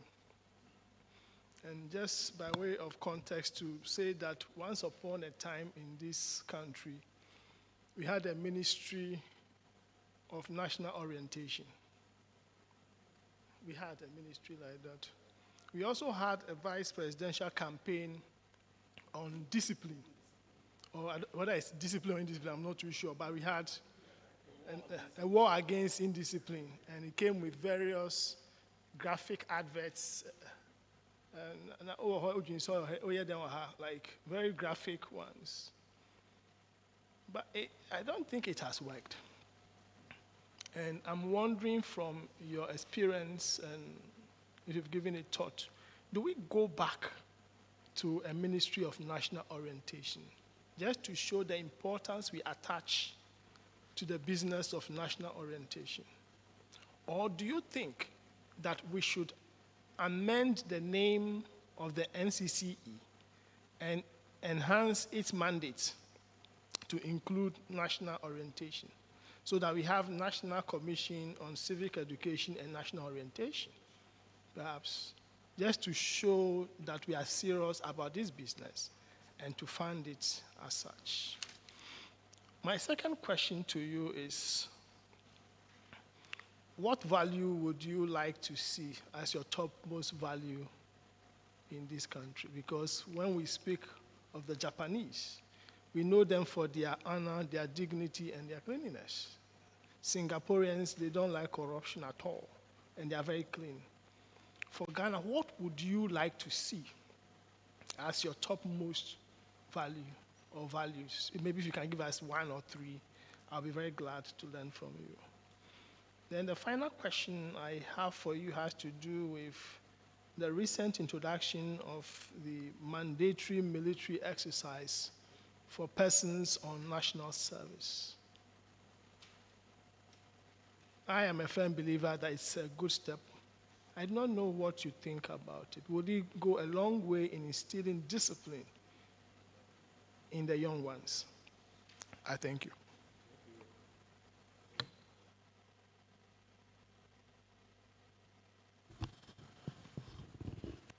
Thank you.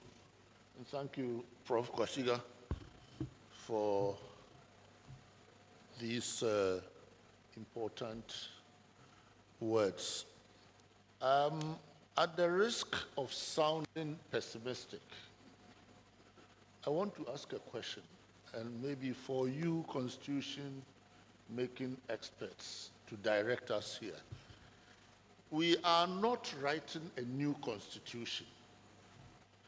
We are supposed to make recommendations for reviewing existing operable constitution.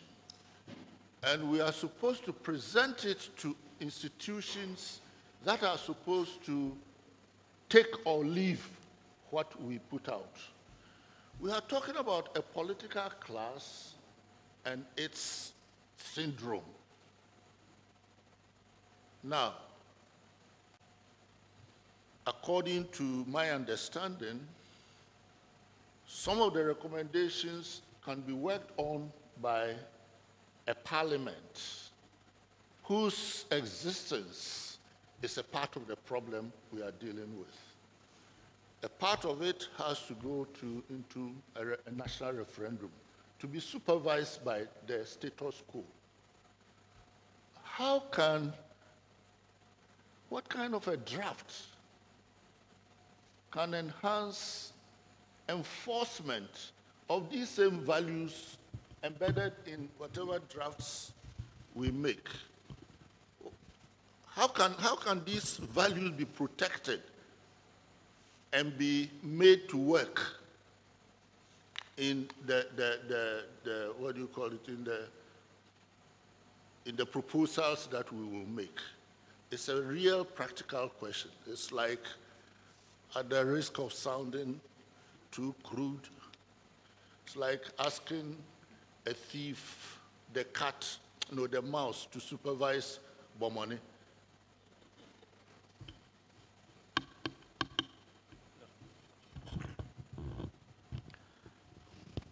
Chairman, may I just... Yes.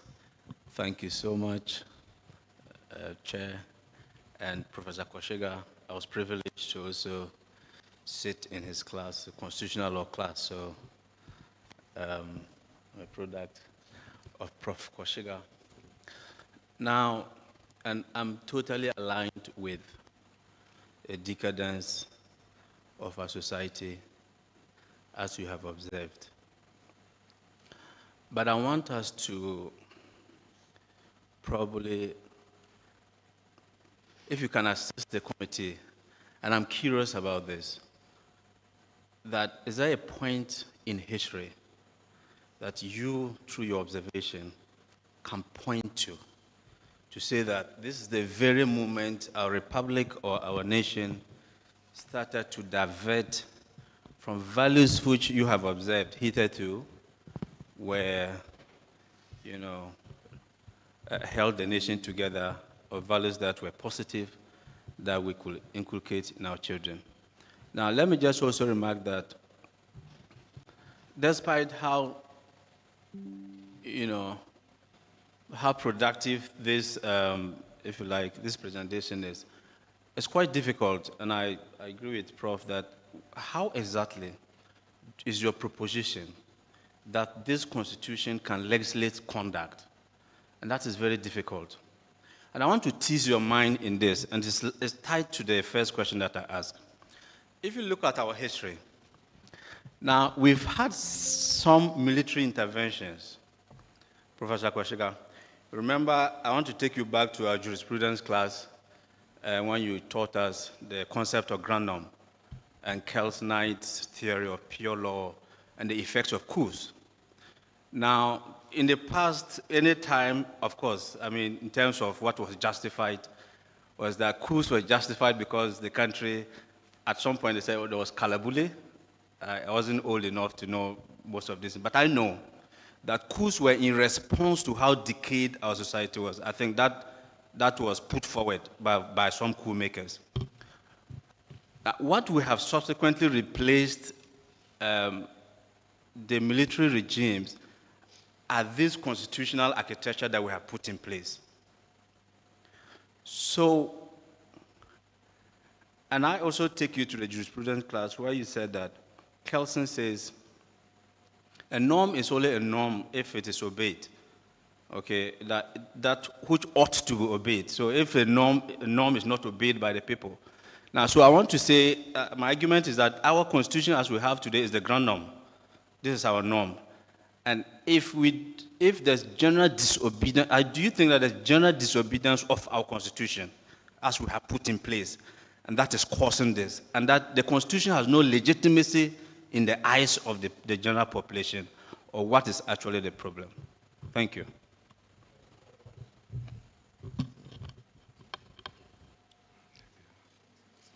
Thank you very much, Mr. Chair. Let me take from the first questions. Yes, excuse me. The NCC is entrenched. Is entrenched. So to amend it would mean we have to go back to the people. And I'm sure that's what the Prof was also referring to, that to try to amend it, we need going through that whole process of Article 290, the referendum and all that. And no one knows. If it can be done, if we are minded to amend it, then the suggestion made by Godwin that the name be changed to National Commission for Education and Civic Education and National Orientation. And national orientation.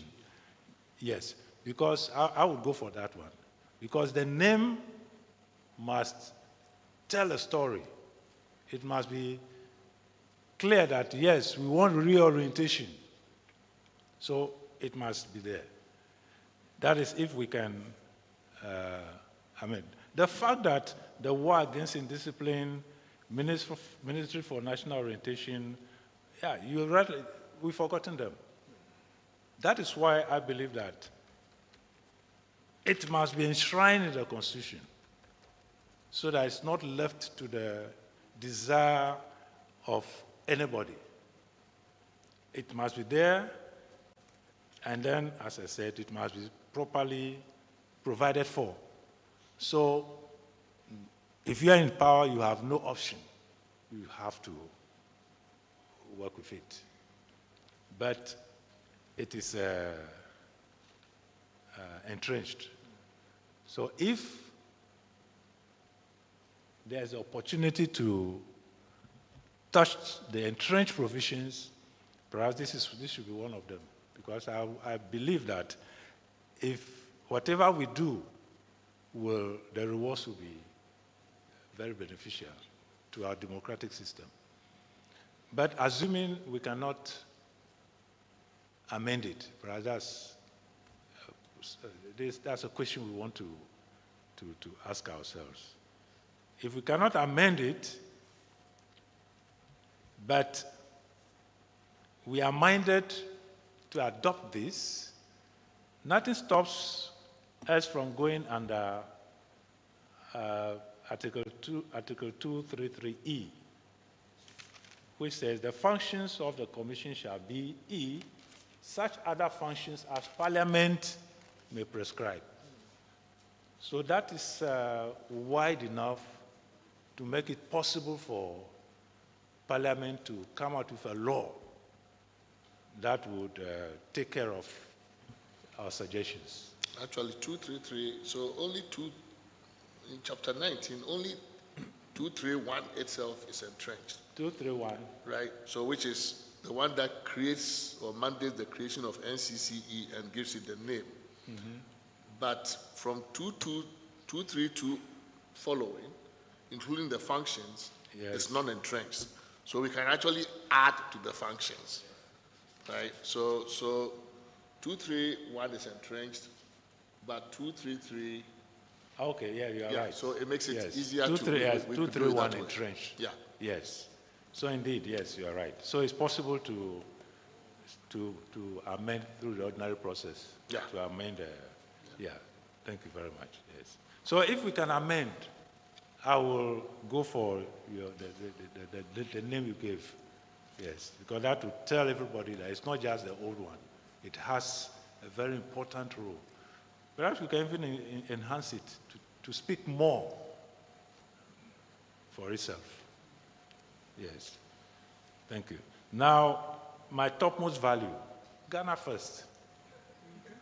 Because if you say Ghana first, what does it mean? I think it should encompass everything.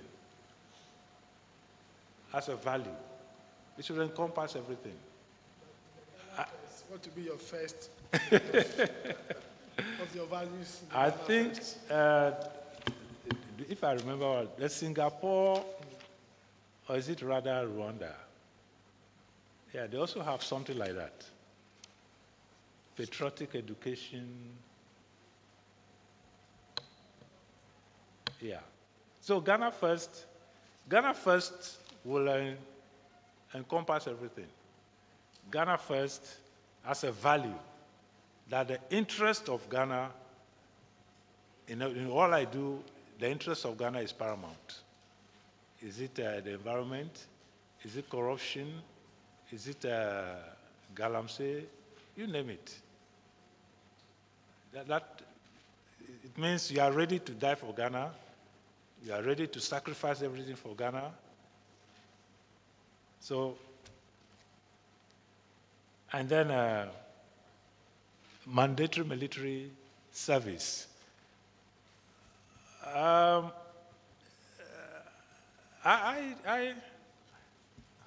don't believe sincerely that military training makes you very disciplined. No. Discipline, what do you mean by discipline? Discipline to be commanded to do something, fine.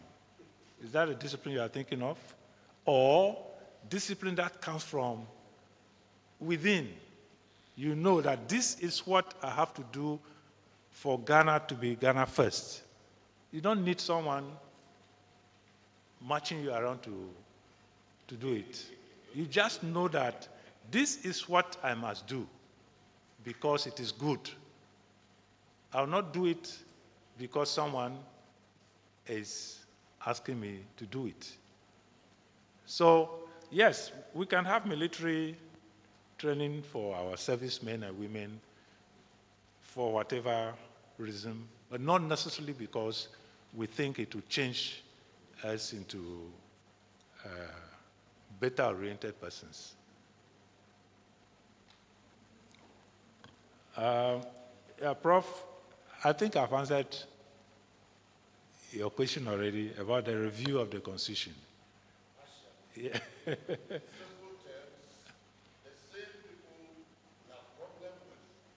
Same people to implement it. Yes, so that is why it must be entrenched, enshrined in the Constitution, so that you have no option but to implement it. For instance, I don't know how it can be done, but to avoid starving the institution of funds or the implementation of funds, there must be provision for it, like we've done for the, as I said, the District Assembly Common Fund.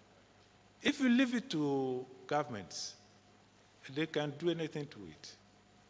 They can cap it, they can even get fund. We capped it. We understand that even the Common Fund is not released as and when it should be done. What about if you just don't mention it at all? It will be worse.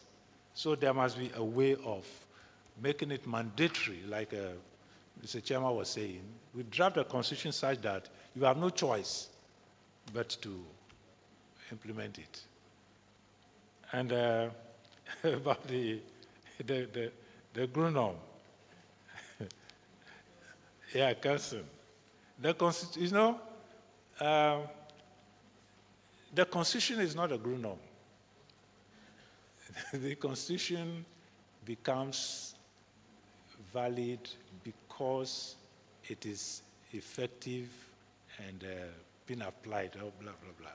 So the once we are able to have the Constitution amended, it should be able to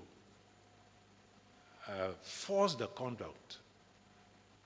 And then also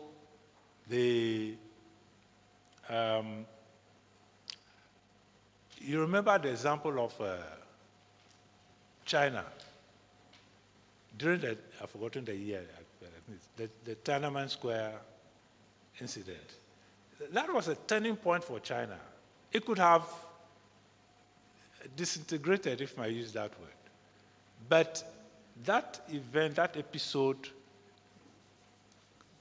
make it clear to the Chinese leadership that there must be reorientation of values. So they immediately took action to put in place the teaching of the values that they believed would be appropriate for their system.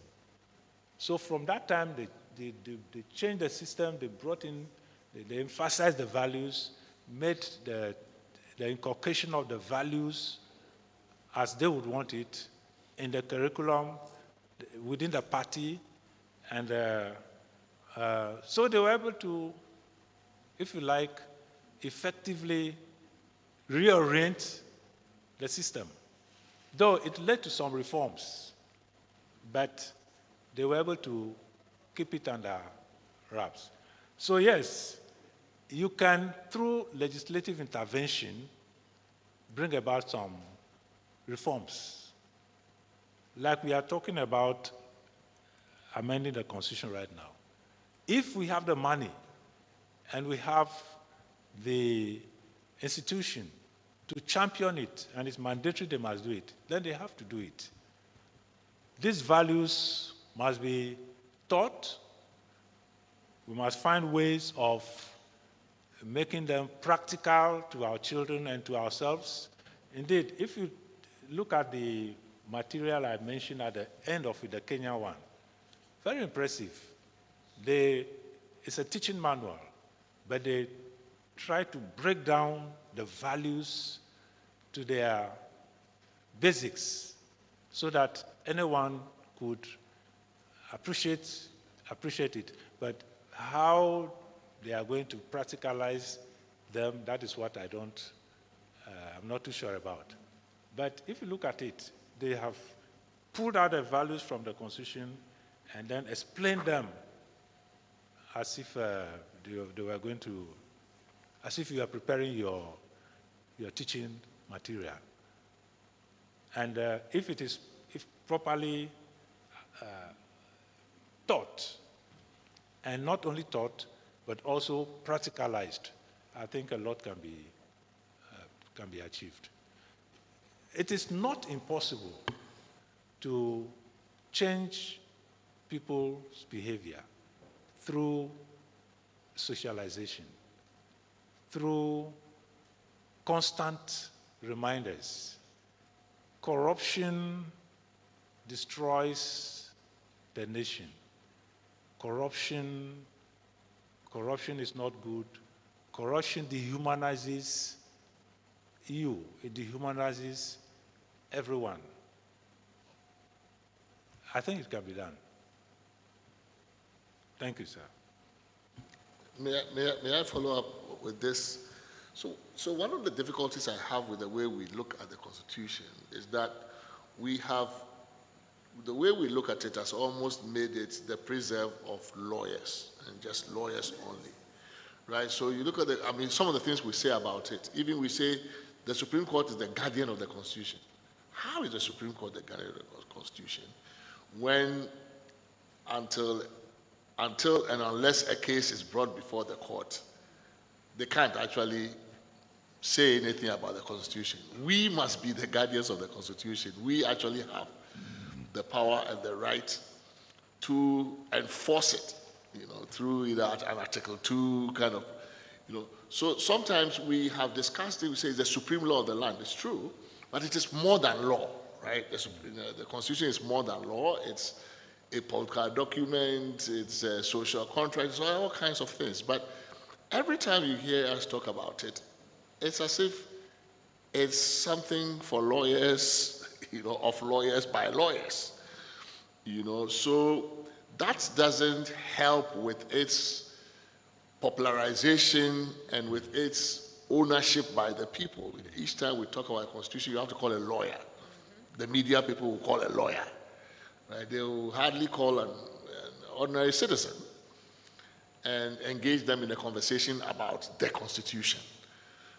So to what extent then is legal education, for example, part of the problem? How we teach law and how we talk about law, part of this problem is become almost like a very clubbish thing. Is for a certain club, and if you don't belong in that club, then you can't have an intelligent conversation about the constitution. So how do we demystify it, so that the NCCE will even feel confident, because otherwise the NCCE will have to be populated by lawyers to feel confident that they can teach the constitution, right? But if you have an NCCE board, the requirements do not say that the criteria for membership do not include being a lawyer, right? So let's say you have an NCCE that is not staffed with lawyers, and you've given them this document as one of the things they must propagate and mainstream in our curriculum and teach and all of that. They will be afraid of it from the beginning. They're like, let me go and give a consulting job to some lawyer to help us do it. Meanwhile, you want to do the opposite, right? So it's a whole mix of issues, and this over-lawyerization of the Constitution and of our public discourses around it is, in my view, part of the problem.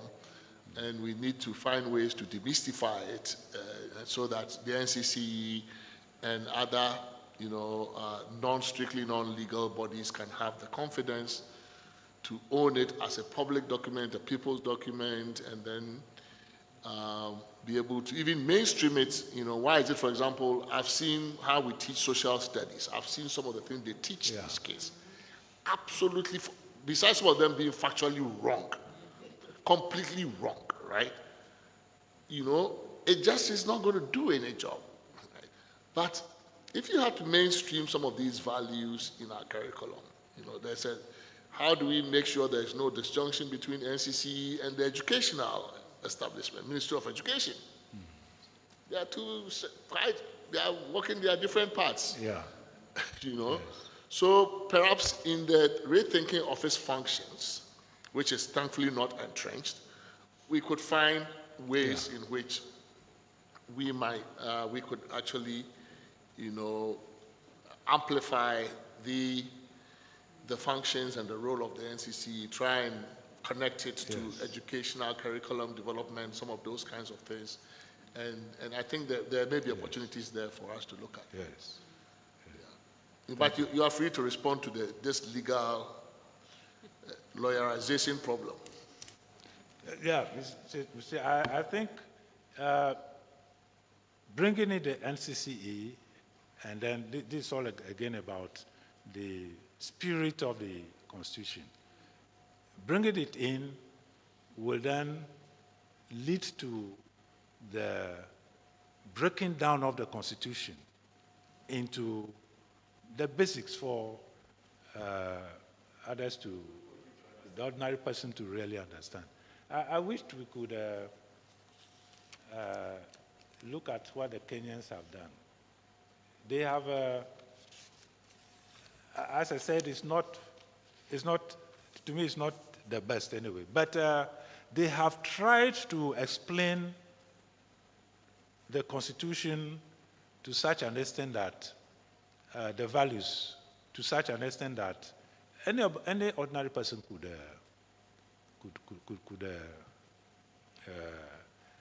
read or understand it. So it can be done. It can be done. I know there used to be some translations of the Constitution by the NCC. Yeah, abridged versions. You had abridged versions. But they were virtually just, yes, they were just paraphrasing the provisions of the Constitution. But I'm thinking of course, working with the Education Ministry. I'm thinking of teaching it in a more practical manner, teaching corruption and how it affects us. We can do that without necessarily talking about the Constitution. We can teach bail, for instance, as to why an individual has the right to bail. I think the educators can think of practical ways of making it practical for everyone. It can be, it's possible. And it may even be a good opportunity for the Constitution to be brought down to the level of the ordinary person. Thank you very much, Prof. This is really just a thought as opposed to a question. I think this is extremely important. And for me, even the symbolism, if you go into a lot of offices, you look up and you see the picture of the president. The president. Can we actually have values that people, anytime they look around, anytime they're engaging, who we are as a people, how we identify ourselves as, citizens of the land? I think it's really, really important. And there are people I know at least 2 people, who've actually broken down the Constitution into a nice little handbook for children, and another one that was distributed in secondary schools, many years ago. And so as for the efforts, I think it's a matter of collaboration between the NCCE, the Ministry of Education, and this cuts across. Yeah. There was a brand Ghana office. It really did a lot of just painting the picture, optics. The substance, in my view, was missing. But this is where some of the elements and the importance of crafting an identity that the Brand Ghana office tried to do can now be taken up by the NCCE and then, rolled out in very practical terms for young and older people as well. So I think this is a really important addition. Thank you very much. Thank you. I mean, so... Chair. Yeah. Go. Yeah, I've been looking at Article 56, which provides that Parliament shall have no power to enact a law to establish or authorize the establishment of a body or movement with the rights or power to impose on the people of Ghana a common program or a set of objectives of a religious or political nature. I know the drafters might have had young pioneers and the rest in mind at the time they were drafting this. Now, hearing from my colleague, I begin to wonder how we're going to work around this. Does it mean, as I keep saying, the power is in our hands to say that this kind of article is no longer required? Or what? Because what you are talking about amounts to establishing a body or movement which must have to impose on Ghana a common program, a reorientation of some sorts. So I think we should take into consideration Article 56. So would you say the NCCE, the creation of the NCCE is inconsistent with Article 56? Because what the NCCE is doing when it's doing constitutional education is promoting a common program or set of objectives of a somewhat political nature, right? I mean, you are trying to get people, young people or Ghanaians generally, to identify with the constitution and its values, which is, you could call political, somewhat political, right? Well, they are more into teaching people about the Constitution and rights. And patriotism. Well, Or? Principles and objectives of the Constitution, educate and encourage the public to defend the Constitution, formulate for the consideration of government from time to time programs at the national, regional, and district levels aim at realizing the objectives of the Constitution, formulate, implement, oversee programs intended to inculcate in the citizens of Ghana awareness of their civic responsibilities and an appreciation of their rights and objectives. It's more like in the area of what the Constitution says. And of course, is it Article 41, where some of these, the exercise and enjoyment of rights, is it that one? No, there's...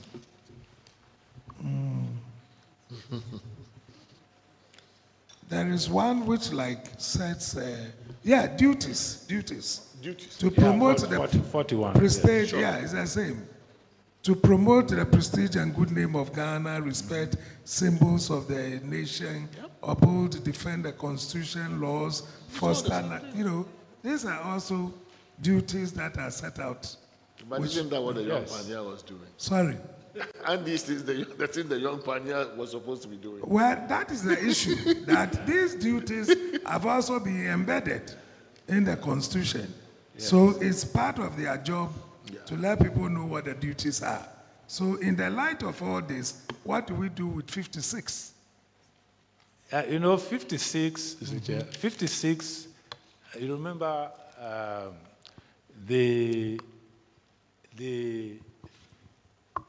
when the 60 Constitution was amended in 64, making the CPP the only political party, I think that is what 56 here is intended to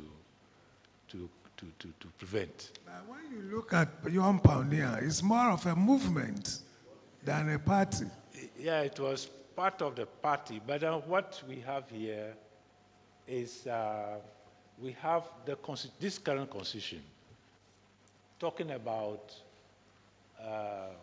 upholding liberty, equality, freedom, justice, probity, accountability, avoiding corruption, etc.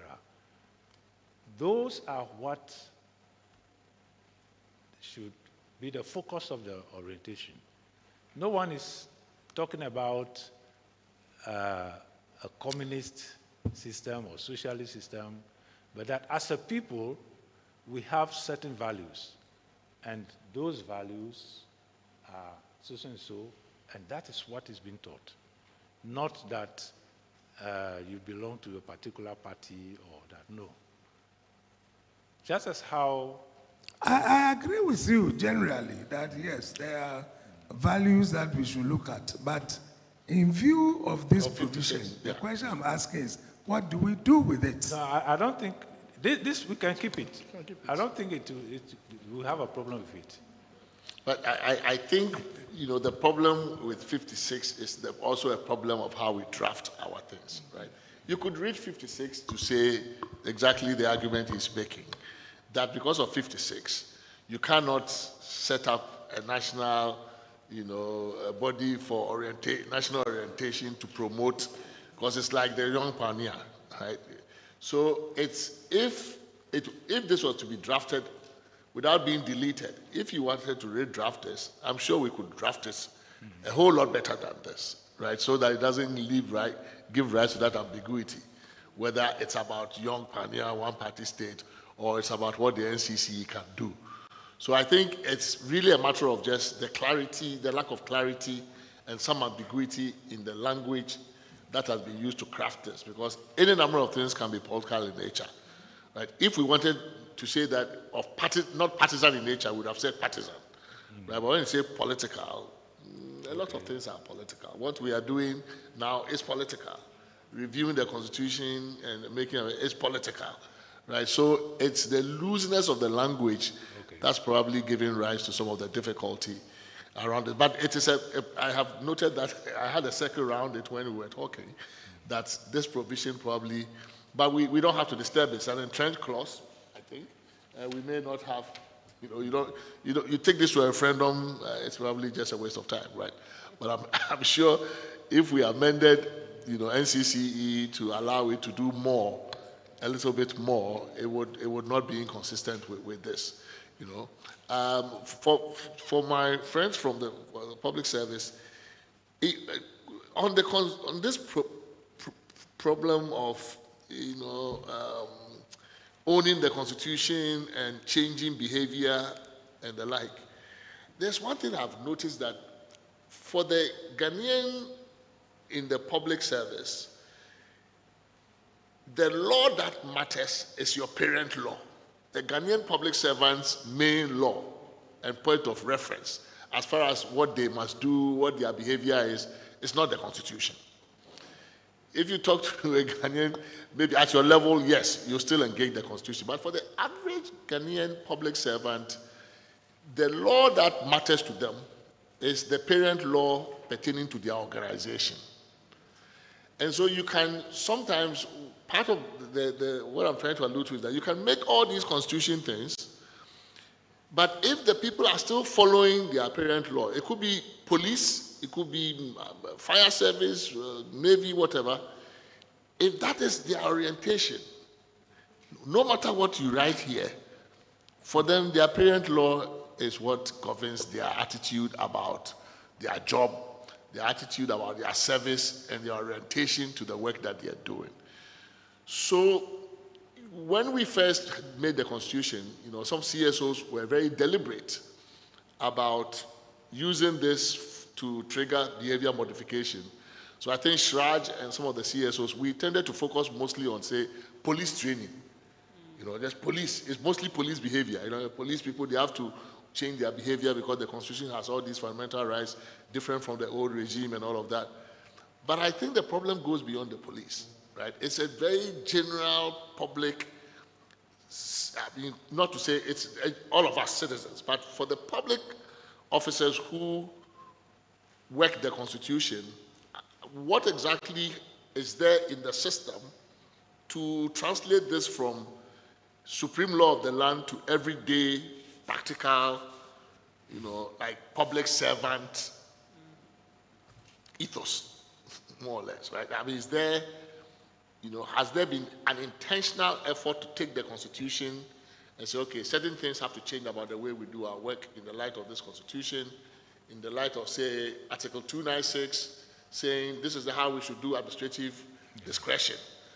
We should publish regulations about how we are going to do this.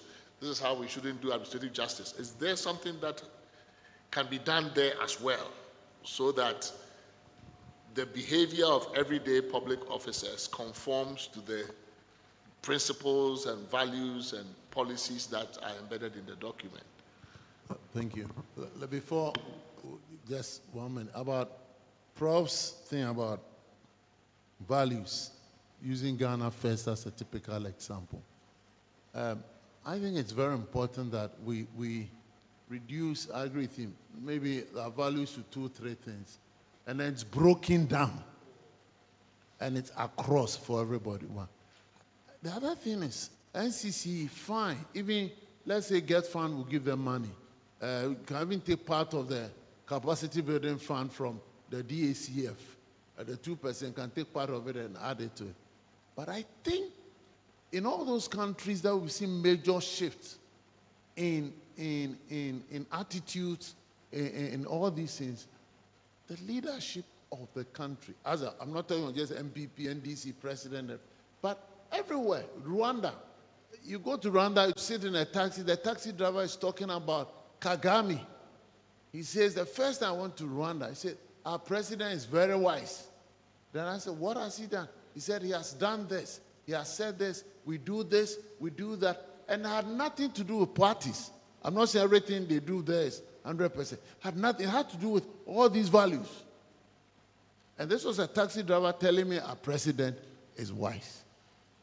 So let's yes, let's get NCC to do these things, but I think we should move it beyond that into starting from the top and across all of us in various shades of leadership. Your more specific question about the public sector, we've been doing that. I agree with you. Our parent law is the first thing. That is true. Our parent law, then we look at the PFM Act, we look at internal data, we look at some procurement thing here, then we look at a portion of the thing that deals with the civil service and the law that says there shall be a head of sales. That's basically what it says. That is true. But some of the ethos have found their way into either a scheme of service or code of conduct, but not necessarily linking it to the Constitution. It's more like these are reforms that we have to do. They seem to be the good practices now in the world. So let's put them in as conditions of service. So that's that. But what you are saying is maybe we should, as a country, get this, and it can be done. Virtually every public service organization has got one form of training school or the other. We have our GIMPA there, we have local government studies, the military, police, all of them. We have these organizations there. So maybe the collaboration, it is true that maybe NCC focuses a bit on the children and these things, but I don't think they do a lot even in the public service organizations. We only meet NCC at budget hearings where we advocate for them. But I never saw NCC coming to the civil service to ask that, can we do this? Of course, when there's a constitutional week, they invite you as a matter of this. So I agree with you that we need to do a bit more by way of institutions and get ourselves involved in that. So I agree with you perfectly. Mr. Chairman, I also think that this thing about national orientation, which goes beyond the Constitution, is something that I don't know how we can encourage that. You take a taxi in Kenya from the airport, the first question, oh, is this your first time in Kenya? What are you, have you seen this? Somebody is picking you from the hotel to the airport. How was your visit? Oh, etc. You go to Zimbabwe, even Gambia. We had friends who visited Ghana, and they said, why the taxi driver we took was so negative about this country? Is it so? Because just asked, oh, how is Ghana, etc. And then our taxi driver just poured the whole thing, So it's something that runs from the very top to the bottom. You win elections, then you tell people, oh, go and identify a place where we can put you, And so the first thing that people are looking at is, oh, which one is the juicy? And I was sharing the joke on our platform that somebody came to me and said, oh, he's been asked to look for a place. He has heard of a boundaries commission. Is it a good place? And I said, is it a good place in what sense? Oh, you get what I'm saying? Yes. So I think that the whole thing about our orientation is one that needs to be worked on. We can't do it only in the Constitution, but we need to find out where, because you touch one, there are other areas that need to be touched on. The whole thing about appointments, not based on merits, the whole thing about people losing their jobs as soon as there's a change in government, so they want to, grab as much as they can, and etc. It needs something that runs through the Constitution, but also, I think, in terms of civic education and civic awareness. Mr. Chair, maybe at times I feel that this country has not treated General Champon very well. At times I feel that. It was during that this national charter thing came, and charter of redemption and all that. And if you look at what went into that, even those times as children or relatively younger people, you have a sense that we were being forced or sensitized or socialized to begin to believe some of those things. And so maybe we need to and all those things.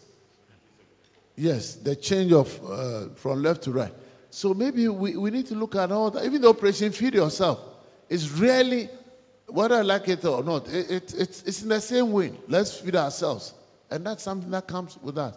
So maybe we need to look. I'm worried about leaving this whole national orientation business to NCCE.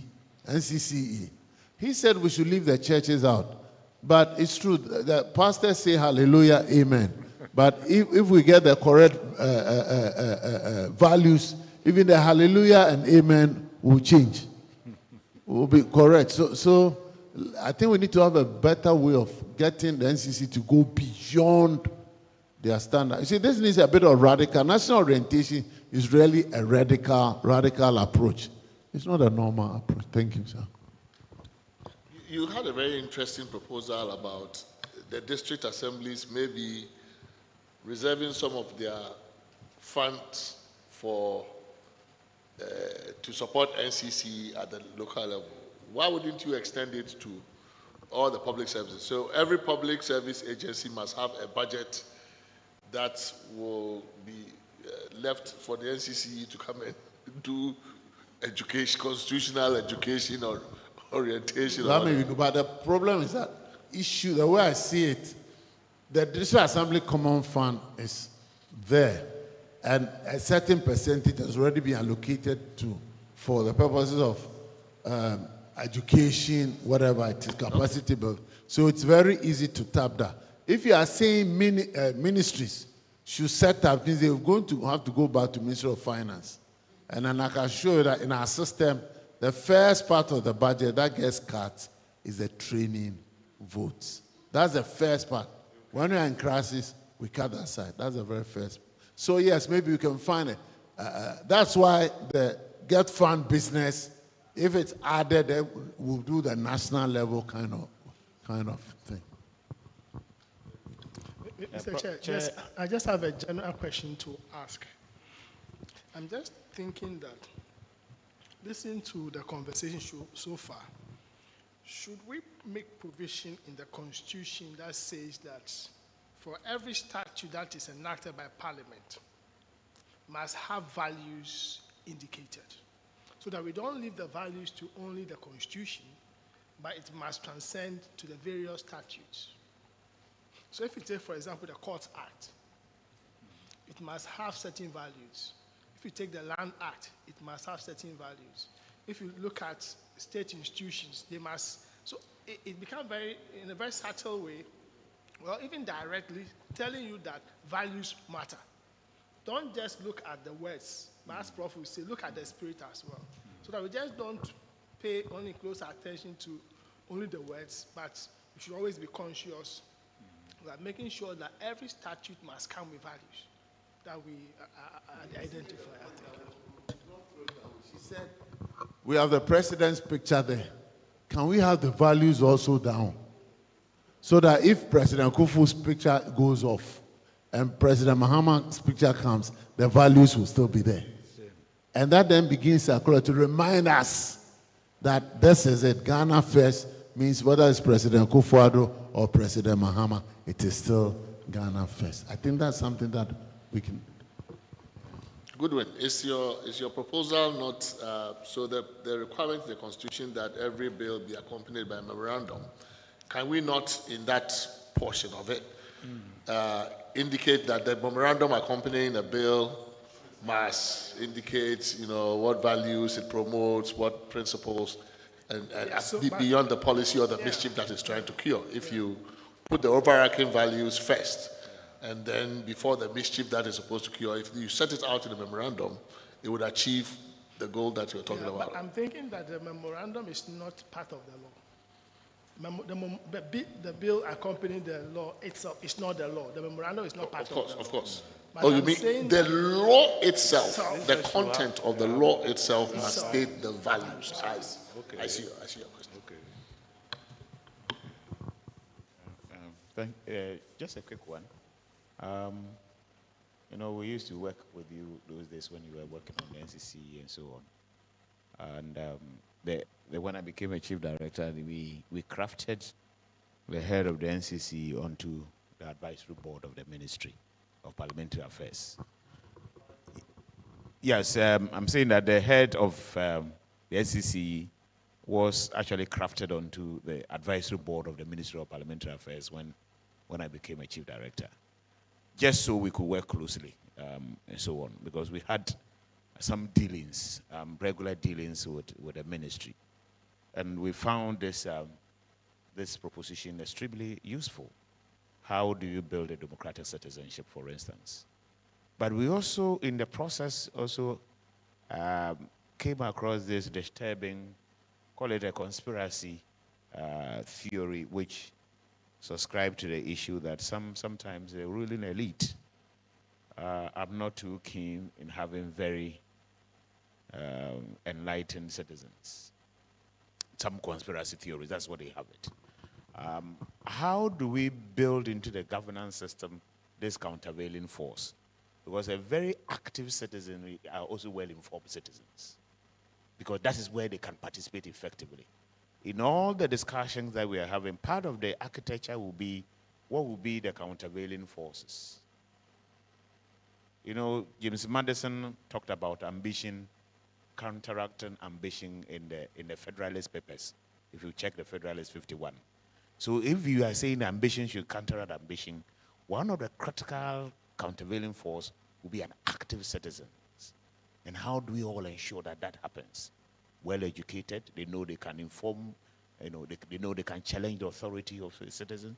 Of course, part of the things that we have done is what we have brought in, the RTI, and whether they actually can ask certain questions.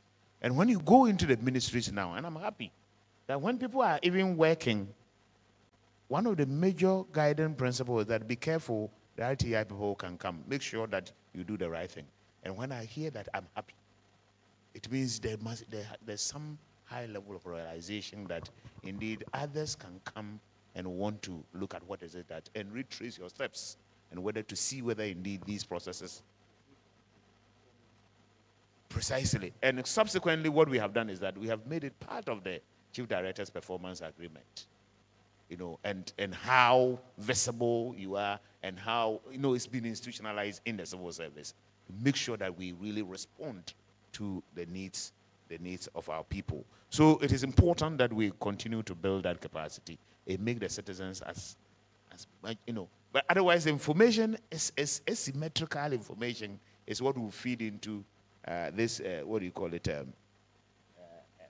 principal agent theory, where the agents rather are very powerful and the principals are literally, you know. And so those are issues that we are looking at. The other bit is trying to ensure that Parliament will build into the law some of these the values. I think when you talk about the content, I'm happy. Otherwise, if you look at the laws that we have to pass, every piece, legislative piece, must be accompanied by something we call the fiscal, impact assessment. Why is it that most of our laws are passed, but you know that sometimes the bills come to Parliament and they are not accompanied by fiscal impact assessment? And when I was the chief director, it's one of the things that we flagged, and that is what the PFM, Section 100 talks about very much, that we need a piece, a legislative analysis that will give us what is it that will cost the state to be able to implement this piece of legislation. We knew, yes. So those are things that we need to do. So some assessment of some sort, and insist that it is part of the bill before even it is actually considered. And I'm certain that these things will address some of the critical problems that are confronting us with regards to the values and so on that we are losing. Thank you. Okay, I think it's almost, what, 5 o'clock? Yes, my predecessor was saying I should move, and I don't know whether I was clouded with any. I did not have such powers. In any of the ministries, I could move, and nobody would dare challenge my authority. You see. But power is relationship specific. Power is relational, so. Your motion is seconded here. So thank you very much. Really, we are most grateful for the insights that you have shared, as well as the time. I've been sitting through the entire day to share your insights and perspectives with us. Really, for us, this is really a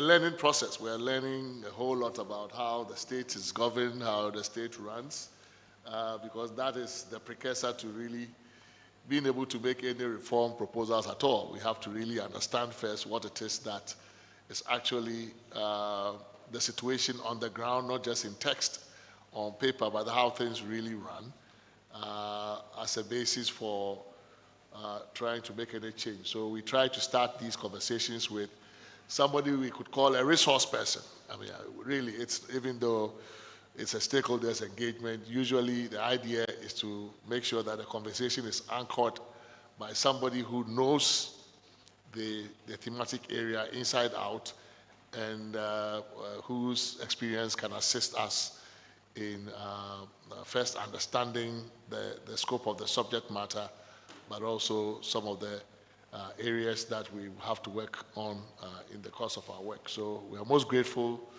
to you and your team for coming today. You are invited to continue coming because public administration really runs through everything that we are talking about. As I said, last Thursday and Friday when we did local government, when we tackled local government, it's clear that, local government service or public administration is very much a part of this whole structure, especially if we proceed to elect MMDCs. How that relationship works with the public administration is a big, big picture.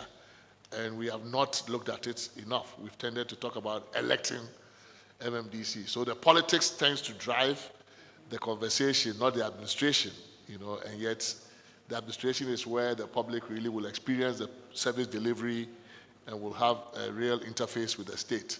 So we want you to stick around, just like our good friend Aiko too, who has been also generous with his time, keeping himself busy by being here all day and helping us to think through some of these issues. So you're definitely invited to remain in the rest of the sessions this week. Thank to Professor Kwashiga for actually really averting our minds to something that's critical, because otherwise this would be a wasted effort. We have to find ways to make sure that what we do here actually change things on the ground. And what can we do in this exercise to make sure that the output of this process, together with what is already in the document, actually translates into something concrete in terms of behavior modification, whether as citizens or as leaders or as public servants. I think that is really something that is missing. And the longer it stays that way, the longer there remains a gulf between what the Constitution proclaims and how we behave, the more and more the Constitution becomes illegitimate and irrelevant in our lives, and we don't want that result. So thank you very much. Not all the members of the committee are in person. Others are online. So we have more or less a full house, but because of our e-participation, you didn't see the rest of the committee. But so thanks, and have a good evening. We look forward to seeing you again.